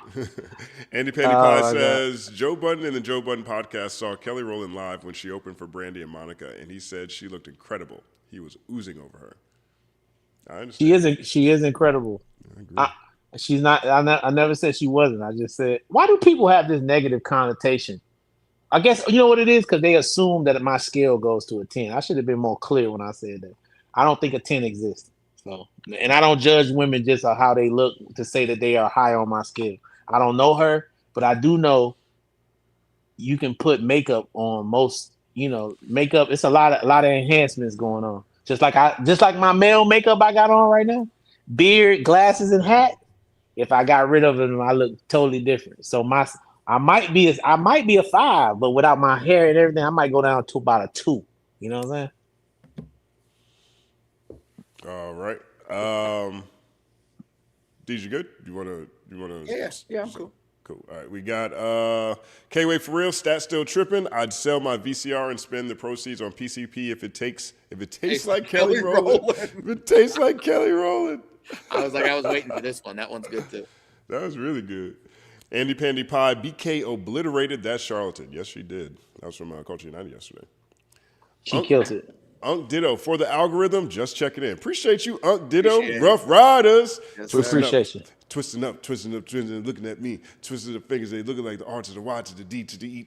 However you said that. I feel like there was a Rough Riders reference on that song. Let's see. K-Way says, salute to Stat Friend Group. It seems like he sees the good in everybody. That's one of my biggest attributes and fears. Interesting. Seeing the good in everybody. We have to come back to that in a future episode, K-Way. Because I'd love to learn more about that. Why? Yeah. Where's that fear of seeing, the good in people come from? I think collectively a lot of people probably deal with some of the same things when it comes to that, For sure. Definitely want to come back to that. Blue Slides 24, what was it like rolling deep with Detroit, LA, and New York cats during prime shady aftermath days walking around? Any Suge encounters? Go ahead, DJ. You want to go first? I mean, DJ grew up with Suge. I mean, I was we went skiing with him. I was skiing with Suge, so I don't know how to, but it wasn't like, but that's different. That was before, like that wasn't during like the shady aftermath days. They're asking like post. Oh, well, I had an interaction. Yeah. We talked at the Palm Hotel with me and Proof when he came up to us, and I went to try to shake his hand, and Proof smacked my hand down and said, that's what got Tupac killed in front of actually Suge Knight at the Palm Hotel in Las Vegas. That's the actual real story. he came up to shake our hand, and literally Proof said that to me. So that was my only. Oh, then the other time was when I was at Can-Am Studio, which is owned by Ali now.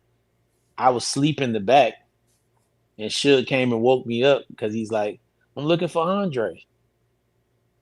I'm like, "Oh, he's not here." So I was, yeah. Literally the only interaction I ever had with Suge after the after it was, after the split and everything was I was at a restaurant in LA and I wasn't with anybody. I was with some of my boys, and all of a sudden I was not facing, and I saw both of their faces light up and I turned around, and Suge was just standing above me, and I was like, "Oh shit!" And he goes, "How you doing?" And he just got into it, and he was like, "You still owe me a rematch in pool," because he remembered this billiards game we played when I was 17 years old in Aspen. It was just literally, I was like, okay. I was like, I didn't know I had no idea where it was gonna go, but it was very cool. It was literally a 1 minute thing, and on his way. But it was. We got Black Coffee says, y'all see Flo Rida playing for Trump, shaking my head. I feel like that's on brand though. I don't think that's really surprising. Well, I mean, Flo Rida got to pay that Flo rent, so that's what that was. Flo Rida paid. You know what I mean? I think, Miami artists are really interesting to me, right? Because Miami's one of there's certain cities where it's difficult to just blow up in on your own when it comes to rap, for example. Houston is one of those cities. You can blow up in Houston, but you become a star once you blow up in. You can blow up in Houston, but if you don't make it in Houston, you have to go to Atlanta, blow up there, then you can come back to Houston. Right, Miami is one of those cities. It's that is a really dancey city. You make music. People, every type of culture that's there is really a dance-based thing. So if you come in really bar heavy, bar-tastic, you might have more difficulty blowing up in Miami itself. You leave, you go to New York, you go to Philly. Rick Ross went to New York, I think, or whatever, came back, blew up, or whatever it was. But Flo Rida, Daddy Yankee. Not Daddy Yankee. What's the other guy's name? Sean Daddy Paul? Yankee's not from Miami. Pitbull. Pitbull, that's what I'm thinking about. Yeah. Flo Rida and Pitbull have real lyrical stuff all over their catalog in the beginning, and then they make a shift to pop music and dance music, and it works, you know what I mean? And so I think Flo Rida's been over there for a minute. I think he's been really good with his money. And to me, that wasn't actually far off, seeing him perform there. I think a lot of his base is probably in support of that. Man, Pitbull changed his whole style up. I remember because he opened up for that tour, that anger management tour that we had. He was the opening act with Lil Jon, and he was doing mostly hip hop records, and he had tennis shoes on. Then maybe the next summer he had on loafers, dog, and linen pants. And now he's on tour with Lil Jon again, doing whatever the hell they're making $1 zillion. And then they back doing they out there killing it, dog. Pitbull is a beast. He is killing it. He is. Shout out to him, man. Yeah, right. He really evolved his style, dog. He's incredible. 504 Scooby says, "Dear motorcycle riders, don't listen to Stat 87 regular will destroy your bike. Use premium." You're talking about the gas. Yeah. 87, right? Yeah. I was like, do not listen to Stat. Everyone, do not listen to Stat about 87. Hey yo, do not. Hey yo, I swear, I'm just telling you, Rolls Royce telling it. Bentley Flying Spur, I was putting 87 gas in both of them. How long did you have both those cars? I don't got them no more. But I'm just telling you. Don't. Now my Sprinter gets diesel. That's because it's a diesel tank, so you got to put diesel. You don't put regular gas in that one too? Because it's the truck is diesel. I thought maybe that's diesel fake too. No? OCRTR says, "Wow, still streaming. Did you guys have lunch?" No, not yet. No, we haven't. No, we're trying to get through the super chat so we can go eat. We got Tanisha Michelle says, "What did I miss? Stat went from Drake having 2 out of 42 to 6 of 42. I just stepped away briefly. I must have missed something." Oh no! It's 2 that I like. I'm saying 6 in the general conversation. It's 2 that I like. I'm talking about generally the general public is talking about 6 records. It's only 2 that I really rock with, but 6 for the general public. So, yeah. McNiffy, imagine you were knocked unconscious on an island. When you wake up, the other survivor has gathered all the food And when you ask for one to satiate your hunger, he says, "Suck my meat and I'll give you one." That's capitalism. Oh wow. That was a great. So his punchline. meat is not.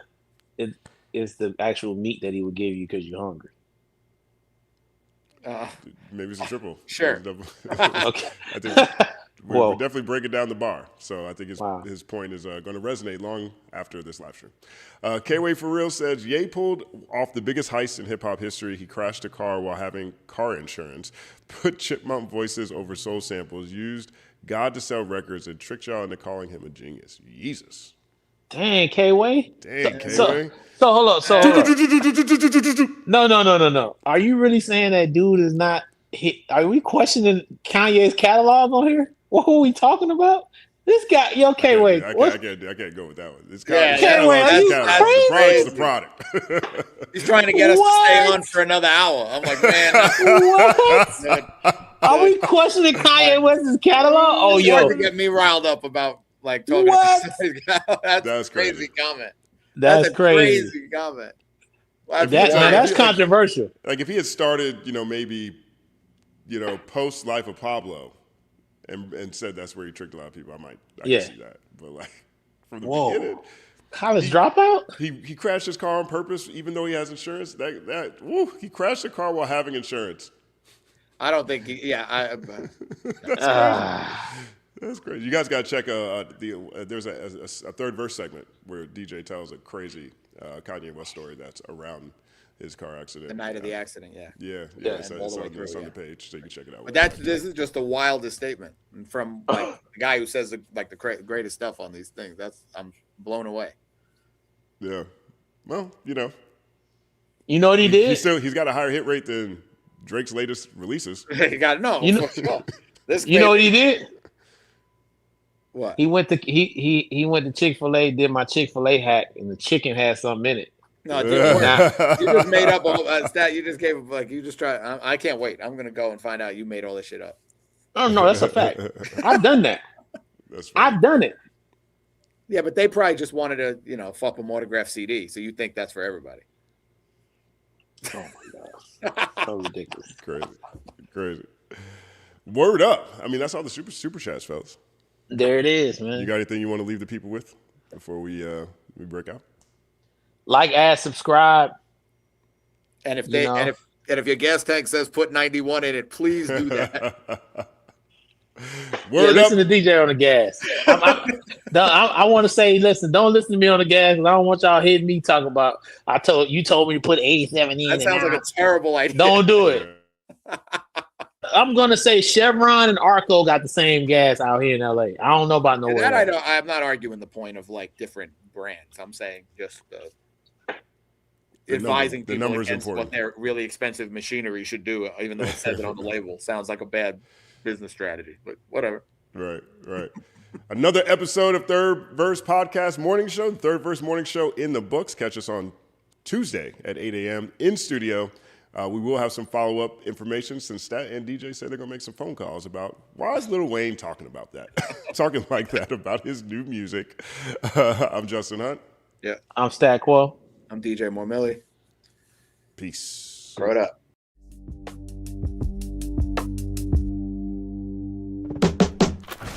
Whatever you want to know, whoever you want to see, the place you all need to be, the place you can't leave, the seed that plants seeds, the place you allowed to talk free.